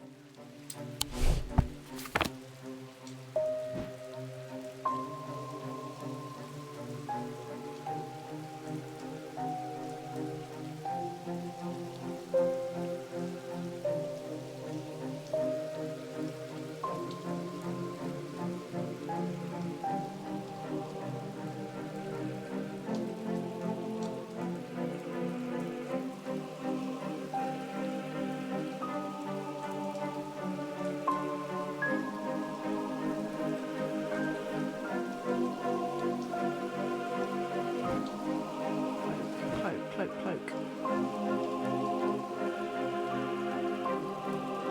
Tenebran cloak. One of these items I'm not sure about. I reckon it's this one then. Okay.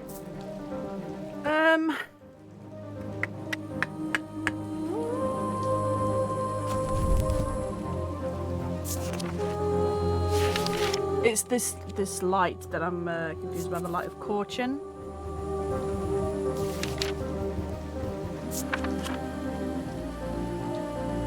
No connection to the League of the Abyssian Heart. So I guess it can't have any claws. I don't know. Is it you? No.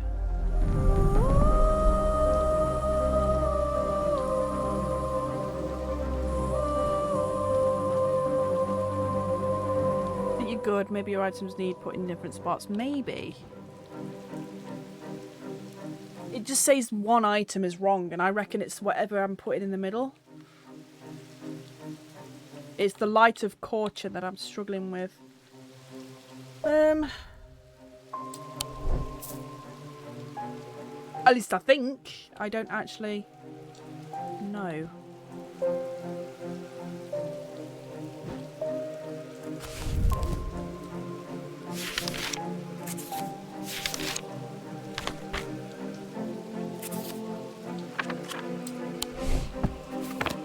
I do have it, okay. I guess it's one of these pendants. Is it you? No, because that's not a light. I don't think.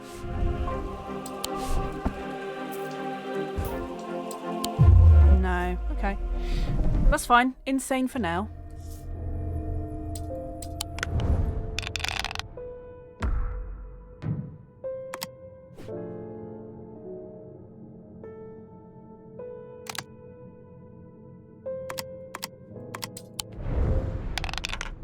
Yeah.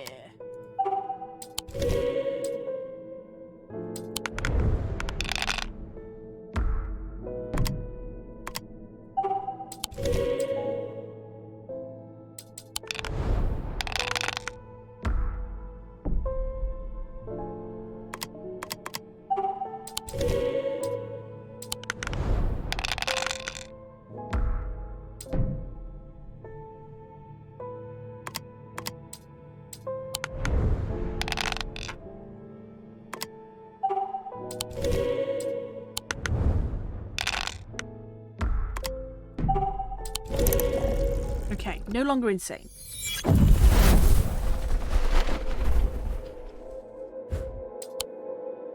Are all my items going to be there still? Nope, fuck me. Okay, fine, let's try again. So, Fortinance, Witherance, Tenebran Cloak, and Sunbond.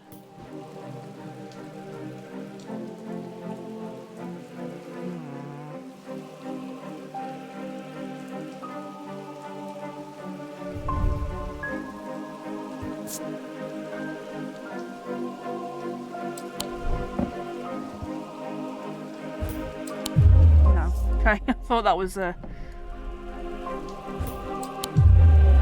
Okay.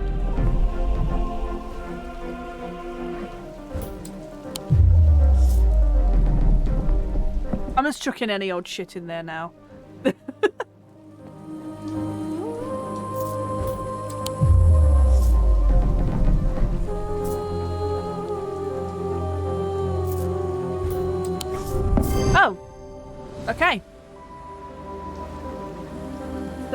Even though it's called the Light of Corchin, the onyx is not light. That was dark. Maybe I'll need to read the inscription again. Eli inspects my work. His face shows little emotion, but he seems satisfied. Now the sun has finished setting, and only a hint of red afterglow remains in the darkening sky. The raven croaks his mournful cry once again, but this time there is a reply, and then another. And I look up and I see several dark shapes circling above. Quickly, they're here. I spin around to follow Eli's gaze, and my pulse quickens as I look out across the field. A large group of shadowy figures is walking steadily towards us. Can't see their faces at this distance in the low light, but I'll be willing to bet that every one of them has pools of midnight for eyes. In the sky above, the ravens continue to grow in number, and their calls and cries get louder and louder. I look down at the black object in my hands. Such a small thing, and yet its seductive power is impossible to ignore. It wants to be opened. Suddenly, it feels inevitable. Casket, now! But I'm not sure I want to give it to him. Alien casket.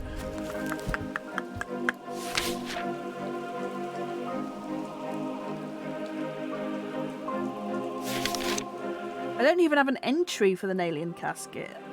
Oh wait, no, that's the black thing. Ignore me. Wixian cord. Wixian cord. Despite the name, the simple-looking items do not produce a Wixit field. They cause a freezing effect in the body. Nicknamed Medusa stones. Okay. Apparently I have uncovered it at some point.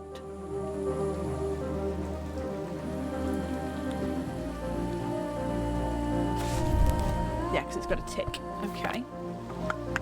So it's one of these. No.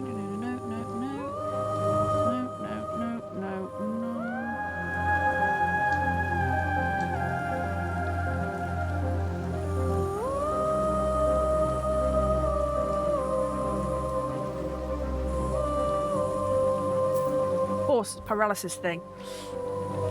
I am just gonna have a quick look at something though. Just give me a second.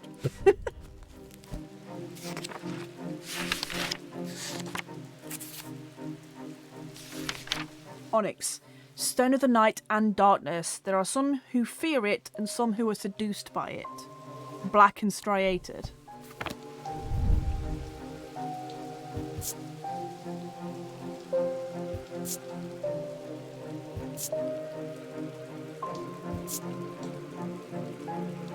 Huh.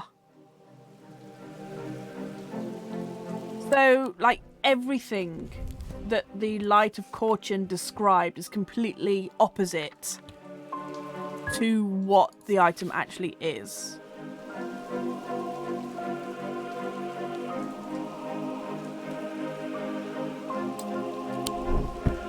No wonder I couldn't fucking figure it out. Bring up the Wixit cord as the thaumaturge realises what's happening. He lunges at me, but he's too slow. His body stiffens and falls to the ground. No, I didn't want to do it. Oh, I wanted to paralyse me. That's not what I wanted to happen. Fuck. Okay, that was really stupid of me. I should have just given him the fucking casket. Wow, I am stupid. I'm surprisingly calm now that I've given in to the casket's dark power. But a raucous chorus of shrieks and cries breaks me from my reverie. The mob is upon me. Yeah, I wasn't expecting that. No, I'm sorry, Eli. I didn't mean to do that. I fucked up. As I look out, the manic face is baying for blood. My gaze lands on the one that is calmer than the others. I'm surprised to find that I recognise her. It's Verona Green, the occult scholar. Wait, the apprentice begins to understand. He holds up her hand and the group comes to a stop, all staring at me with their lifeless black eyes. You see it now. It's inevitable. The casket will be opened. I barely hear her. My mind is filled with one thought only. Slowly, savouring the moment, I reach down and open the clasp that holds the alien casket shut.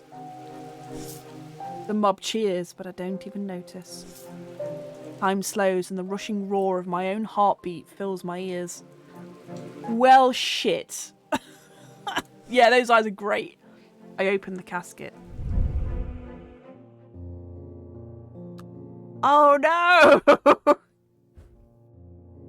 Dark power flows through me. The rhythm and worries of my former life are meaningless to me now. It's hard to remember even what they were. Devastation and darkness surround me, but I feel nothing. Why should I care? Even the nameless gods bow to me now. I am immortal. I am powerful. I am God. Ending number 7. 8. Seductive power. Hold on, let me read. The power of the casket could not be contained. I fear nothing. I feel nothing. Eli White, cursed. Verona Green, cursed. Rebecca Rose, cursed. Barton Potter, alive.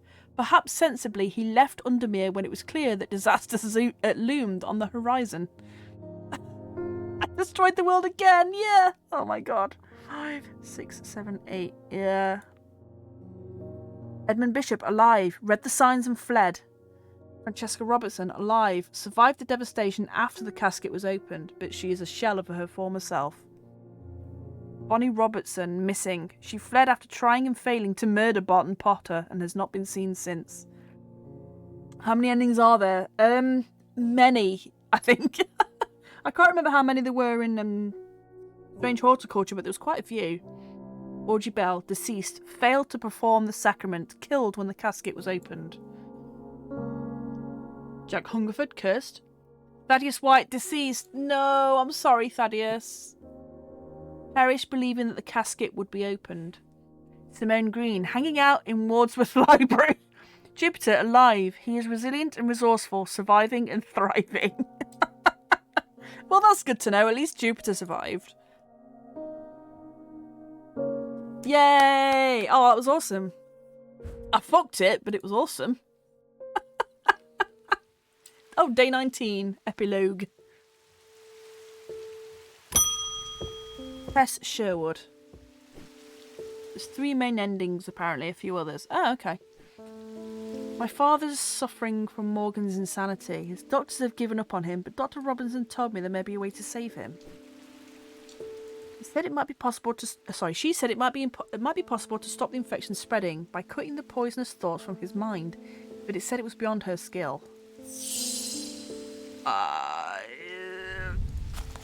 Okay. Poison mind, so it might be a curse. Yeah, I am a god, lady. This is beneath me. Poison. Bones god. No, it's not that one. Mind poison. Mind poison!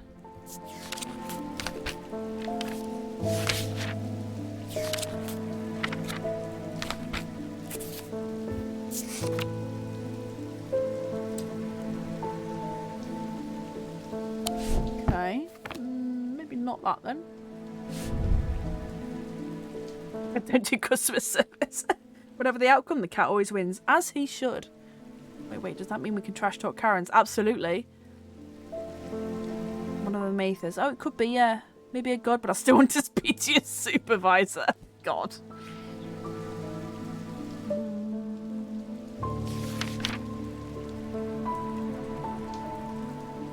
Morgan's insanity. Poison of the mind. Okay.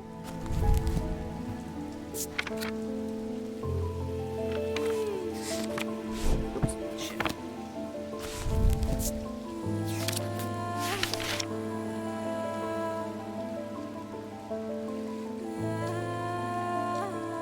Oh, Sextrum. Yes, okay, Sextrum. Where are we? It was you. There you go. Okay, apparently not. Fuck me.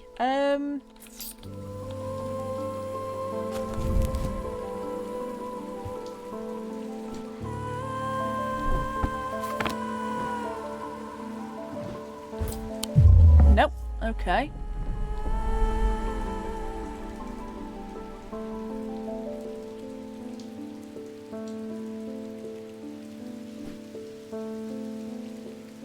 Suffering from Morgan's insanity.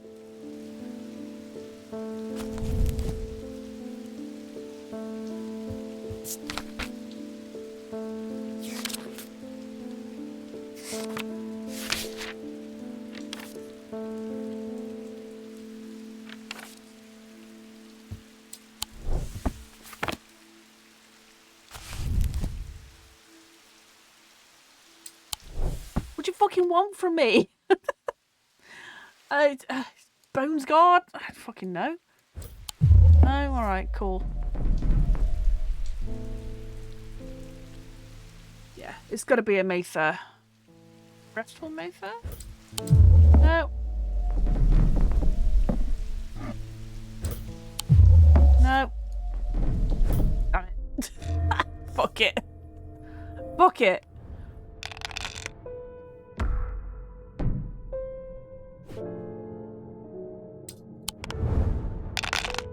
Probably something we haven't figured out. Maybe.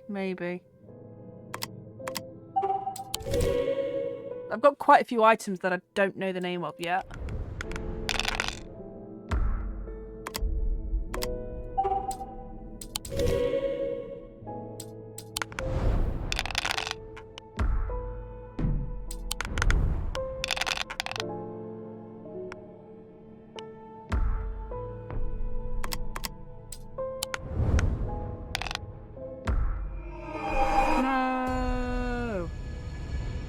I've lost all my moss. Damn it.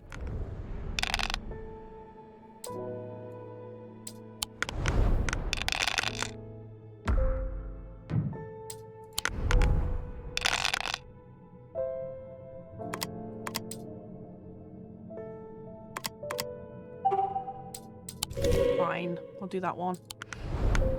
We can get more moths.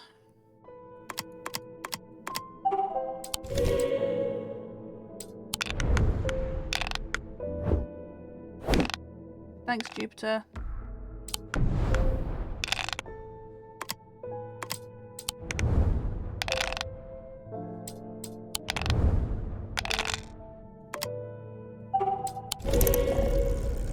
We may be a god, but anxiety still has hold on us. Yeah, apparently so. And it can only be cured by rolling the dice.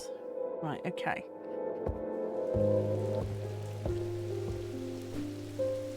Father is suffering from Morgan's insanity. Doctors gave up. Said it might be possible to stop the infection spreading by cutting the poisonous thoughts from his mind. Nope. Well, it's not the Mathers then.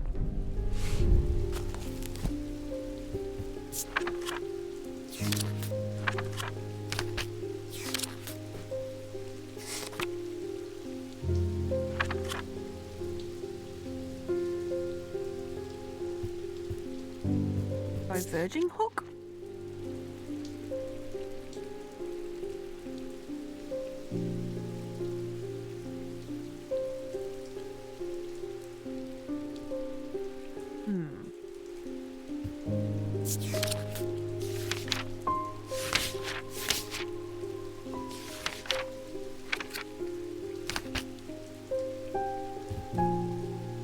Did someone identify an item last night that had an upside down symbol on it? Possibly? Making it an antidote. Yeah, it was the bone guard. But we've tried that and it wasn't right, apparently. Yeah, it was poison upside down, but it didn't count.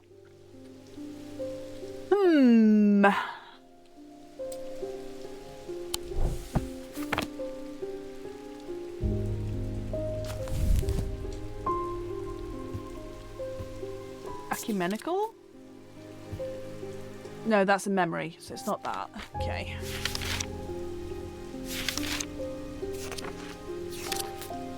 Could be the thing next to Bones Guard. Yeah, let's have a look what else it lists under mind.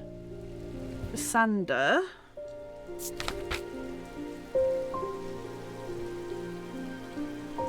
Prophecy, so it's not that.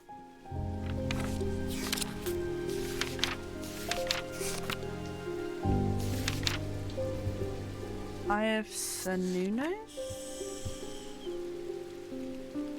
No, control lesser creatures.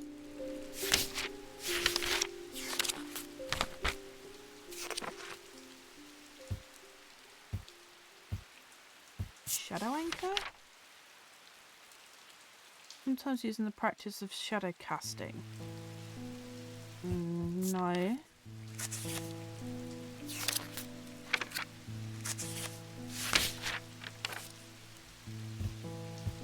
excuse me. Thormic needle? No, that's to read the thoughts of the dead.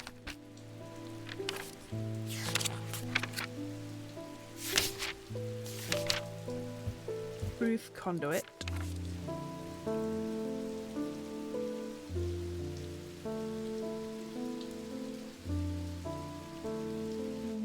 Nope. Holman's Bane. Oh no, that's the tongue one. Okay.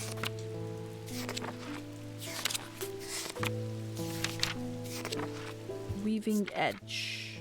Weaving Edge is used to enter the Red Knight, a bloodthirsty state of mind. Nope. Okay.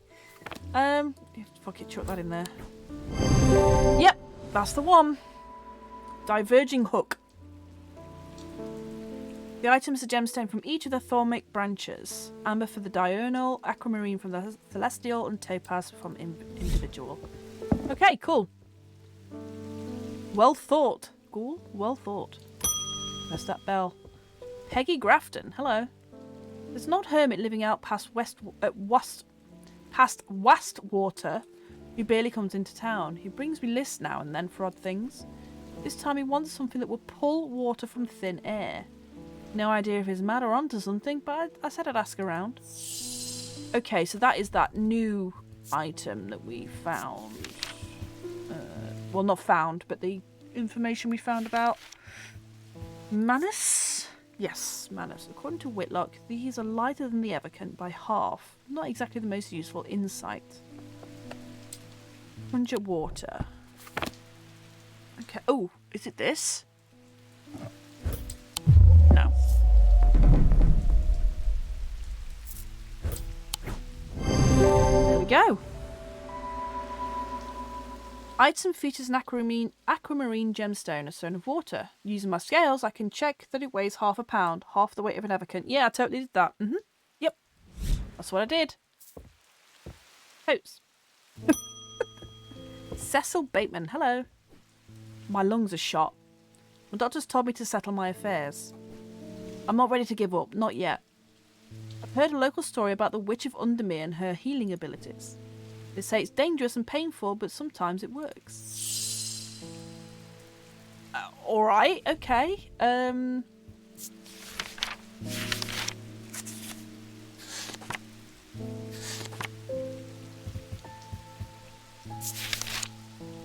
It's not me, for I'm a god underling. Begone, exactly. Is there any way to handle? No, that's not it. Okay. Yeah, let me just search my cursors for lung cancer. Alright.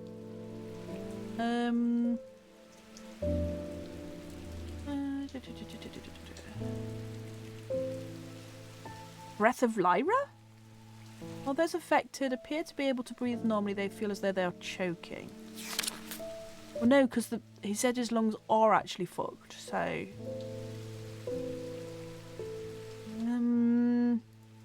It's not a curse. Sorry.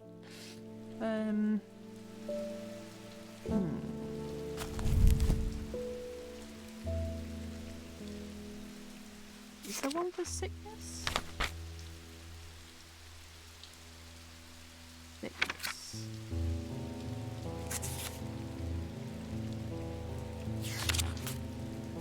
No, guess not.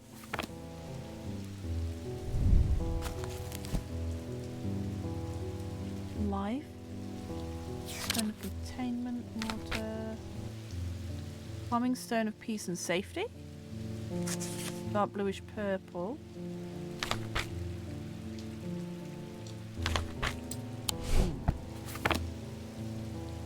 Do I actually have what you need, though?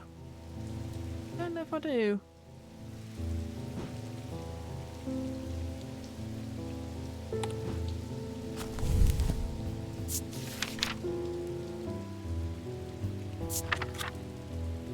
That allows breathing underwater.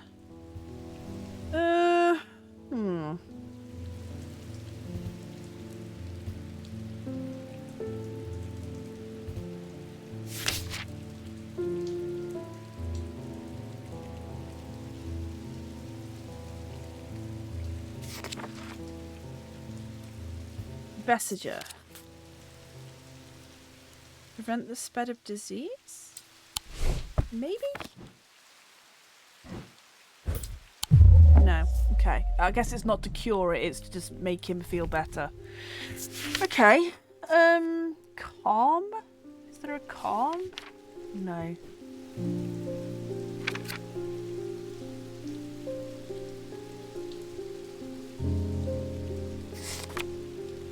Just pull out one of your lungs and give it to him. Yeah, I don't need it anymore. Oh my god. Take it.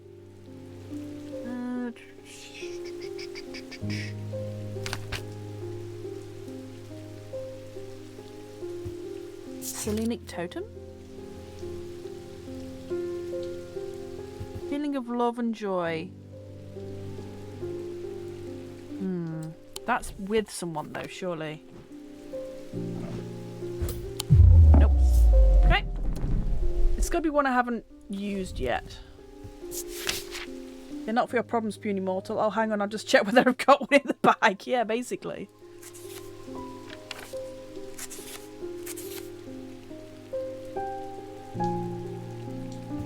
Horn shackle?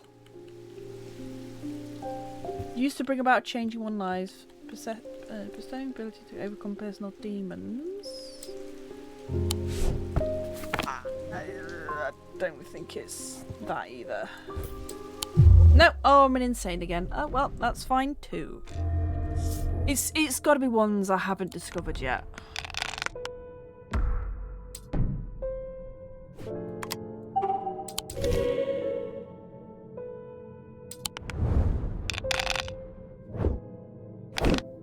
Thanks, Jupiter. What a bay.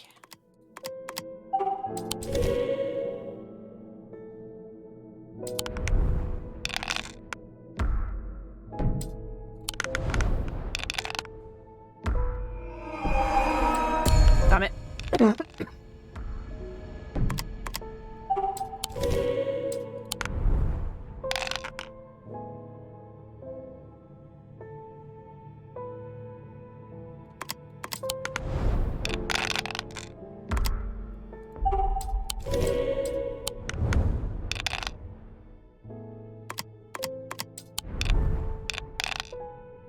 Yeah.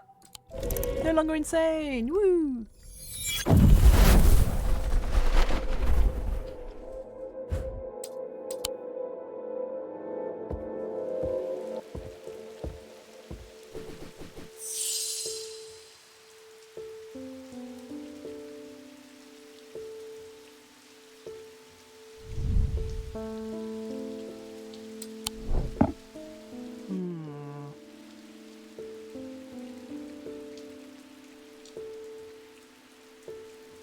How do you feel about bloodletting, sir?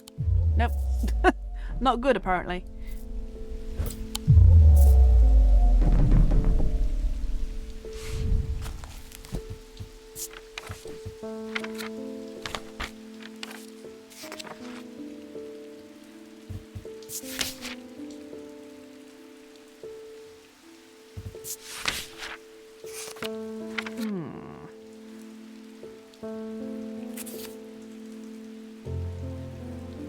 Binding seed?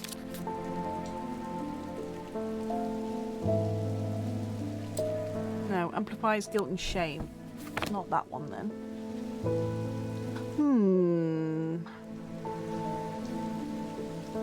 There's not many things that I've got on me that I haven't discovered yet.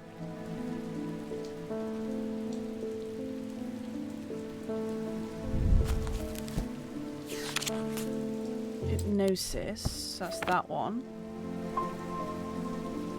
Tried that. Tried that. This? Nope. Did I try that? Nope.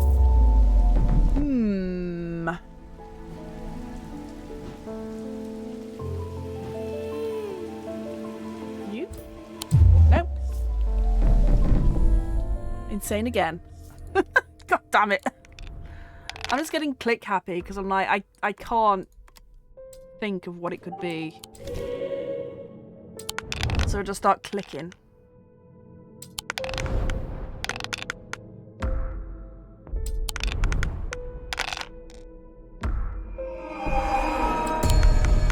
I'm getting fucked by the dice. No.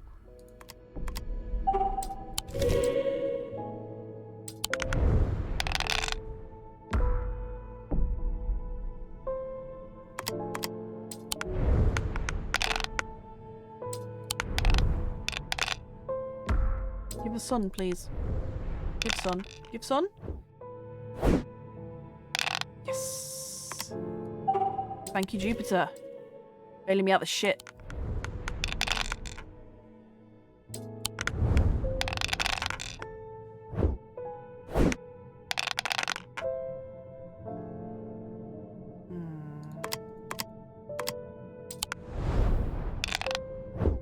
Give moth. Give moth.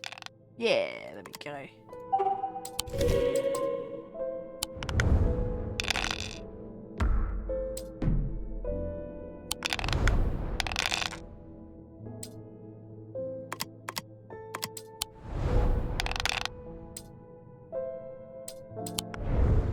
Give kitty. Give a kitty.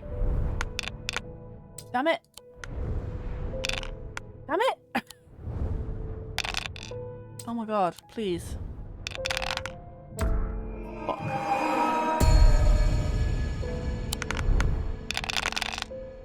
The dice is screwing me.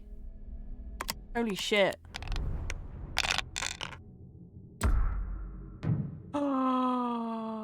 Uh-oh. Am I actually going to get a game over? Because I'm getting screwed by the dice.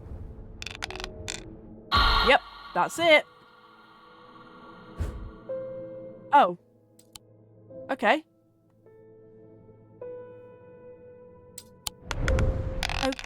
Okay. Not a game over, I guess.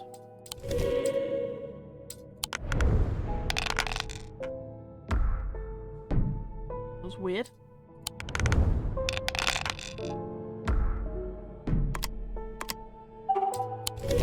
And it made it easier as well. Okay. I got absolutely fucked by the dice though. That sucks. That's the first time as well that's happened.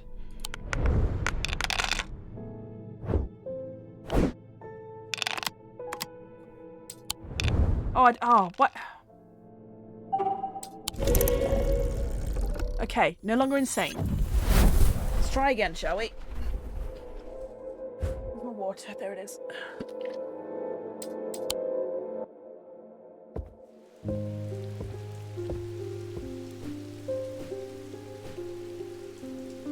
The doctors have told me to get my house in order. Remember we were rolling D4s IRL once and they were all ones. Sometimes the dice fuck you. Yeah, they really do.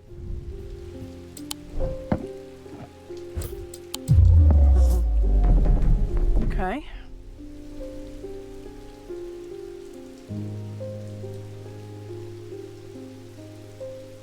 Well, I'm running out of things to try here.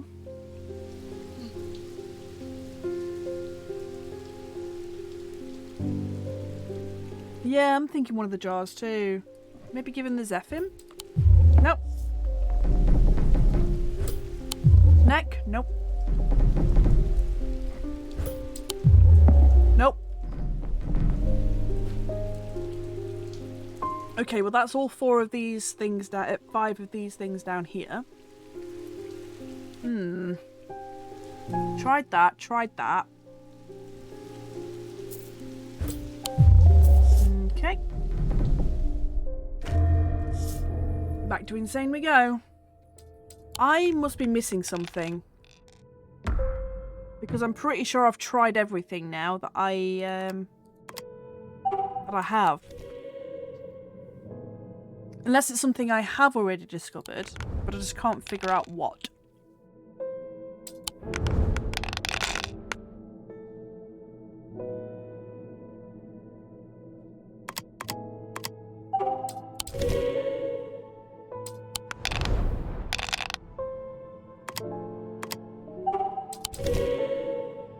It's something you have and identified. Okay, cool. That narrows it down a little bit.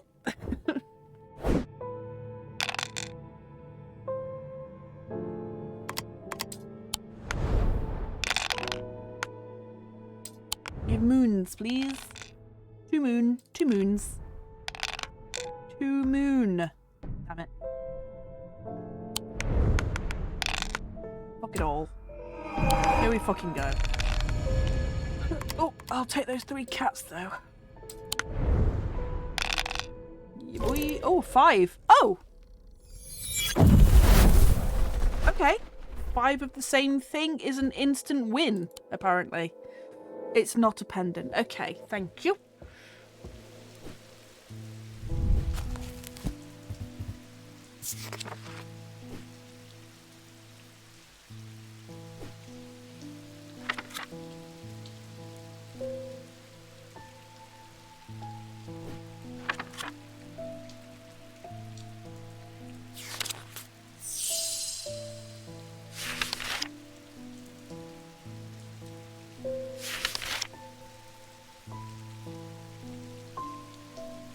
See.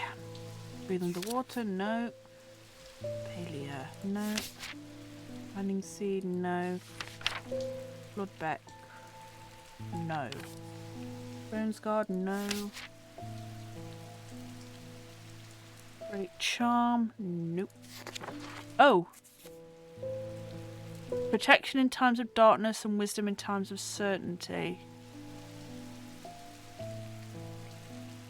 Possibly. Next candle. Sander is prophecy. Corchena. Corvin's might. Nope. Physic purifier. Nope.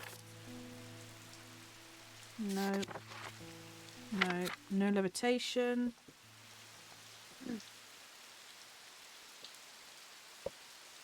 Diverging hook.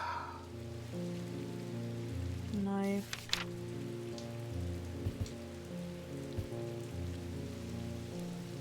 Ethereal key. Nope.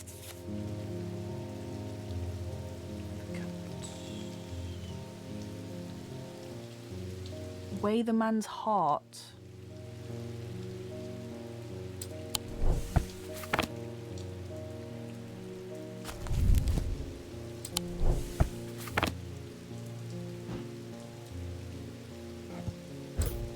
Nope. Well, okay, never mind. It could be the Elverstone, yeah. Relieve ailments. But he's more about getting his affairs in order than recovering. Okay, it's not those then. Ias Nunos. Oleum. Nope. Ordinance. No, that's restoring strength. Don't think that's going to help.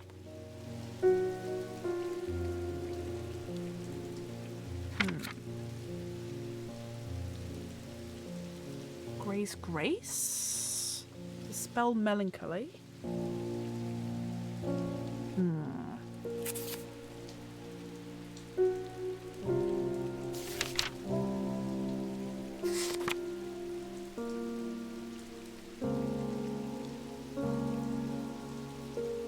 Way to keep those dear to us close to heart after death. No, it's not that.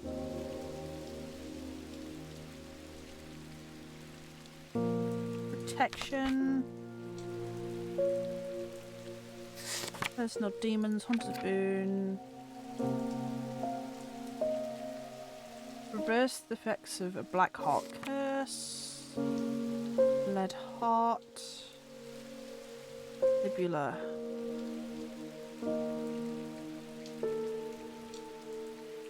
Supported to offer reassurance in times of upheaval and change. Maybe? Hey, Meta! Welcome on in, how are you? Thank you for the resub. Oh.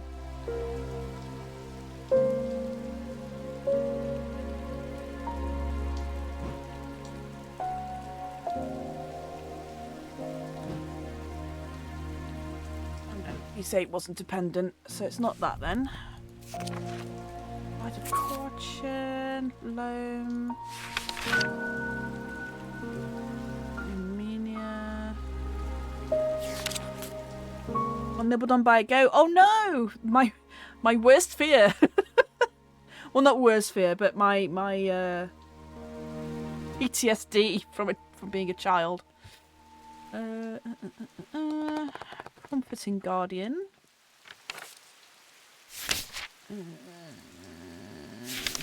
Ooh. Vitality and clarity of thought. The Orphered Spire. Nope. Fuck. Yeah, when I was very young, we went to a petting zoo. And like farm. I didn't want to go in with the goats. Did not want to go in with the goats. Never liked the goats. But they put me in with the goats and they started eating my coat.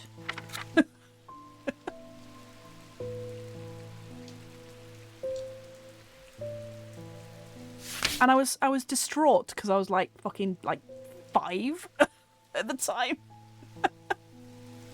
Horrible. Horrible.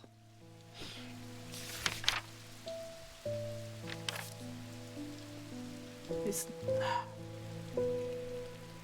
it the Meathers? Did we try all of these? Vegetable Meather. Nope.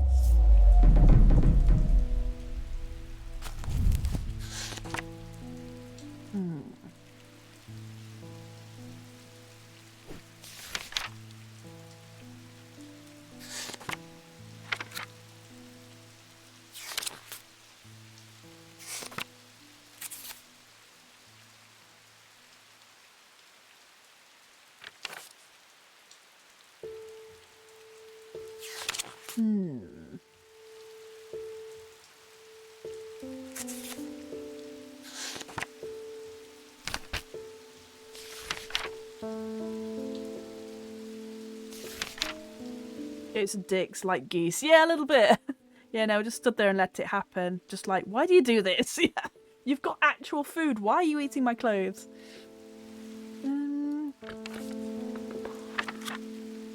What kind of object is it? Because I'm really struggling here.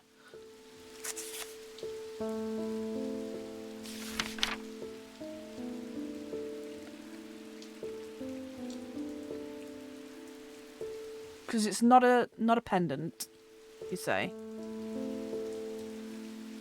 When it would actually bite, I took my hand away and firmly tried to be like, no biting, but then, without a care in the world, it started sucking on my shirt instead.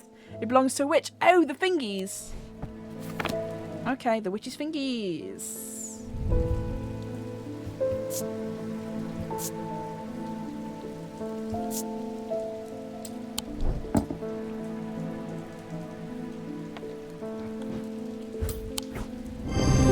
Okay, cool.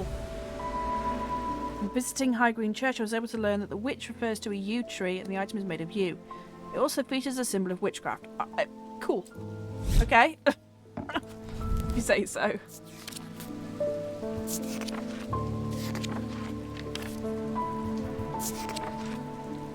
Capable of inflicting intense pain, but the goal is supposedly purification of the body.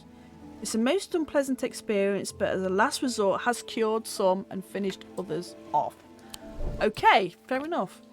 Once had a sandwich grabbed out of my hand by a peacock, which took on with it across a field. Those things can run much faster than they look like they should. Oh, devastated. Like, and unexpected as well. Owen Fox, my farm is diseased, my crops won't hold, and even the animals run easy. My old man says the earth's angry. He says I should call upon Corchin for wisdom and blessings. Can you help? This land's all I've got.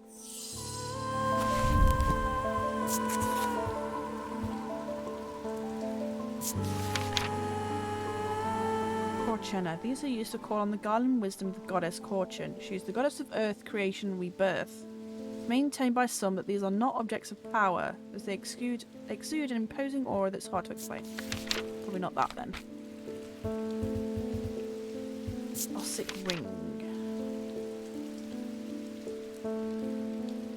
These somewhat macabre objects were originally made as offerings to the goddess Corchin, but as practice fell out of favour as belief waned. They are sought out for their ability to keep vermin at bay.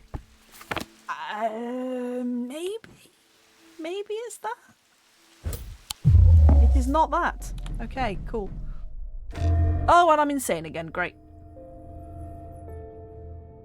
Trust swans as far as I can throw them, which isn't far because they'll have chopped my fingers off just for looking at them funny. Yeah. Couldn't begrudging my lunch with his magnificent plumage and all. Yeah, yeah. You can kind of just have to sit there and be like, all right, fair enough. Remember driving between Scarborough and Whitby late one night, tiny country lane, pitch black, and then out of nowhere a peacock. Yeah, I think I've said this before, but like in my hometown where I grew up, there was a nursing home that had peacocks, and it was on a main road. So sometimes the peacocks would just go for a wander, and it was right near my old junior school. So like sometimes I'd be walking to school up the street, and there'd be peacocks holding up the traffic. Because fuck it, right? Remember when I learned that peacocks can fly or well glide as my kid mind was blown? Yeah! Like, can you just imagine that fucking thing flying? Like, it's no wonder people thought they were like, well, legendary birds in Pokemon. Oh, when I'm hungry, damn it, you don't see me sitting there fucking food. I mean, yes, but would you really want their food? It's all worms and shit.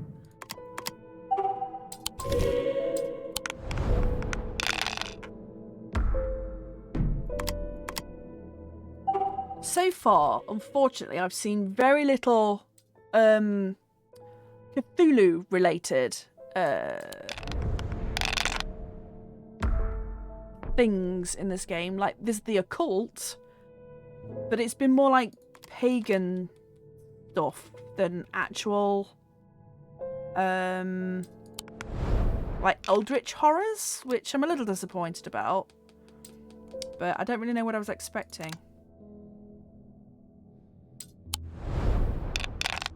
Unfortunately, I mean, it's Eldritch Spoop season, and I'm not playing an Eldritch themed game, so, you know.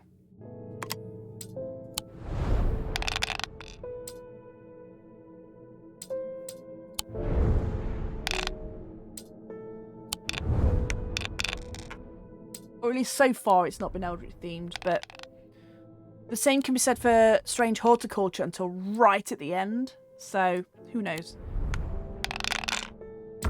Oh my god, give me another fucking cat, please. Christ almighty. Give. Thank you. Lord. We are the Eldritch God now. I mean, are we?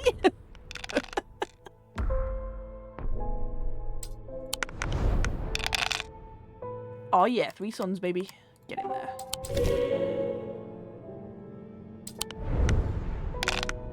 And a kitty. Yep.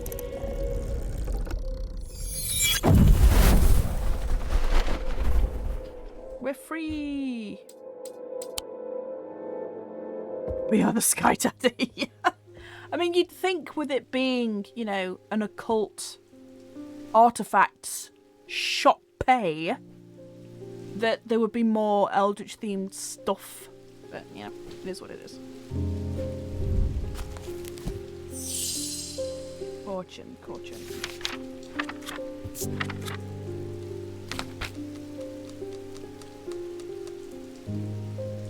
It's interesting that you come here to the Corchin, but the light of Corchin's not mentioned.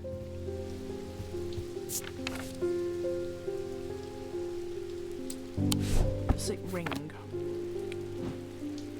Oh, that's why I used the wrong fucking thing, idiot. Sick ring. Well, it's not that either, so fuck me. Light of Corchin. Nope. Cool. Okay, I guess it's something I don't have yet.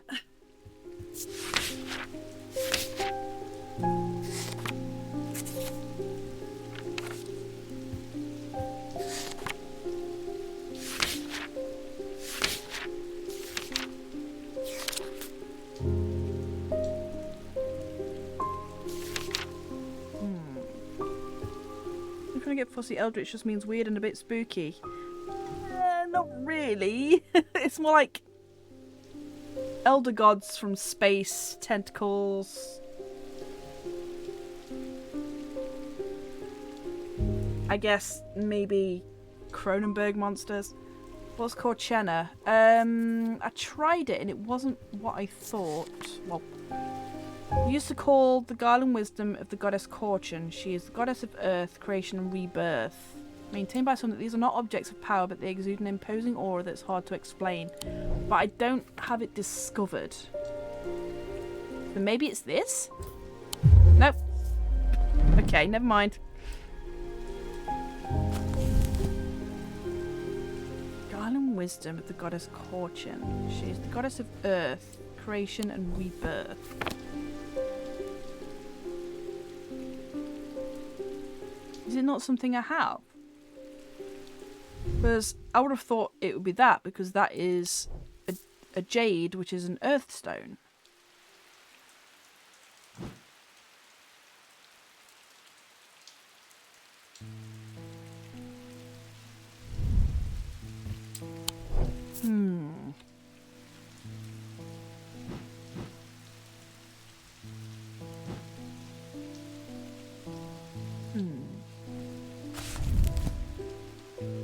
Goddess of earth, creation and rebirth.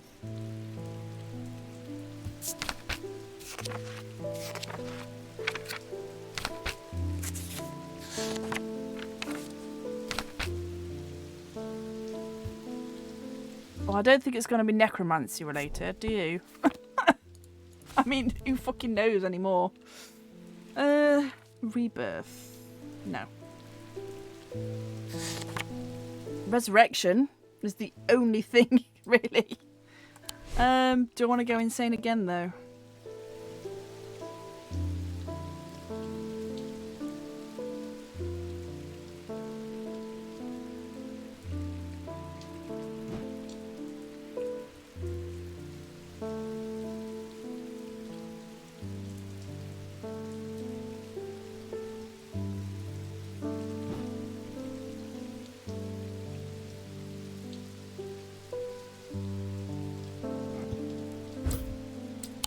Nope. Okay.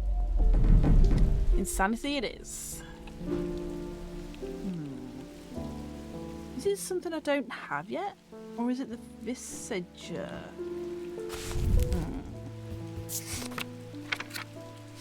These ones are really tough, actually, towards the end.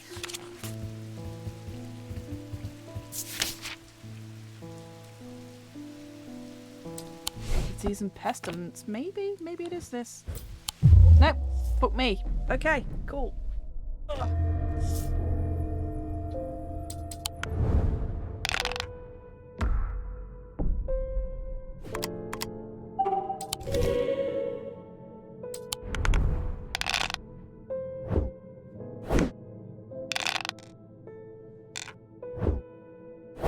Thanks, Jupiter, for the double reroll. Hell yeah.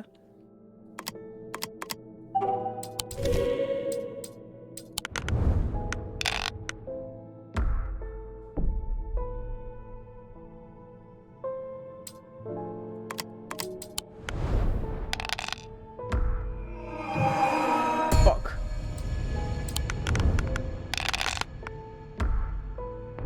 I'm gonna get dunked on by the dice again.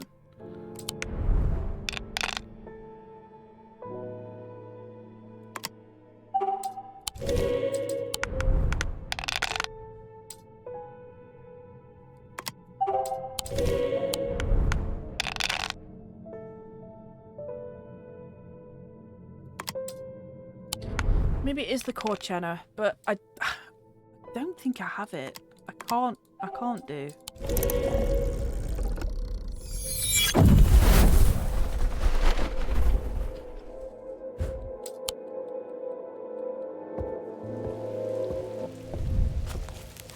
Because it would be ticked off if I did. Goddess of the earth, creation and rebirth.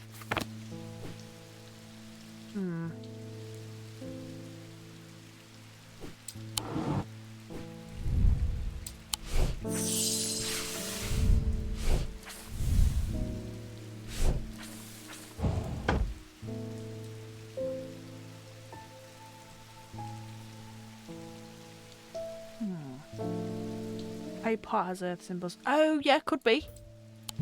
Nope. God damn it. It was worth a shot. Fuck. I've got to be missing something.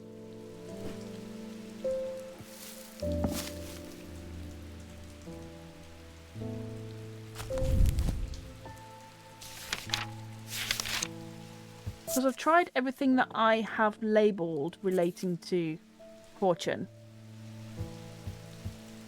I've tried the Osset ring, it didn't do anything. I've tried the light of Fortune, that didn't do anything. Fortuna I don't have. Apparently, even though I'm pretty sure it's this.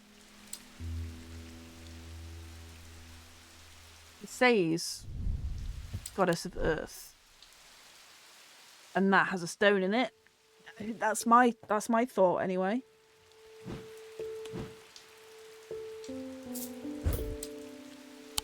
Nope.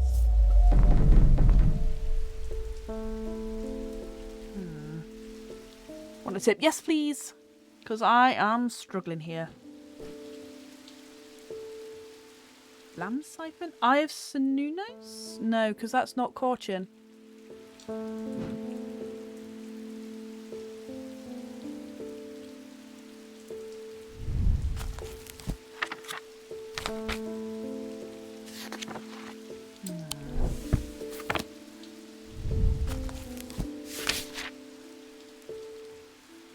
It's bright fucking red. Oh, you're kidding me. God damn it. Of course. Using the index, I'd remind myself that Corchin is a serpent goddess.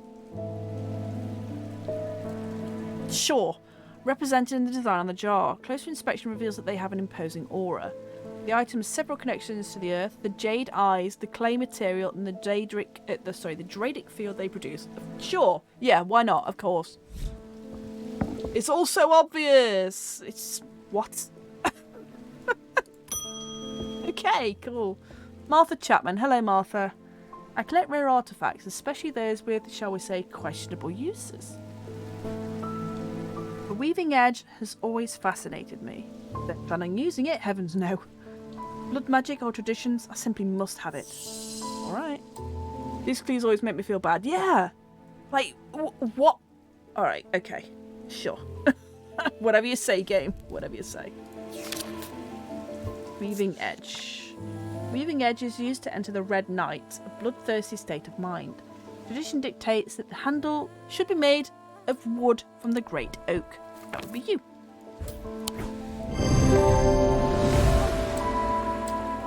Clues. The handle is made of oak. That's literally it. Okay. That one's easy enough, I suppose.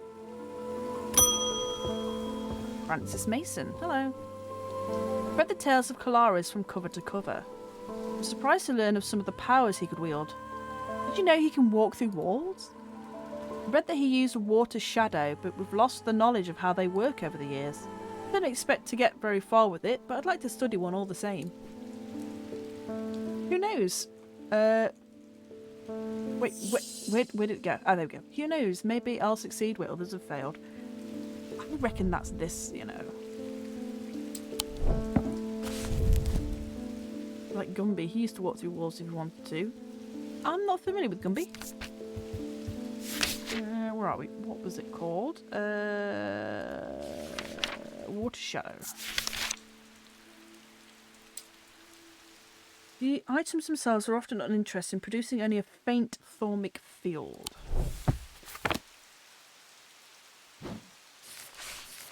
Oh, I forgot about you. Fuck, Gris, get back up there.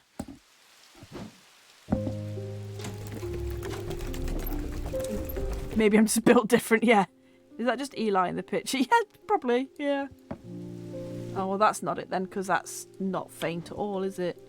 Shit. That is faint, but can't tell that it's related to water. And that's the Zephyr thing.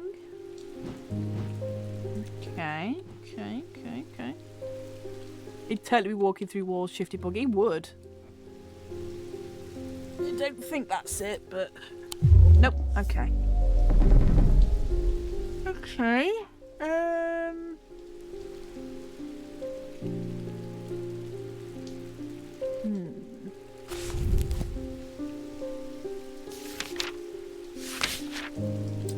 Pale blue or turquoise, the stone of water, which this looks to be. Turquoise. Nope. Okay.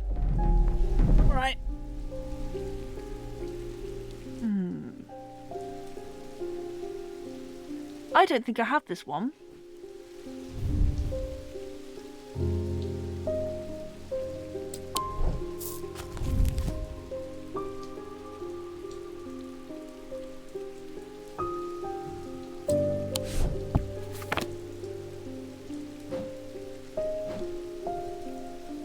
Oh, I do. Okay.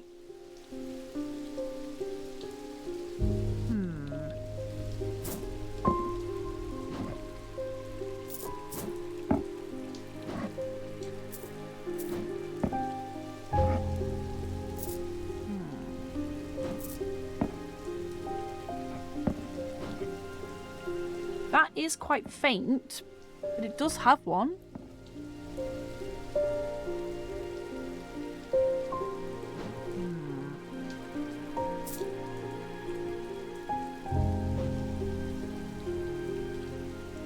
Yeah, it's just a little guy.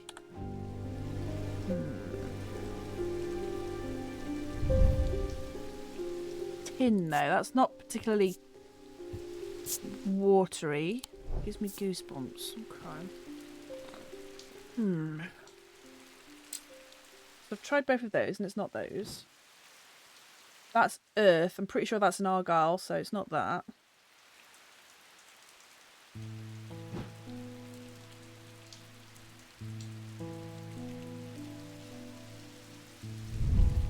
That's an earth stone. So I don't think it's that either.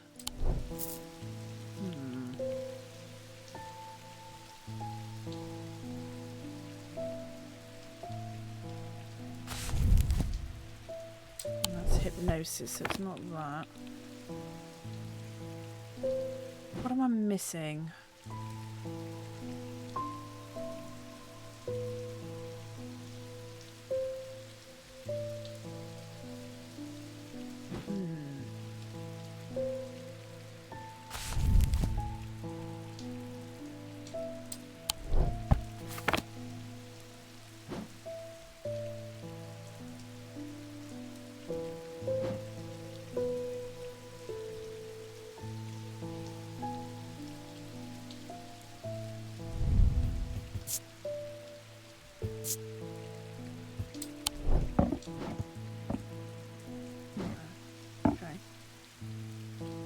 The symbol for water.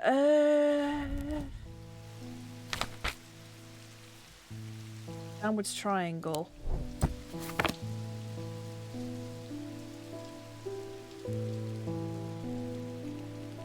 Without a line through it.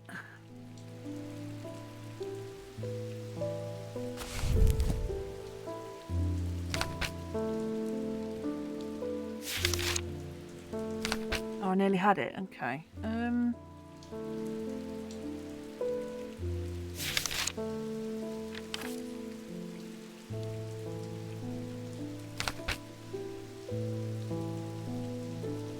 Oh, just a little guy. Okay. Ah. This item produces a faint thermic shield. Field. So. But it's tin. There's nothing there that's related to water. Game. I think you ran out of ideas towards the end here. Gus Foley. In studying old texts, references to things hidden beneath the surface of our world, they mention the use of the spirit eye to see beyond the black veil. Something I'd like to experience for myself.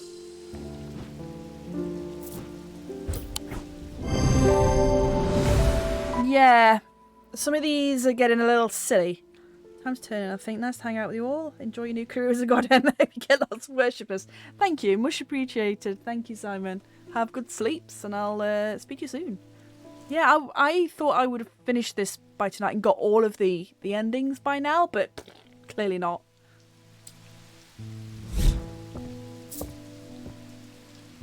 But yeah, have a good one. Daisy Winters. I need your help.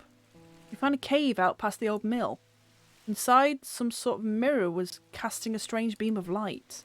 My brother walked into it and now he's stuck, pulled this way and that like some dancing marionette. Came here as fast as I could because I remembered you have a way to draw dark power away from the body. Would that work here? Dread Vivant. Do I have that yet? No, I don't.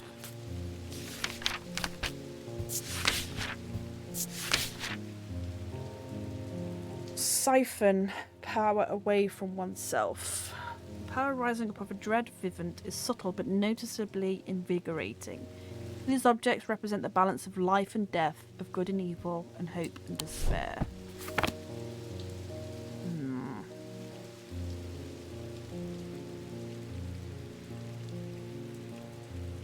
Is it you? It is. Okay, cool. The concept of balance is reflected in the design. The skull, death, and the flower, life. Sure.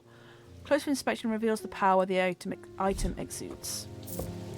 Okay, game. I'm just going along with it now because these are ridiculous. Alice Holtby. My grandmother. Oh my god, my grandmother followed the old ways. She kept a Dradic altar in the cellar. She believed in asking for nature's blessing before a harvest. Found a note about a ritual meant to bring abundance, but it needs an Argyle. This place seems like the place to find one. Okay, cool. There you go. Get the fuck out. Symbols of Earth around the rim produces a Dradic field. So yeah, we got there eventually, but that was the Argyle. Tommy Brown. I work the riverbed searching for stones, amethyst, jade, maybe Vivina if I'm lucky. Hard to spot them in the muck.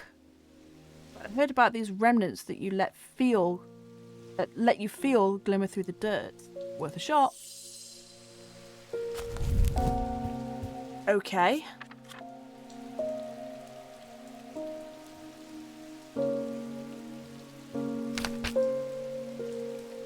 You want Vivinite, you weirdo? Right? Come on, dude.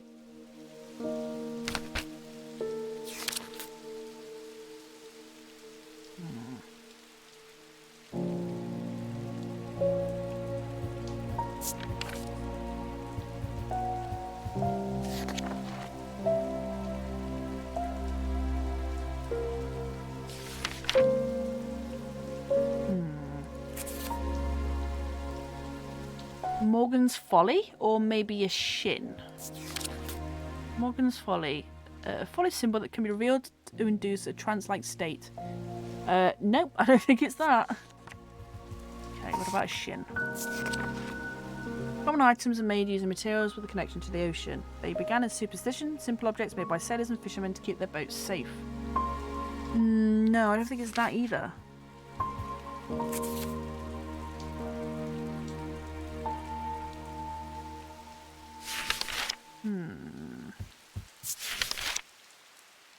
No, it's not that.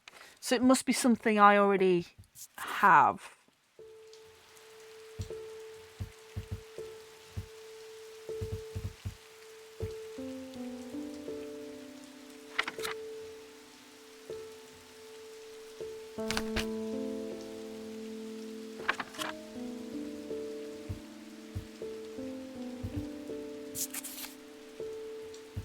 No, that's not it.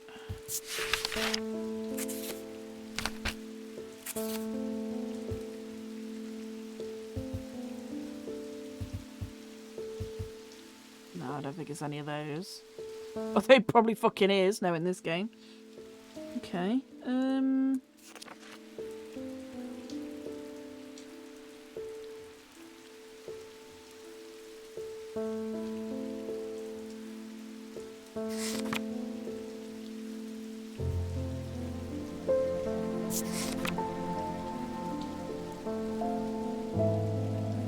the effect is often murky and blurred, but it works passably on stationary objects.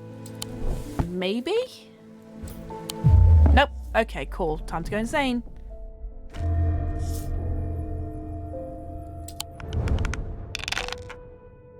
Watch it be something that actually makes you blind. Or some other bullshit. Because what the fuck, game? Seriously. You do have this item and it's identified. Yeah, I thought as much.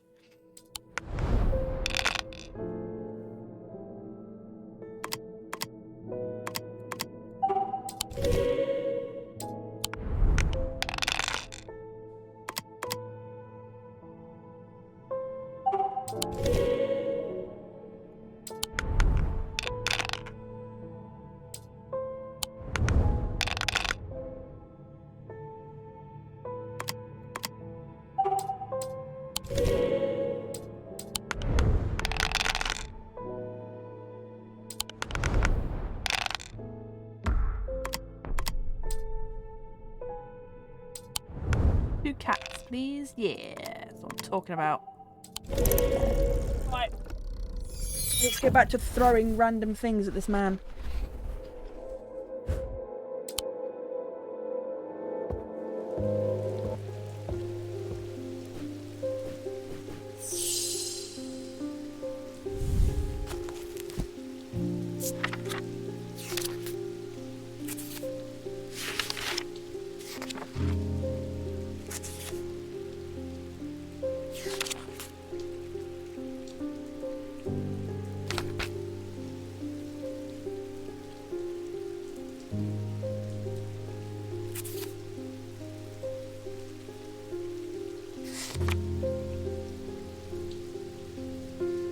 Ascus, maybe? Because it's underwater?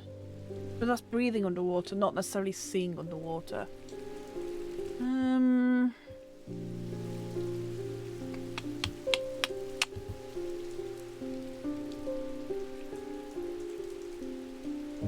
Madness?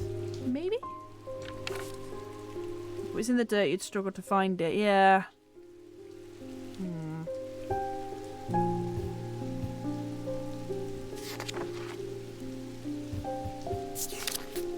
Oh no, that summons water. Okay.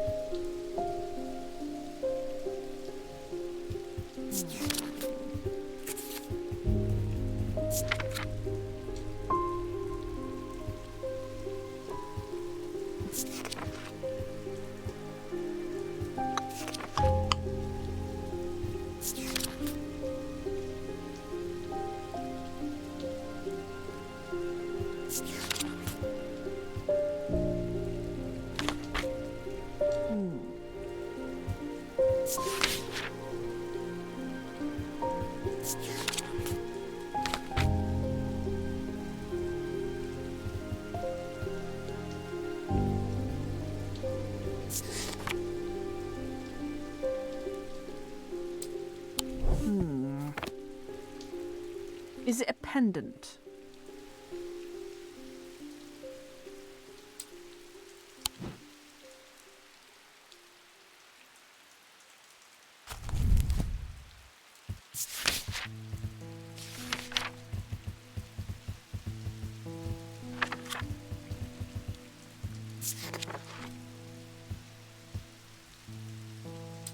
I think it's the sunbond. Nope. Fuck off. Alright, okay.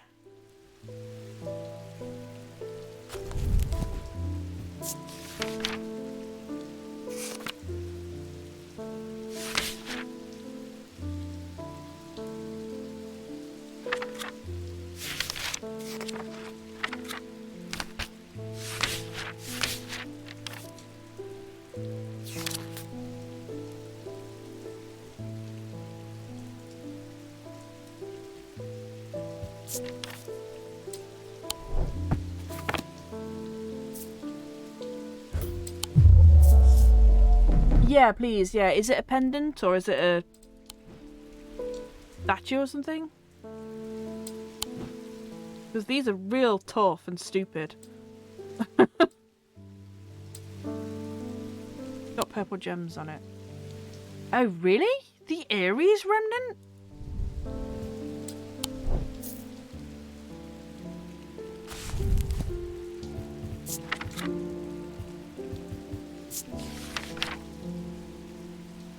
Of course. Colours, tones, light and shadow can be felt through touch. Huh. Okay. Sure.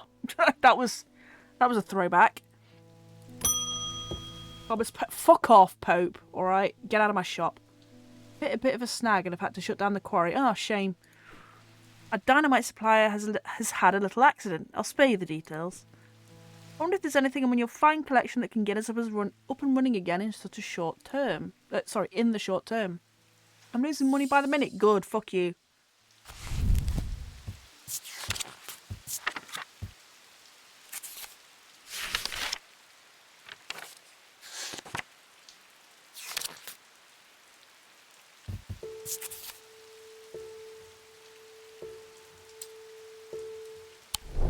Loan?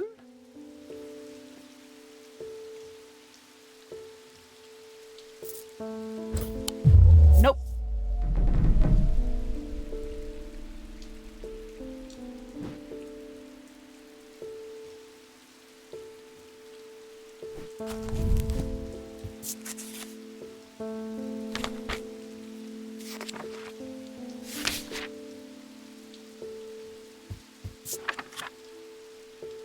Marine ward? It says withstand fire, not create fire though.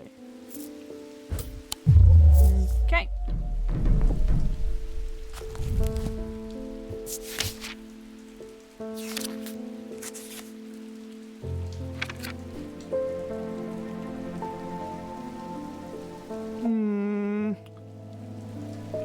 Whew. Sorry, getting tired. Mind you, it is like nearly 2 in the morning again.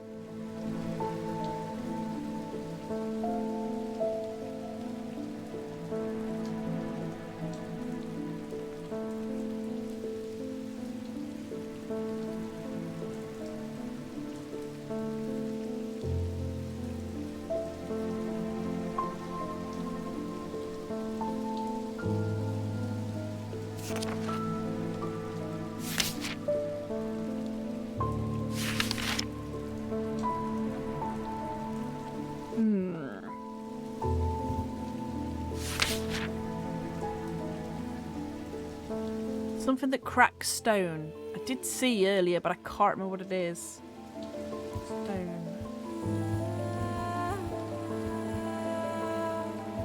What this thing? No.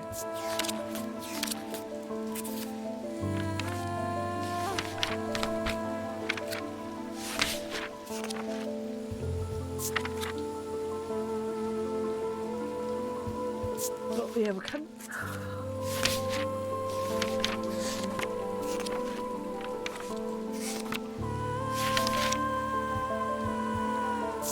Ordnance. Nope.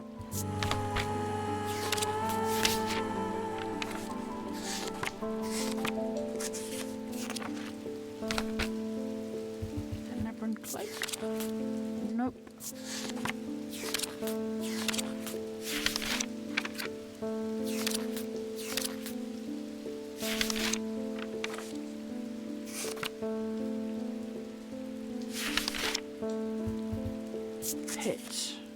Ah, yeah, there we go, yeah. 3 different elements that make up a pit allegedly represent the earth, the sun, and death or darkness. The Dradic, Dionic, and Noctic. These energies balance in such a way that objects do not produce a recognizable thermic field. They can be directed to emit powerful vibrations capable of cracking solid rock. There we go. Yeah, I was looking at stone rather than rock. Okay. Earth, sun, and death.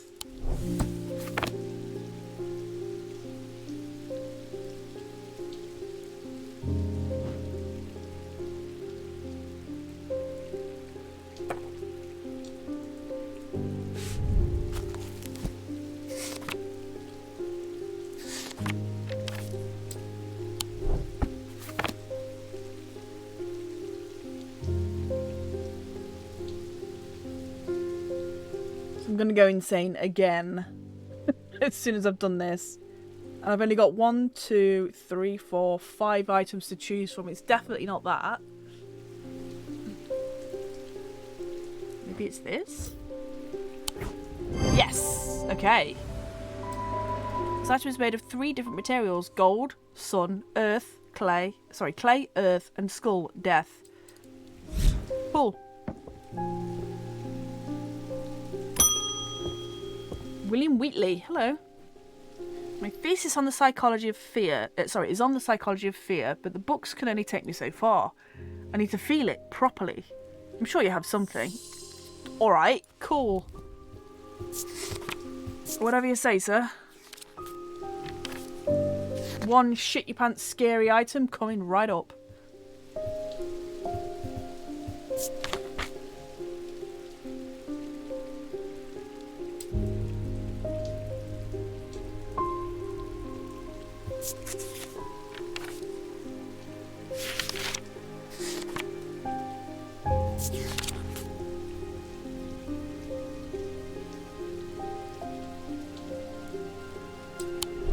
Maybe it's the spirit eye?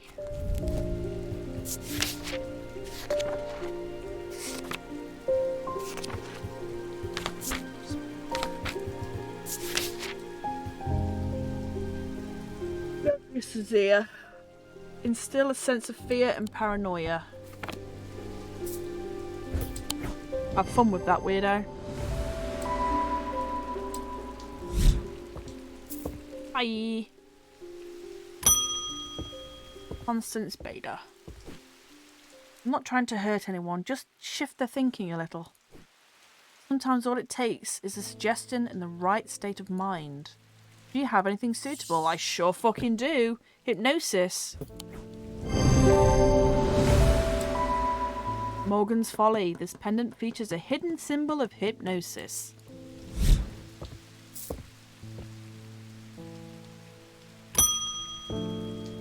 Jane Fairburn. My sons are out of control. Jail doesn't teach them anything. A year behind bars and they came back worse. I want them to feel the wrong they've done. Real penance so they might change their ways. Okay, and I think that is this one. The Binded Seed? Yeah. Binding Seed. Item is made of two materials, wood and stone. It features a spiral surrounding a seed. Okay, so I've only got 3 more items to identify. Charlotte Bradshaw. My brother captains a small fishing vessel in Havering. There was a big storm last month and the 2 boats never came home. I remember what the old sailors used to carry. Charms, tokens, things to keep the sea calm, or at least keep you afloat. Just want to give him something like that, just in case. Ooh, a shin. Okay, so it's going to be one of these 2.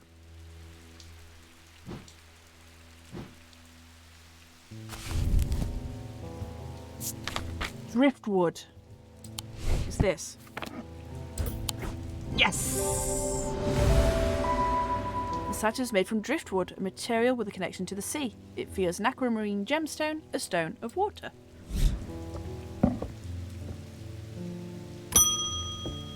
Lillian Higgins. I'm full of righteous anger.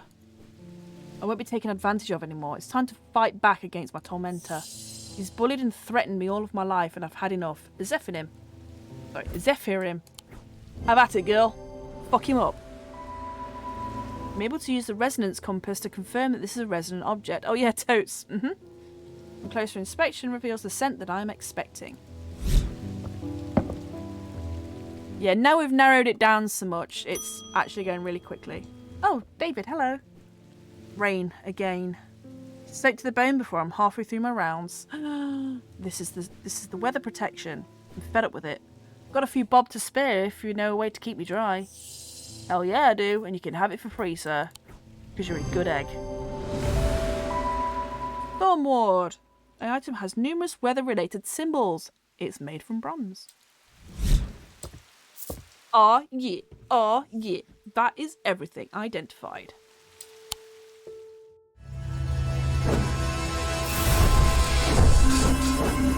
Oh. Okay. It just kicked me out. Fine.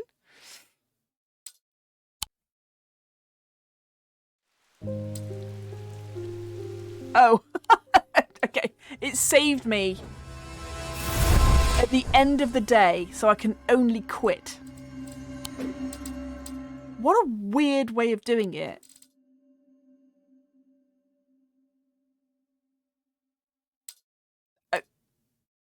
Okay. Cool. All right then. Epilogue. back to the beginning.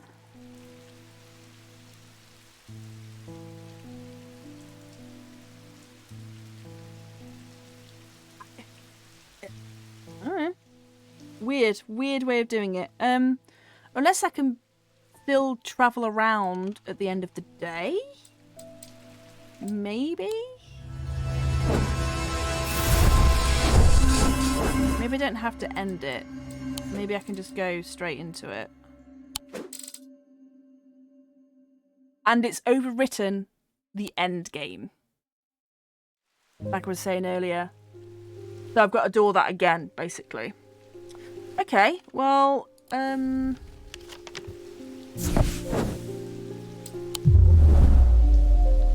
I guess I've got to do it on day 18. What a weird way of doing it.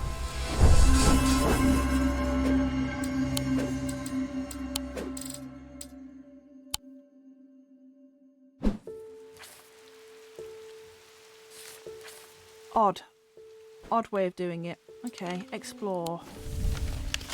Back to the library. Do the thing. Do the thing. Give me the thing. Give the thing.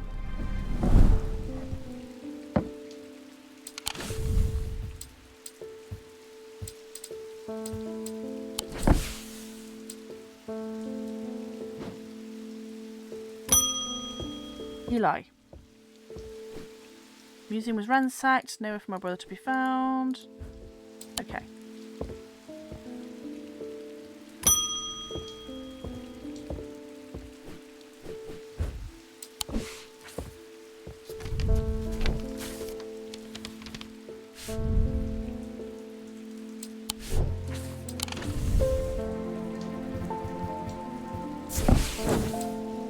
Damn it, it wasn't that one.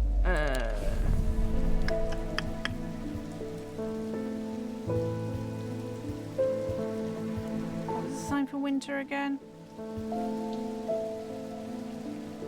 Oh yeah. Beer in autumn. That was it. It was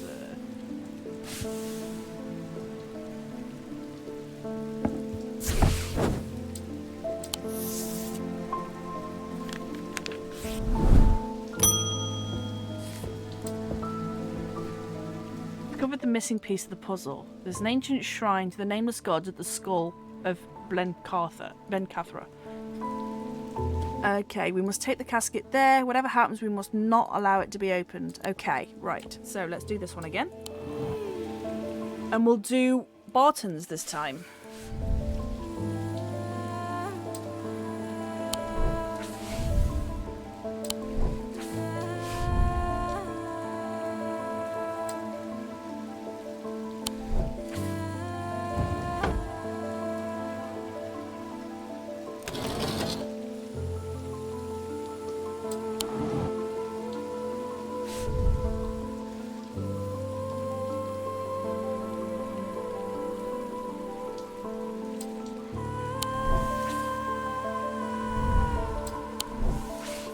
Although I don't remember how we did it. Oh, hello.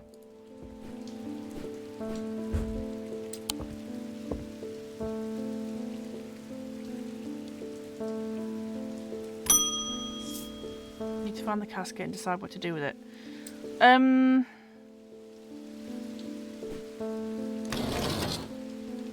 don't remember how we got to it actually now.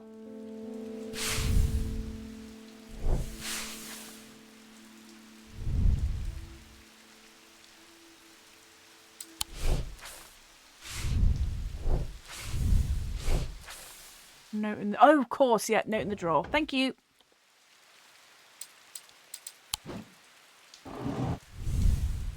Handle that gives no light. Anchor, finger. Okay.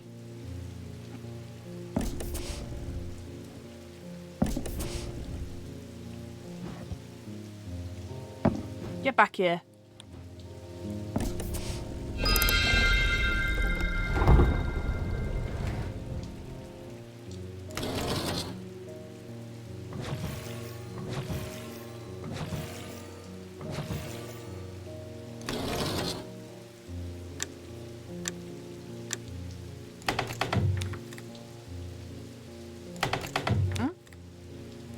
Oh, duh. Give box. Okay.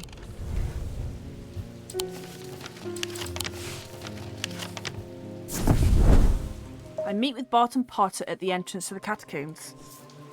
Ready? You have the casket? An alien casket. Get in there. Show him the small black chest and his head moves up. His hand moves up to rub the side of his eye absent-mindedly. Smaller than I remember. Remember?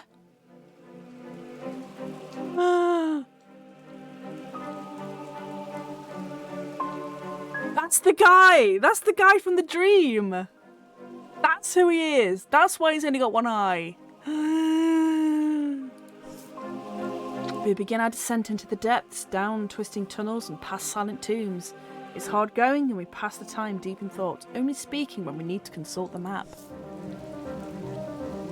Yeah, we knew he was fucking shady! Finally, we come to a large cavern, illuminated by our flickering torches. Illuminated by our flickering torches is the giant skull of some long-dead beast, huge and terrifying and ominous. The skull of Blencarthra. It's too big to have found its way through the tight tunnels, so it's not clear how it got here, but we don't have time to ponder that now. It soon becomes apparent that our journey has only just begun. The skull marks the entrance to a new system of tunnels, ones that are not marked on our map. We trudge onwards deeper into the earth, trying not to think about the pressing weight of rock above our heads. Stop. He says it so abruptly that I nearly drop the torch in panic. Then I see it, a terrifying chasm in the path ahead. By some trick of the shadow, and with my mind elsewhere, I'd come close to stepping out into nothing. This is going to be tricky. First, I don't see how we can get past this obstacle. The gap is too big to jump, and attempting to traverse it would be too dangerous. Then I remember the items I have with me. Surely there's something I can make use of. Oh, levitation. Daedalus link. I activate the levitation field around us and feel an unsettling sensation as my feet leave the ground. We float slowly across the chasm and my heart beats faster in my chest.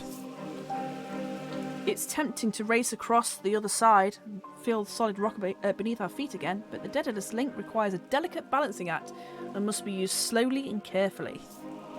We reach the other side with great relief and continue on our way down the narrow corridor. I'm the first one to approach the spot next. I'm the first one to spot the next obstacle. As we approach a bend in the tunnel, I see a flickering orange light sending shadows dancing across the wall. Peering around the corner, I'm confronted by a bright light that my eyes struggle to adjust to. A wall of intense flame fills the passage from floor to ceiling. An impossible bright yellow-orange fire swirling and billowing and roaring in a place where it shouldn't be. I watch mesmerised for a moment, trying to work out where the fire's coming from before being forced to retreat from the heat. What is it? I explain our hopeless predicament, and as I do, I realise that perhaps it's not so hopeless after all. Perhaps there is a way through it. Summon water?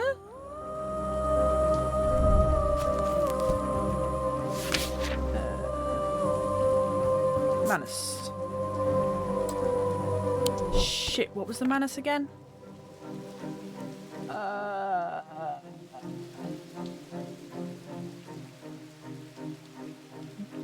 This? Shit. Gem hand, thank you. Nope. Shit. I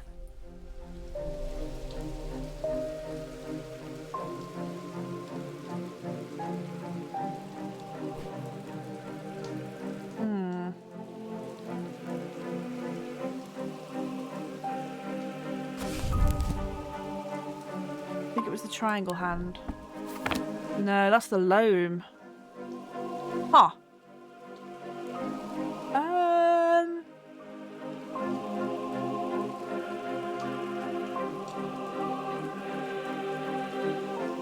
Anything that lets you walk through fires. Oh, yes, there is the basilisk ward, isn't there? Okay, so it wasn't summoning water, it was the basilisk thing. Safely on the other side of the fire-filled tunnel, the passageway begins to widen, and soon it opens out into a vast cavern.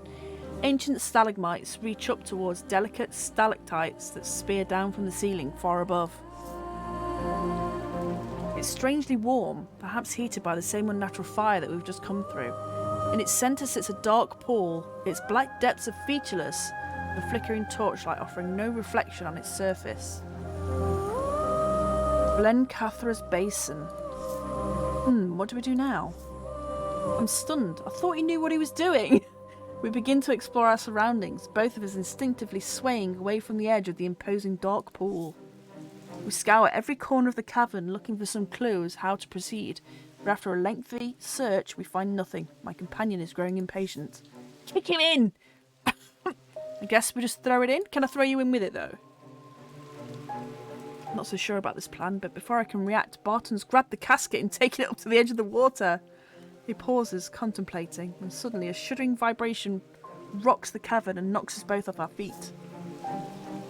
Oh, okay. Okay.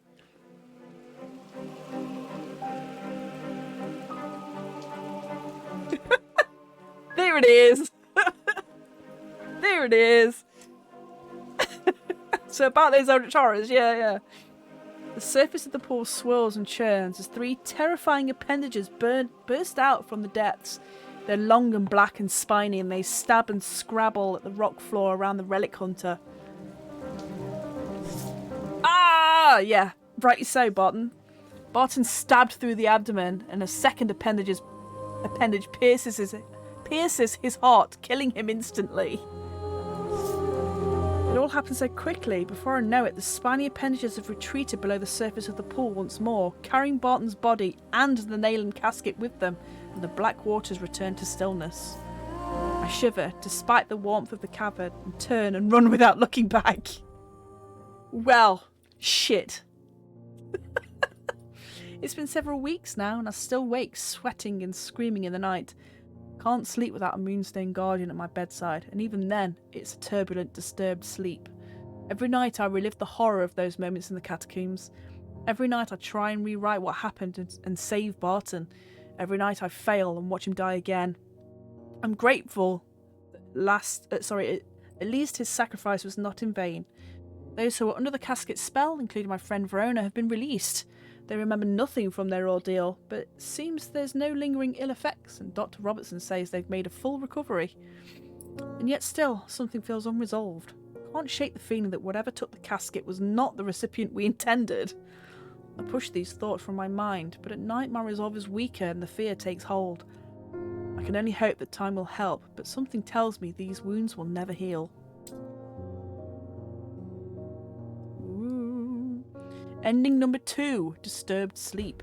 I'm tormented by the memory of Barton Potter's death, but Undermere is safe once more. Eli White, alive, angry that you didn't do as he asked, given how events turned out.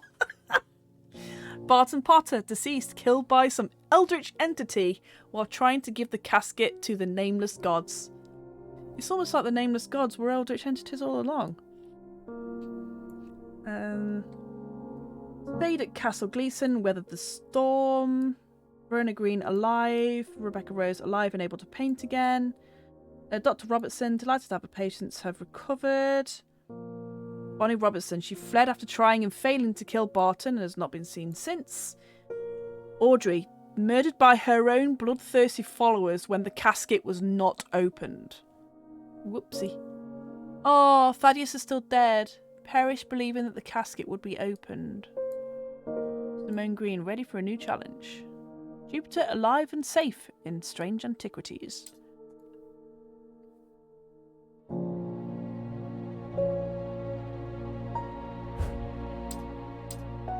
Okay. So I can get a third ending. Will it let me go straight to the pit?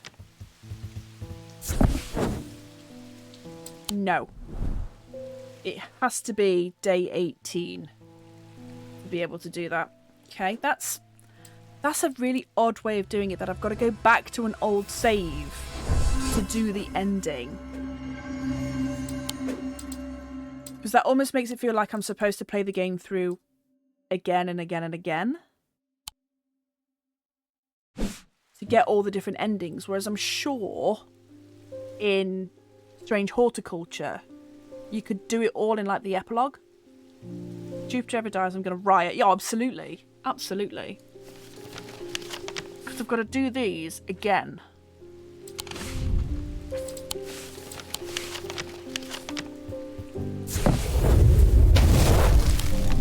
Because I can't do hard saves.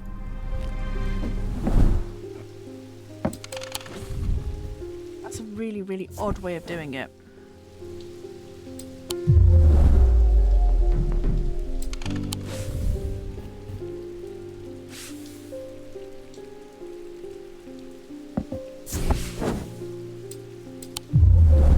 Oh, I guess I've got to do the thing.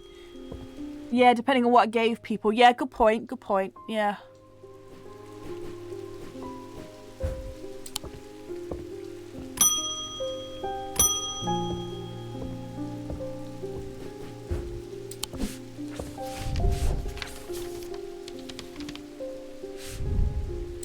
Oh, I had to get the letter before I did that. Okay. You deserved what you got, Barton. Fuck you. You absolute tool.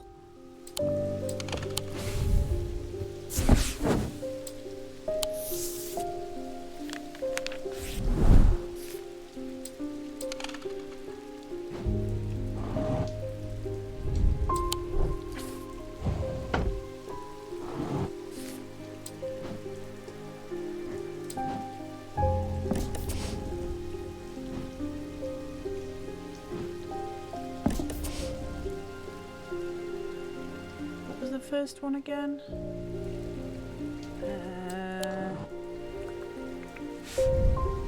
Candle that gives no light, that was it. Get in there.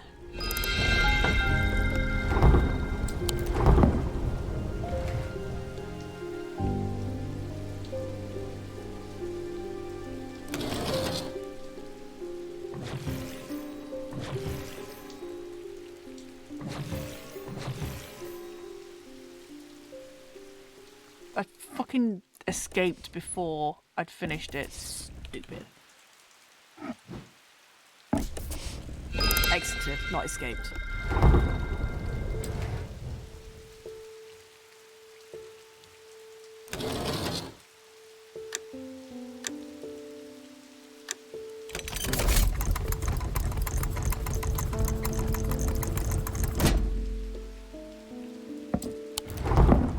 So I can get 3 of the endings tonight at least.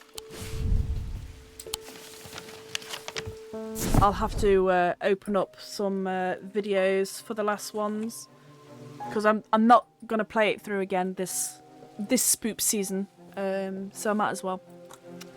Okay, right. So let's do this again. So we need Fortunance.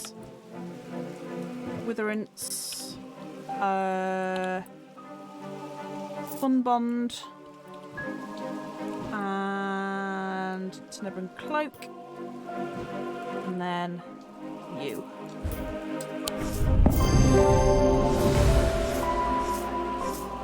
The casket. Okay, so I actually give him the casket this time. But I've been lurking, and you're up terribly late. I sure am. A wave of intoxicating power washes over me, but I hold strong against it. I hand over the casket, and together we begin activating the items arranged around the pit. Working as fast as we can, it still takes longer than we'd like. And when I look up again, the thaumaturge has fear in his eyes. Hope you're having fun. I am. I'm having a great time. Yeah, we've got folks to curse, exactly. It's not working. He's clutching the light of Corchin, but it is lifeless in his hands. Oh no, Verona! Such a shame. I turn to see the occult scholar. Her eyes are black and she has a dread vivant in her hand. Where did she get that from? Not strange antiquities, I hope. She must be using it to dampen the power of the light of Corchin. We will take the casket now. It will be opened. All around us, the black-eyed mob shrieks and cheers, jostling and shoving and tripping over one another in their frantic race to reach the casket. Those at the front are nearly upon us. All hope is lost. But the thaumaturge thinks faster than I do. He quickly activates a Daedalus link and floats out across the pit, clutching the casket. Just fucking throw it, man! The mob around me pays no attention. They only have eyes for the casket.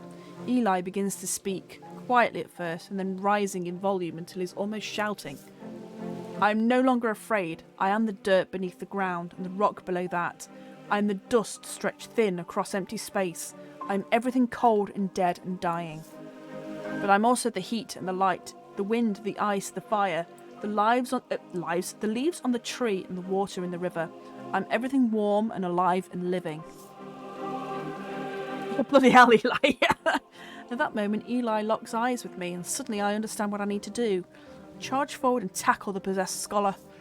I grapple with her, trying to prise the dread vivant from her hands, but she's surprisingly wiry and strong. We teeter closer and closer to the edge of the pit, and cold fear hits my stomach as I look down into its inky depths. I wonder if the pit is actually above the void that we were just in with Barton. With one last burst of energy, I grab Verona and twist my body, pushing with all my strength. She scrabbles at the bare dirt at the edge, but she is unable to find purchase and she falls. I'll never forget the look of shocked horror on her face as she plunges into the darkness of the pit. No, Verona, no! Eli wastes no time. As soon as he is able to, he activates the light of Corchin. Time stands still, and there's a rush and a roar of a swirling vortex of blue-green light races up out of the pit.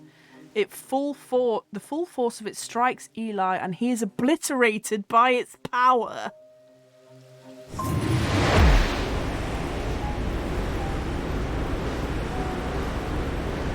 Holy fuck. The casket is sent soaring up into the night sky, where it seems to hang for a moment, turning slowly in the air until, with a shrieking, splintering crash, it shatters into 1,000 pieces, and there is nothing but smoke and the smell of ozone, and all is quiet. Oh shit, son. Eli's death hit me hard in the aftermath of the events at the pit. Without his sacrifice, the casket would have surely been opened and devastation and horror unleashed onto the world. But it's Verona that keeps me up at night. I've spoken to her daughter, Simone, and she does not blame me. But I can't help replaying it over and over in my mind, trying to will a different outcome into existence. I fear I'll be forever haunted by it. It's been some small comfort to learn that those who were under the casket spell had been released. They remember nothing from their ordeal, but it seems there have been no lingering ill effects, and Dr. Robertson says they have made a full recovery. Damn. A noble death. Ending number 7. Casket has been destroyed, but at what cost? Eli White, deceased, sacrificed himself to save us. Verona Green, deceased, killed by your own hand. Hey! No, it wasn't. Fuck you. Barton, perhaps sensibly he left Undermere when it was clear that disaster loomed on the horizon. Okay. Yeah, so I could have done Audrey's. We do have that option still, so I could potentially get another an ending in there. Bonnie, we fucked it. Because I gave her the item that, that made her want to kill people, because I thought Francesca was part of the cult and she wasn't. Jack Hungerford alive, Thaddeus deceased, Simone alive and missing her mother. Oh no. Jupiter alive, happy and safe in strange antiquities.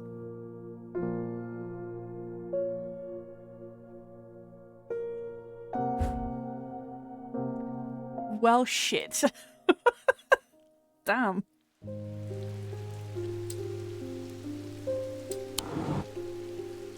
Okay, that's done.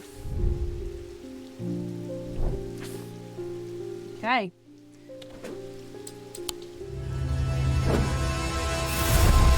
Are you off, Gaul? No worries. Thank you so much for sticking around. I hope you have good sleeps. And speak to you soon. Right, let's do this ending. And then I will find a YouTube video with the other endings on, and then we will also call it. Shit, wrong button.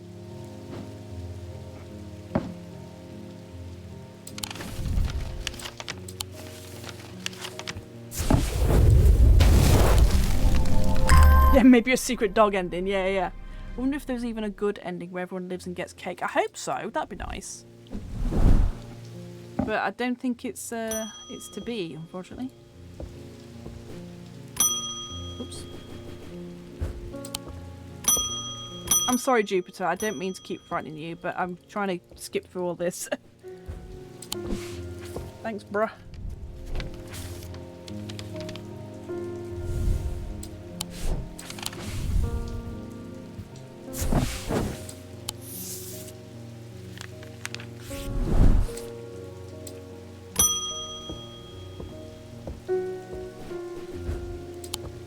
Get out of here, Barton.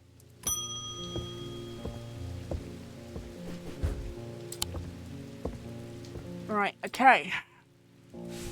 The sacrament is a baptism ceremony which one's life is pledged to the the warrior god, Holgar.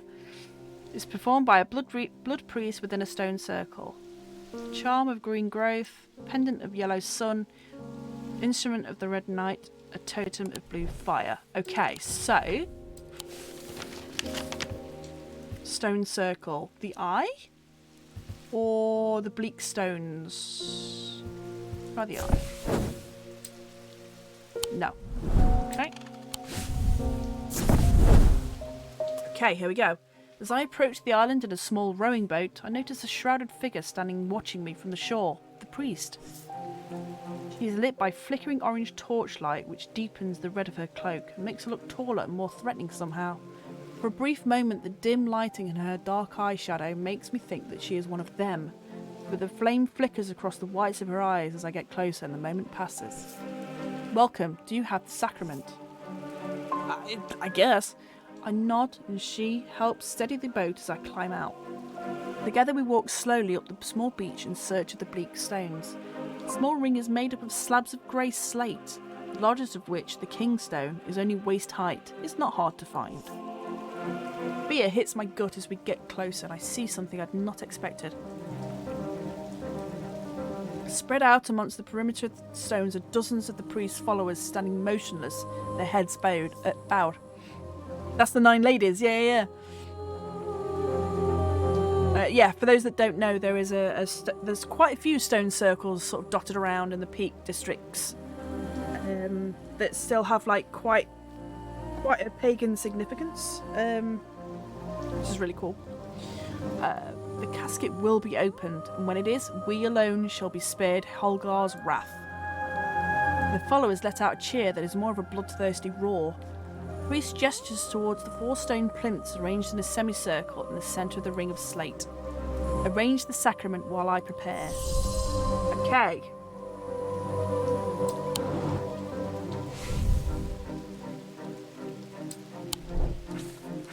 So winter is a totem of blue fire. That is the Vesager, sorry. Winter. In autumn, an instrument of the red knight. Summer, pendant of the sun. So that would be the sun bond. Spring, a charm of green growth.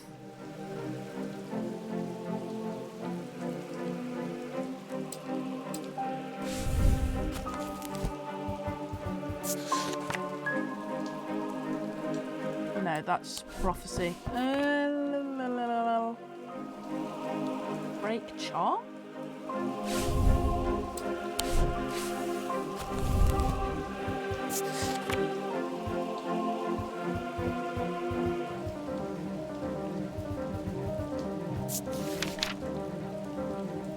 No. Shit. What was it again?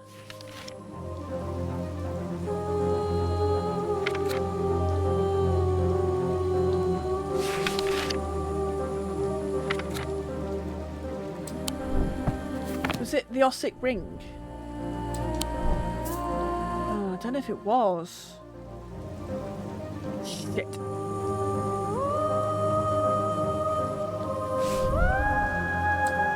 Instrument of the Red Knight. Is that the Orphan Spine?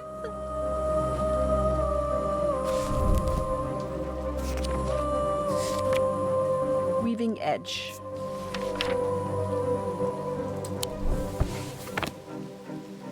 That was autumn, I think. Yes. In spring, a charm of green growth.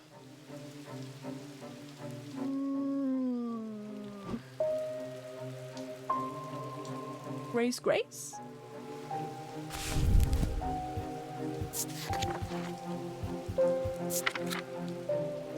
No.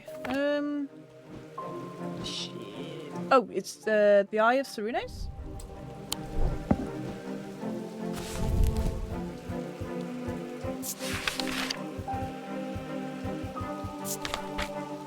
No.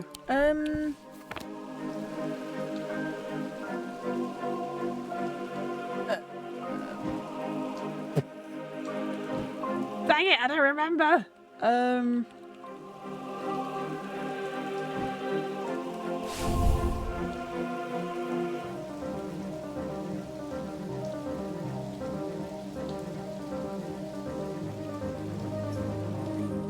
Charm of green growth.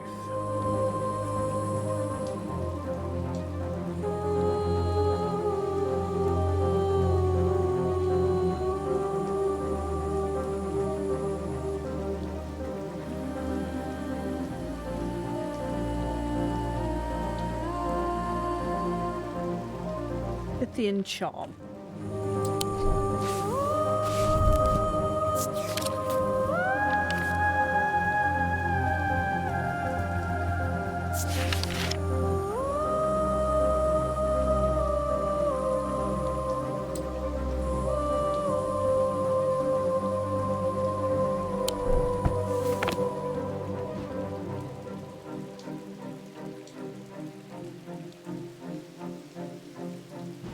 Made of wood.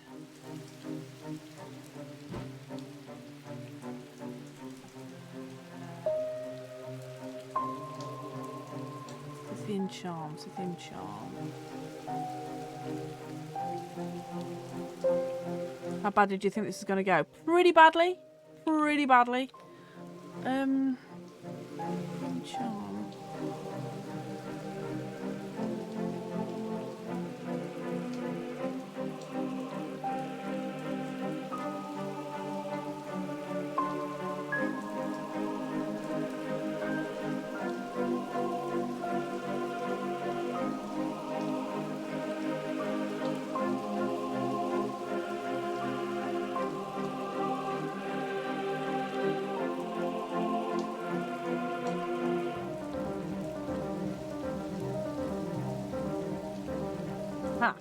So it's not at all green. That's also not the Scythian charm. What the fuck?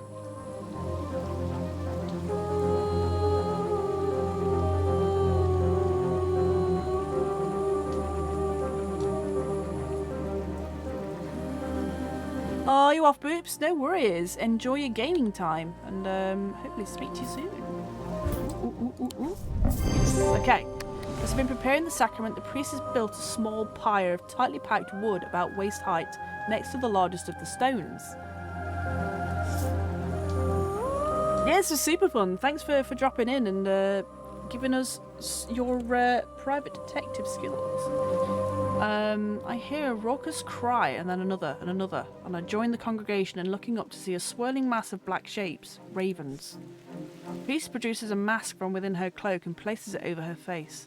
The imposing atmosphere builds in intensity and I take a deep breath to calm my pulse. Oh shit! Of course. Wait, hold on. Let us begin. As she says these words, the damp pyre erupts into flame, whether by some trick or magic I couldn't say. The priest with her torch is some distance away. Her dark eyes sparkle behind the pale mask. Great Holgar, I bring you light and life. I bring you spring and summer, autumn and winter on this day of reckoning. A rhythmic chanting begins to sound across the circle. And now, the casket. Her eyes lock with mine and I suddenly feel weak under her gaze. She reaches out a hand expectantly. How does she know I have the casket?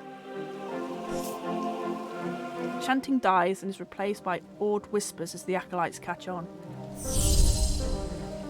I don't have the casket because I haven't solved the riddle yet. Okay. I better crack on then, hadn't I?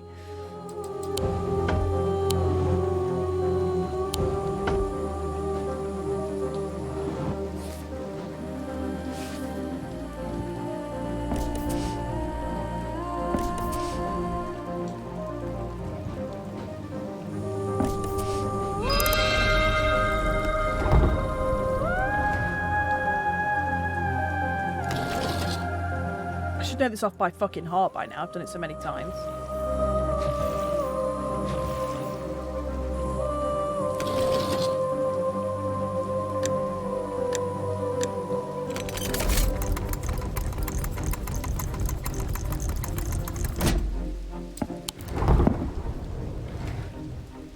Here's the casket. Flounder, not knowing what to do, but I decide I can only the only thing I can do is surrender to her power. No. What? I kneel and offer up the Nalian casket to the priest. I've waited a long time for this moment. She takes the casket from me and places it reverently atop the kingstone. She turns to face me. I feel a sudden chill down my spine. She's holding the weaving edge. Holgar, I give this gift to the gift of life that is not mine to give. Okay. Cold fear grips me as I realise how naive I've been. She didn't bring me here to be saved by Holgar's protective embrace. She brought me as a sacrifice.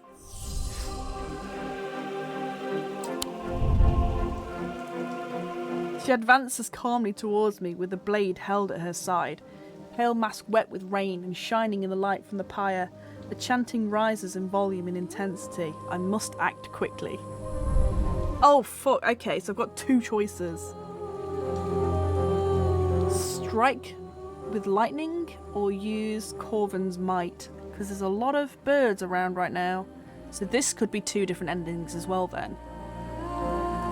Corvin's might, let's go. Attack with birds, please. Brandish Corvin's might, hoping that the threat will be enough to deter the priest, but she whirls towards me with madness in her eyes, her red cloak swirling behind her like a wave of blood. She lunges at me faster than I'm ready for, and I barely manage to avoid the blade as her arm comes scything towards me. On her second attack, the weaving edge plunges into my shoulder and I cry out in pain. But somehow I keep hold of the bloodstone totem in my other hand. With one last desperate act, I conjure Corvin's power and direct it at the crazed priest. There's a bright flash and I'm sent reeling backwards. The priest crumples to the floor, dead. Cheer goes up around the circle and I'm horrified to see an acolyte run forward and dip the weaving edge in the priest's blood. I shudder to see their coldness laid bare. These people do not care whose sacrifice to save their skins as long as it is not them. The acolyte takes the dipping red blade and plunges it into the casket. The world goes black. Oh. Okay. The casket's been opened, we fulfilled the sacrament and we're spared, but with the priest dead, the spell's been broken and the congregation has begun to splinter. I was never one of them, but there's some who look at me for leadership now. They seem to think I'm more dangerous than I really am. I shudder to think what will happen when they found out I'm not. Ooh, okay. Everybody's dead. Everybody's dead. Except for Barton, he fucked off. Francesca survived the devastation after the casket was opened, but she is a shell of her former self. Audrey Bell deceased, killed by your own hand at the sacrament ceremony.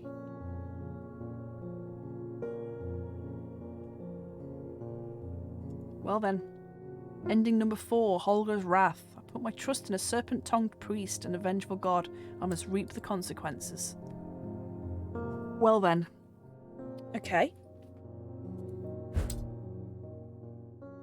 So I can get one more ending out of that then, in that case.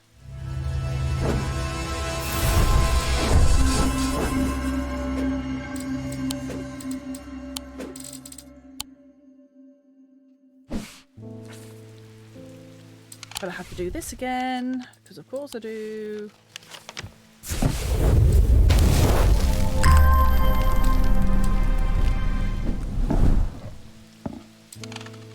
I suppose I don't have to, technically.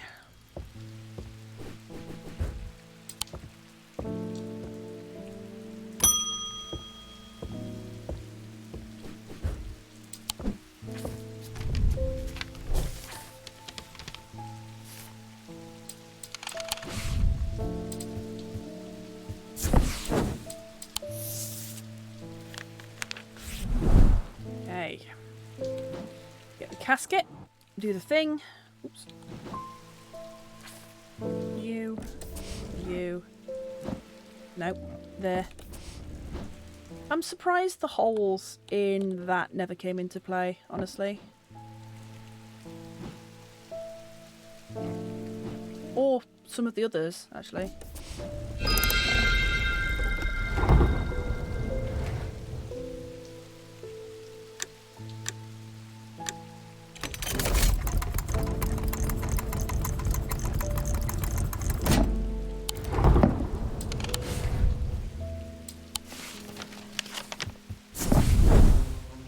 Okay, back we go. Do you have the sacraments? Yes, I do. Let's do the thing.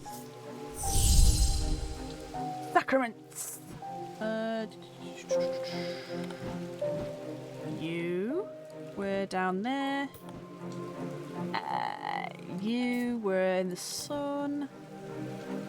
You were there. And the autumn was... Question mark! Instrument of the Red Knight. Which I don't remember what it is.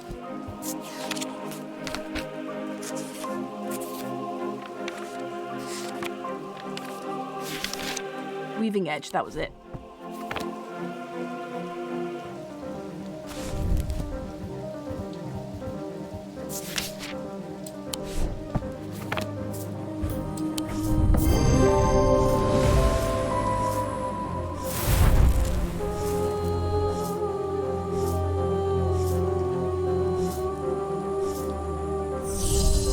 Okay, casket.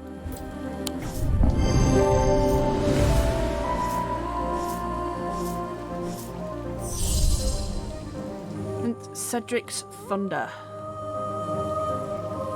Get struck by lightning. Get smoked, bitch. Bring out the small wooden box as the priest lunges towards me. There's no time to think, so I rip open the lid and let loose the power contained within. An almighty thunderclap erupts from the box in my hands, with a flash of bright white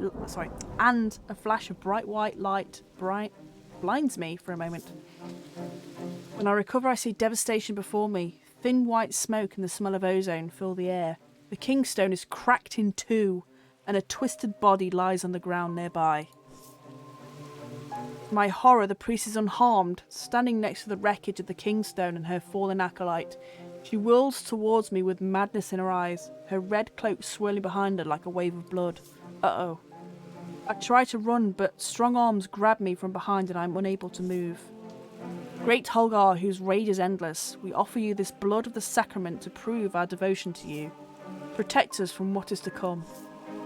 The last thing I see in the world is the priest's exultant face, eyes wide behind the horned skull mask. She brings the knife to my knife, sweeping down and plunging straight into my heart. Oh, well then. The casket has been opened. The priest performed the sacrament with blood of the sacrifice, and her congregation was spared. But they soon learned that Holgar's bloodlust was never sated, and he cared little for them. It was only a matter of time before they turned on their leader. My part in the story, such as it was, is over. In the end, I was led astray by the promises of a dangerous fanatic, and I have paid the price. Well, shit. Ending 3. First, when the casket was opened. Barton left because he's a pussy. Francesca survived the devastation, but is a shell of her former self. Audrey clinging to power in a bleak new world for now. Yeah, wow. Ending 3, Divine Retribution. A fatal error has been made. Death and darkness cover the land. Whoops. Whoopsie doodle.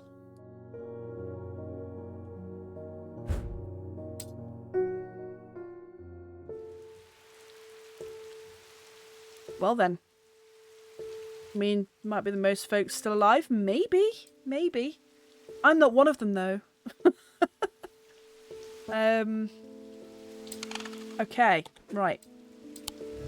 That was great. That was really, really good. I'm annoyed about how the save games work. Because there's not a lot of sort of going back and doing the other things that I would have liked. But let me see if I can find any endings.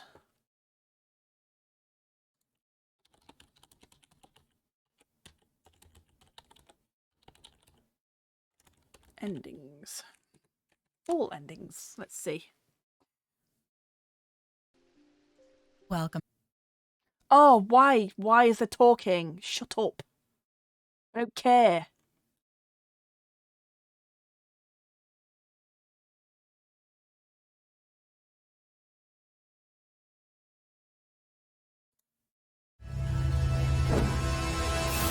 Right, I think I found one.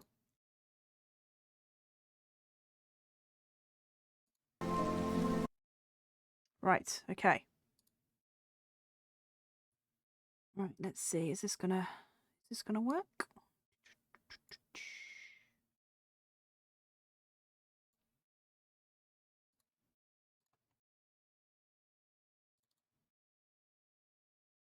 Hopefully.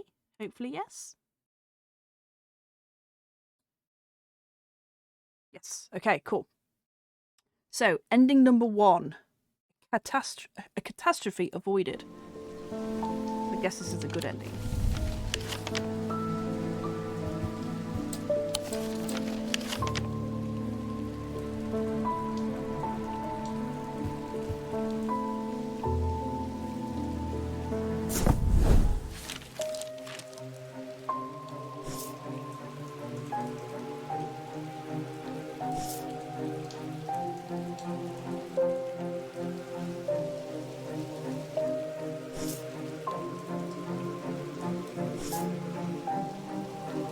Oh, interesting. Okay, hold on. So, he's asking me to do the bits before... Oh, sorry, after we get here?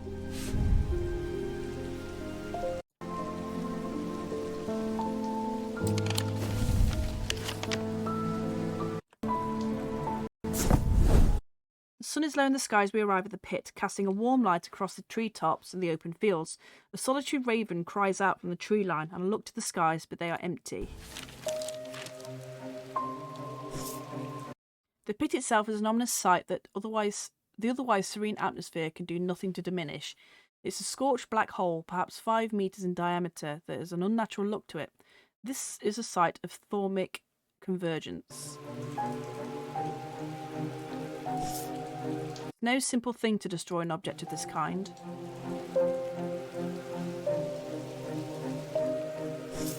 We need to set up opposing powers at opposing compass points. Strength and weakness, light and darkness, and we finally need the light of caution to bind them.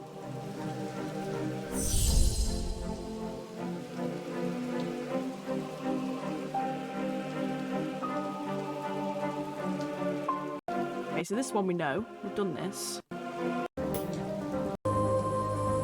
Sorry for me just skipping ahead like this, but we've done this. This part, at least. Elias inspects my work, but shows no emotion. He seems satisfied, but now the sun has finished setting and only a hint of red afterglow remains in the darkening sky. The raven croaks his mournful cry once again, but this time there is a reply, and then another, and then another. I look up and see several dark shapes circling above.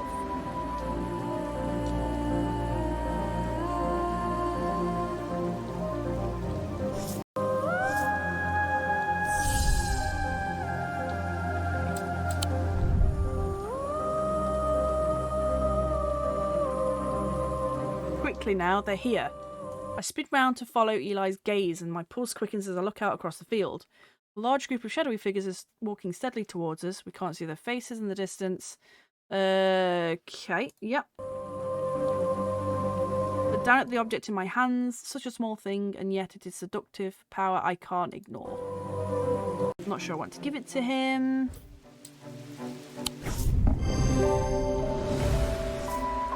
I hand over the casket, and together we begin activating the items around the pit. Working as fast as I can, it still takes longer than we'd like. We're too late, the mob is upon us. Verona. Oh, okay. This is where the difference is. One of them grabs Eli and tries to wrestle the casket from his hands. I rush to help him, but it's no use. They're all around us. The man tears the casket free and it clatters to the floor, skittering towards the edge of the pit before coming to rest on the precipice. A grey-haired woman stoops to pick it up, and I'm surprised to find that I recognise her. It's Verona Green, the occult scholar. The mob cheers, but Verona turns towards me, and I am no longer afraid. Her eyes are ringed with darkness, but they are not black. It doesn't look right in this font, does it? It's weird.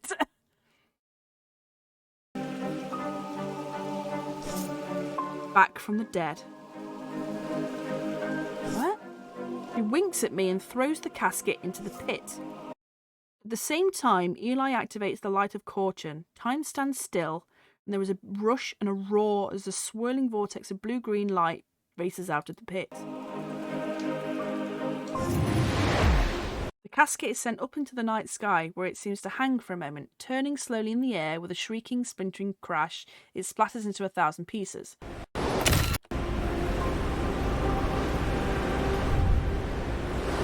Okay.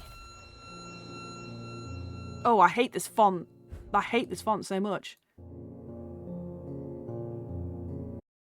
It's been a few weeks since the casket was destroyed, but I'm still riding high on the elation and relief from that night. Everything seemed to come together right when it needed to, and somehow we avoided a terrible catastrophe. Those who were under the casket spell were released almost immediately. They remember nothing from their ordeal, but there seems to be no lingering ill effects, and Dr. Robertson says they'll make a full recovery. It's rare for Eli to express so much emotion, but even he congratulated me on my strength and resolve in the face of darkness. He too felt the allure of the casket and was worried that it would overwhelm me. He told me with a hint of pride that I would make a fine thaumaturge. Excellent. You want Ariel? We got Ariel. Yeah. Ending 1. Catastrophe avoided. The casket has been destroyed and Undermere is safe again. Eli, proud of your abilities as a thaumaturge. Verona Green, alive. She found strength to resist the casket. Barton Potter, glad that everything turned out well, even if you did ignore his plan. Stayed at the castle, delighted that her patients have recovered. Bonnie Robertson's still missing. Murdered by her own bloodthirsty followers when the casket wasn't open. That's Audrey Bell. Thaddeus White alive. He is ashamed of the part he played. Okay, so this is probably one of the best ones you can get. Huh? Jupiter missing. Still aboard the Mary Bell where you left him, you monster.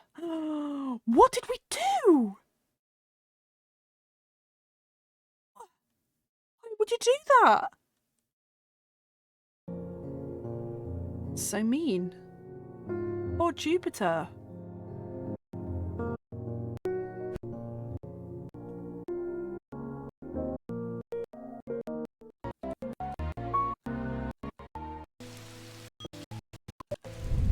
Is there an epilogue ending?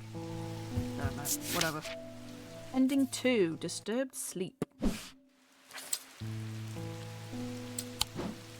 How could you? How could you do that?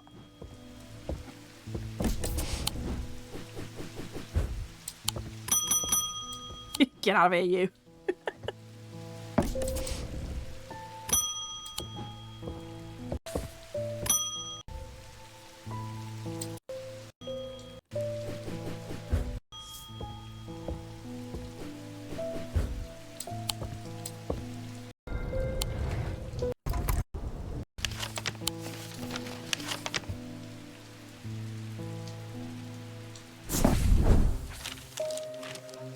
Oh, we forgot to do the second one with Barton Potter, didn't we? Oh well, it's fine, whatever.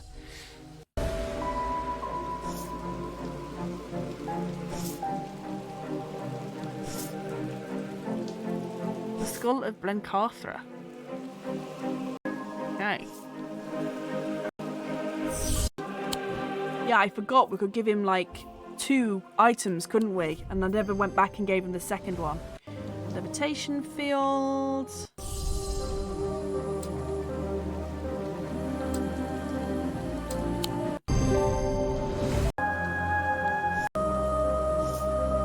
I'm stunned. I thought he knew what he was doing.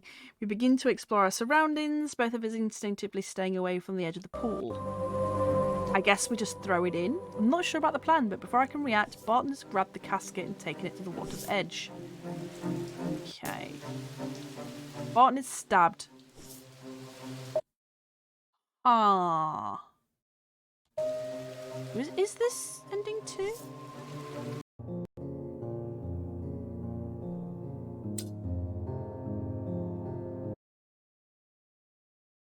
Oh no, I guess that is the one. Okay. Fine Retribution we got, didn't we? Ending number 3. Ending number 4 we got as well.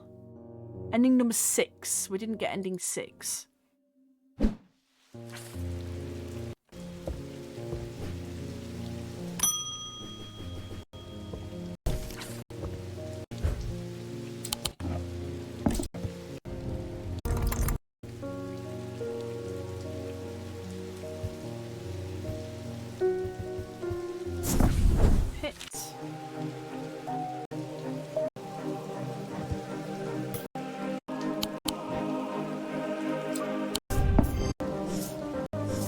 Did we get 6? We didn't, did we? We got 7 and we got 8. Bring up the Wixit cord as the yeah, I'm pretty sure we've done this one. Oh wait, hold on. No, it's not. Surprisingly calm now. I have given into the casket's dark power, but a raucous chorus of shrieks and cries breaks me from my reverie. The mob is upon me. As I look out the manic faces baying for blood, my gaze lands on one that is calmer than the others. I'm surprised to find that I recognise her. It's Verona Green, the occult scholar. Wait, it is over. Do you feel it? She holds up her hand and the group comes to a stop, all staring at me with their lifeless black eyes. I look at her without really seeing. My mind is filled with one thought only. Slowly, savouring the moment, I reach down and open the clasp that holds the alien casket shut. The mob cheers, but I don't even notice. Time slows and the rushing roar of my own heartbeat fills my ears. But then something happens that drags me out of my trance. Suddenly my body tenses, and with horror I find that I can't move. Verona appears in front of me holding the Wixit cord, and at once I notice what I missed before. Her eyes aren't black like the others.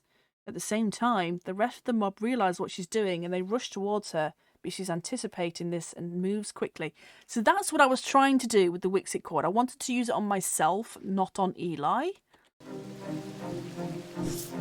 She sprints over to the thaumaturge's frozen body and pries the light of caution from his stiff fingers. Without hint of hesitation, she dives headfirst into the pit, and a handful of others blindly follow. A moment that lasts an eternity goes by, and then, suddenly and terrifyingly, there is a rush and a roar, and a swirling vortex of blue-green light races up out of the pit. The casket, riding the whirlwind up into the night sky, where it hangs for a moment, turning slowly in the air, until with a shrieking, splintering crash, it shatters into 1,000 pieces. Wow, holy shit.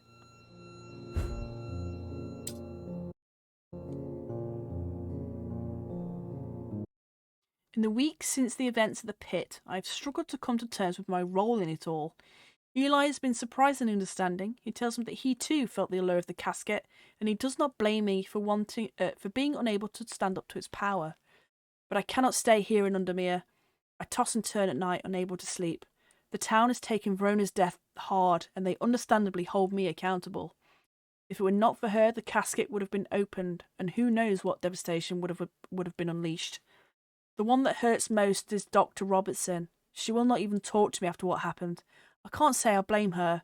But that doesn't make the pain any easier. My train to London leaves tomorrow. I plan to leave thaumaturgy behind me and try and build a new life in the city. Yeah, this didn't go well. This didn't go well at all. Ending 6, a lucky escape. Undermere was saved, but at the loss of a dear friend. I cannot stay here now. Eli, understanding but somewhat cold and distant after Verona's death. Verona deceased, she gave her life to save us all. Damn. That sucks.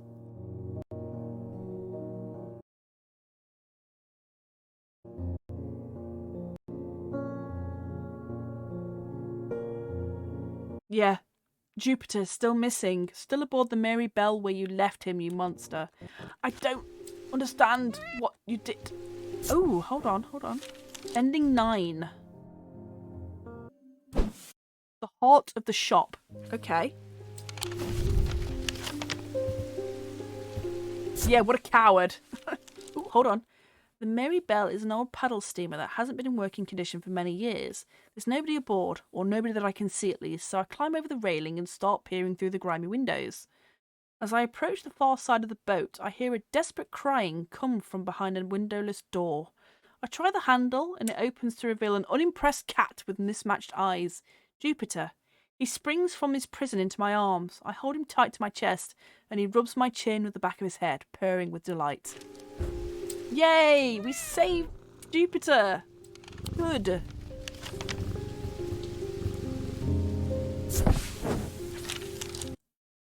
This curious plant shop on the edge of town is a quiet haven away from the bustle of the centre. Ordinarily, I'd be delighted to while away some time here, but I do have important work to do. And yet, an hour later, I find myself leaving the shop with a pot of palliance and a weight off my shoulders. Oh no, I've done this. Yeah, I've seen that already. We did that in the game. What's the ending, though? An old grave is worn. There's an inscription once, but it's too faded and crumbled to read. I think I did this as well. Oh wait, no I didn't. I don't remember this. The candle brings the past into focus and I'm able to read the inscription on the tomb. Arthur Ambrose, proprietor, Strange Antiquities, 1412 to 1507. Beyond the veil, in the dark, beats the shop's forbidden heart. Bring protection for thy mind, against the horrors you might find. Take sweet breath to clear the tainted air. Stay wakeful, 'tis the slumber there. 'Tis death to slumber there. Ooh, okay.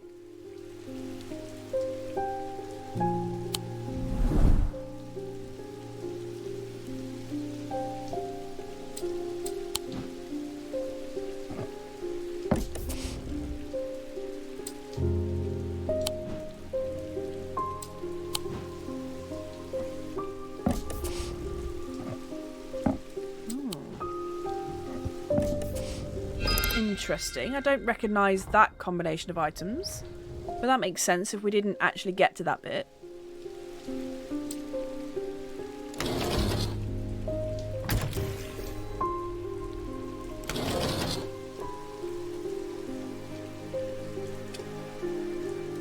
Cool. Okay, well that's freaking out, so what do you do with that?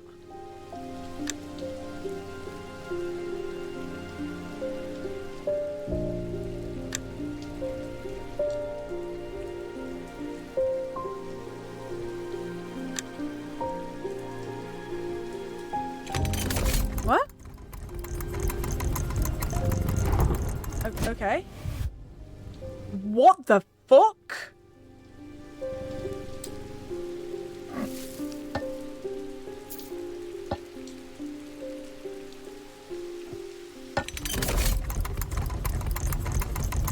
What the fuck is that? An eye into the cosmos?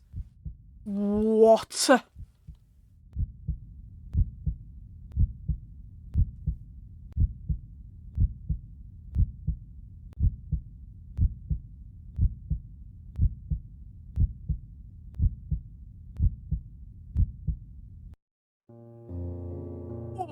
What? I've entered the heart of the shop. I am a part of Strange Antiquities now. I flow with the thormic energy of 1,000 years. I am at peace. What? Oh. It's an amazing ending. What the fuck? Ending number 9, the heart of the shop. I feel its rhythmic pulse. I am enveloped in its warm embrace. Yeah, the literal heart of the shop. Holy shit. Wow, so I guess everyone survived. Okay. Ending number 8. We've got that one. Okay. Ending number 7. Ennobled death. I think we had that one, didn't we? I think that's the one with Eli killing himself. Yes. Yes, it is. Okay. How to get ending 5. Okay.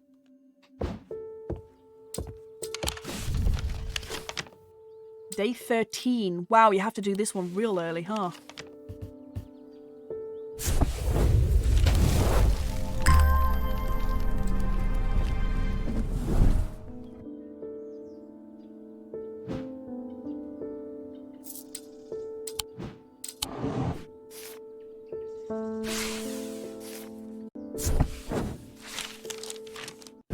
Bolts. Yep, I remember doing that.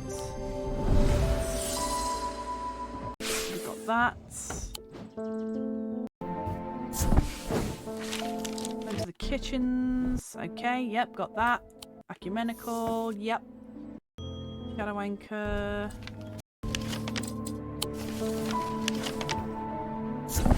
Barrows for the shroud. Okay.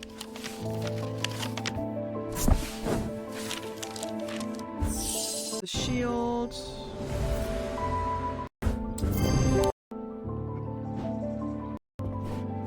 Sorry, I'm just skipping ahead, by the way. We've pretty much got this one. Truth conduit. Oh, yeah.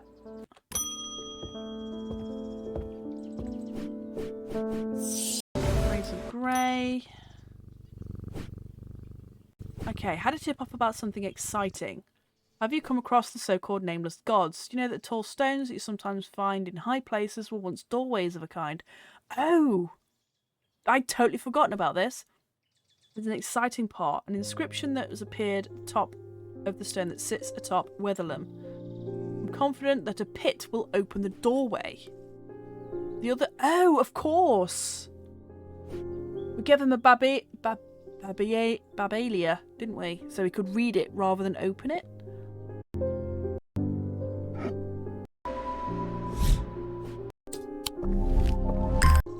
Okay. Oh.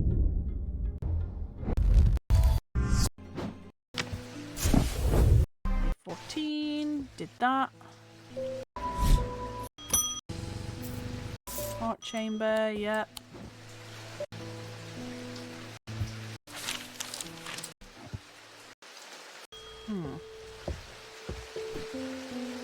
Oh, yes, of course. Something at the museum isn't right. I'm worried that it's my fault. I can weaken it using a witherance.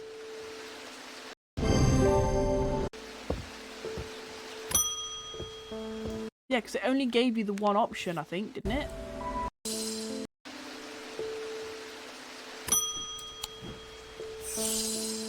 Yeah, you can only give him the witherance. Okay.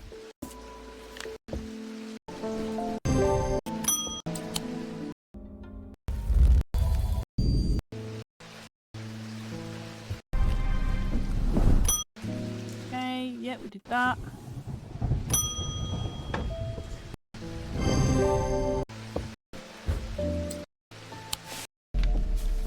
Okay.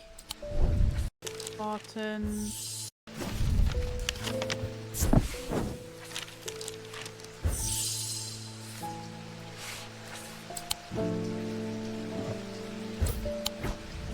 Okay. Use the candle. Marwan's lost treasure.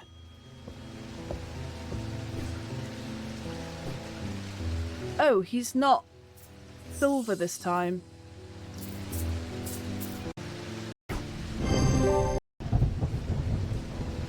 Of course. Was it Bonnie trying to kill him that changed his hair?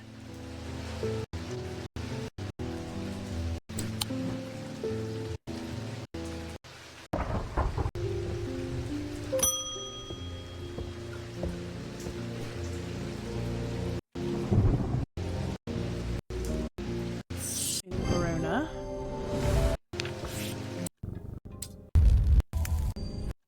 Ball of string. Did all that, did all that. Come on, come on, come on, come on.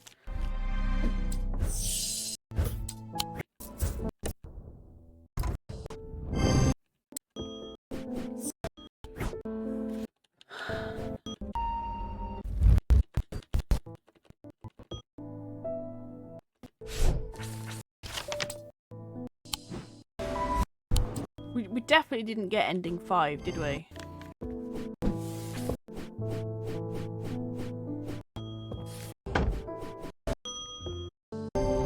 Wait, hold on. Oh no, I thought that was Rose then. Rebecca Rose.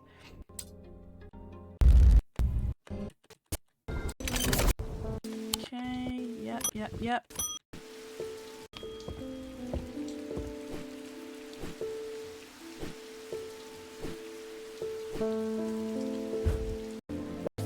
Okay, so he's not white-haired yet. Meet with Barton Potter. Standing beside him is someone I didn't expect to see.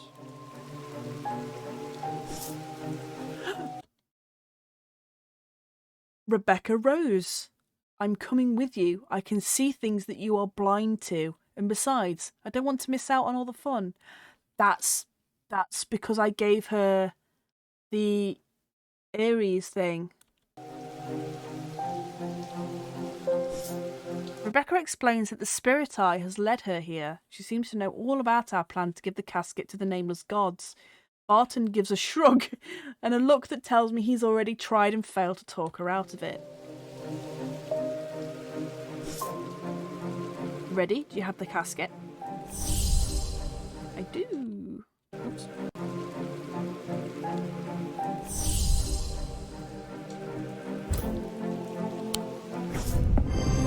Show him the small black chest and his hand moves to rub the side of his eye absent-mindedly. Smaller than I remember. We begin our descent. Stop. Is it so abruptly I nearly dropped the torch? Oh, I keep pausing instead of skipping. Obstacle is too big. Daedalus link, fire. Okay, this whole place is alive with swirling shadows. We should not stay here. Let's make the offering and go. Offering? I bring out the casket and gaze upon the intricate surface for a moment. It's a horrible thing, isn't it? Be careful with it and do not open it. Yeah, can't argue with old ladies. We wait. None of us are sure how to proceed. Rebecca seems to be expecting something to happen, so we wait in silence. I try to keep my thoughts from drifting to the casket. What does it contain? Maybe I should open it and find out. They're not coming. We're going to have to call the nameless ones to us. I hope you know how, because I'm afraid I have no idea. I begin to say I'm equally lost, but then the flickering torch in my hand reminds me of something. There is a way.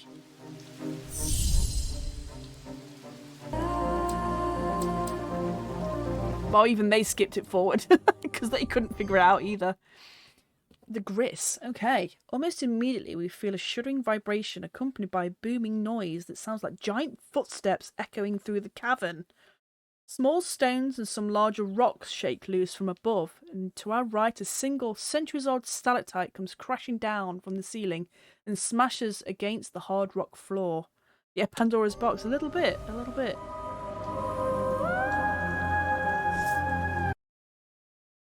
Yo, I watch in stunned horror as the pool in front of us begins to ripple and swirl, and a huge hand emerges from within, its palm held upwards, fingers curling towards the stalactites dripping down from the roof of the cavern.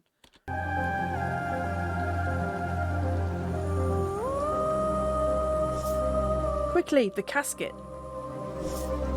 hesitate, but only for a moment. I throw the black casket towards the outstretched hand, and it closes around it into a fist before slowly retreating back below the surface of the pool. It flips you the bird at the end. Yeah, it should do.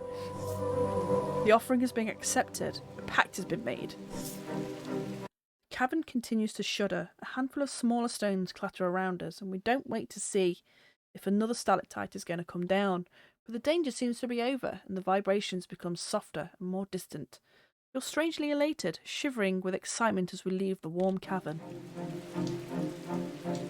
What did we do? I glance back one last time at the black pool. Its surface is still. What did we do?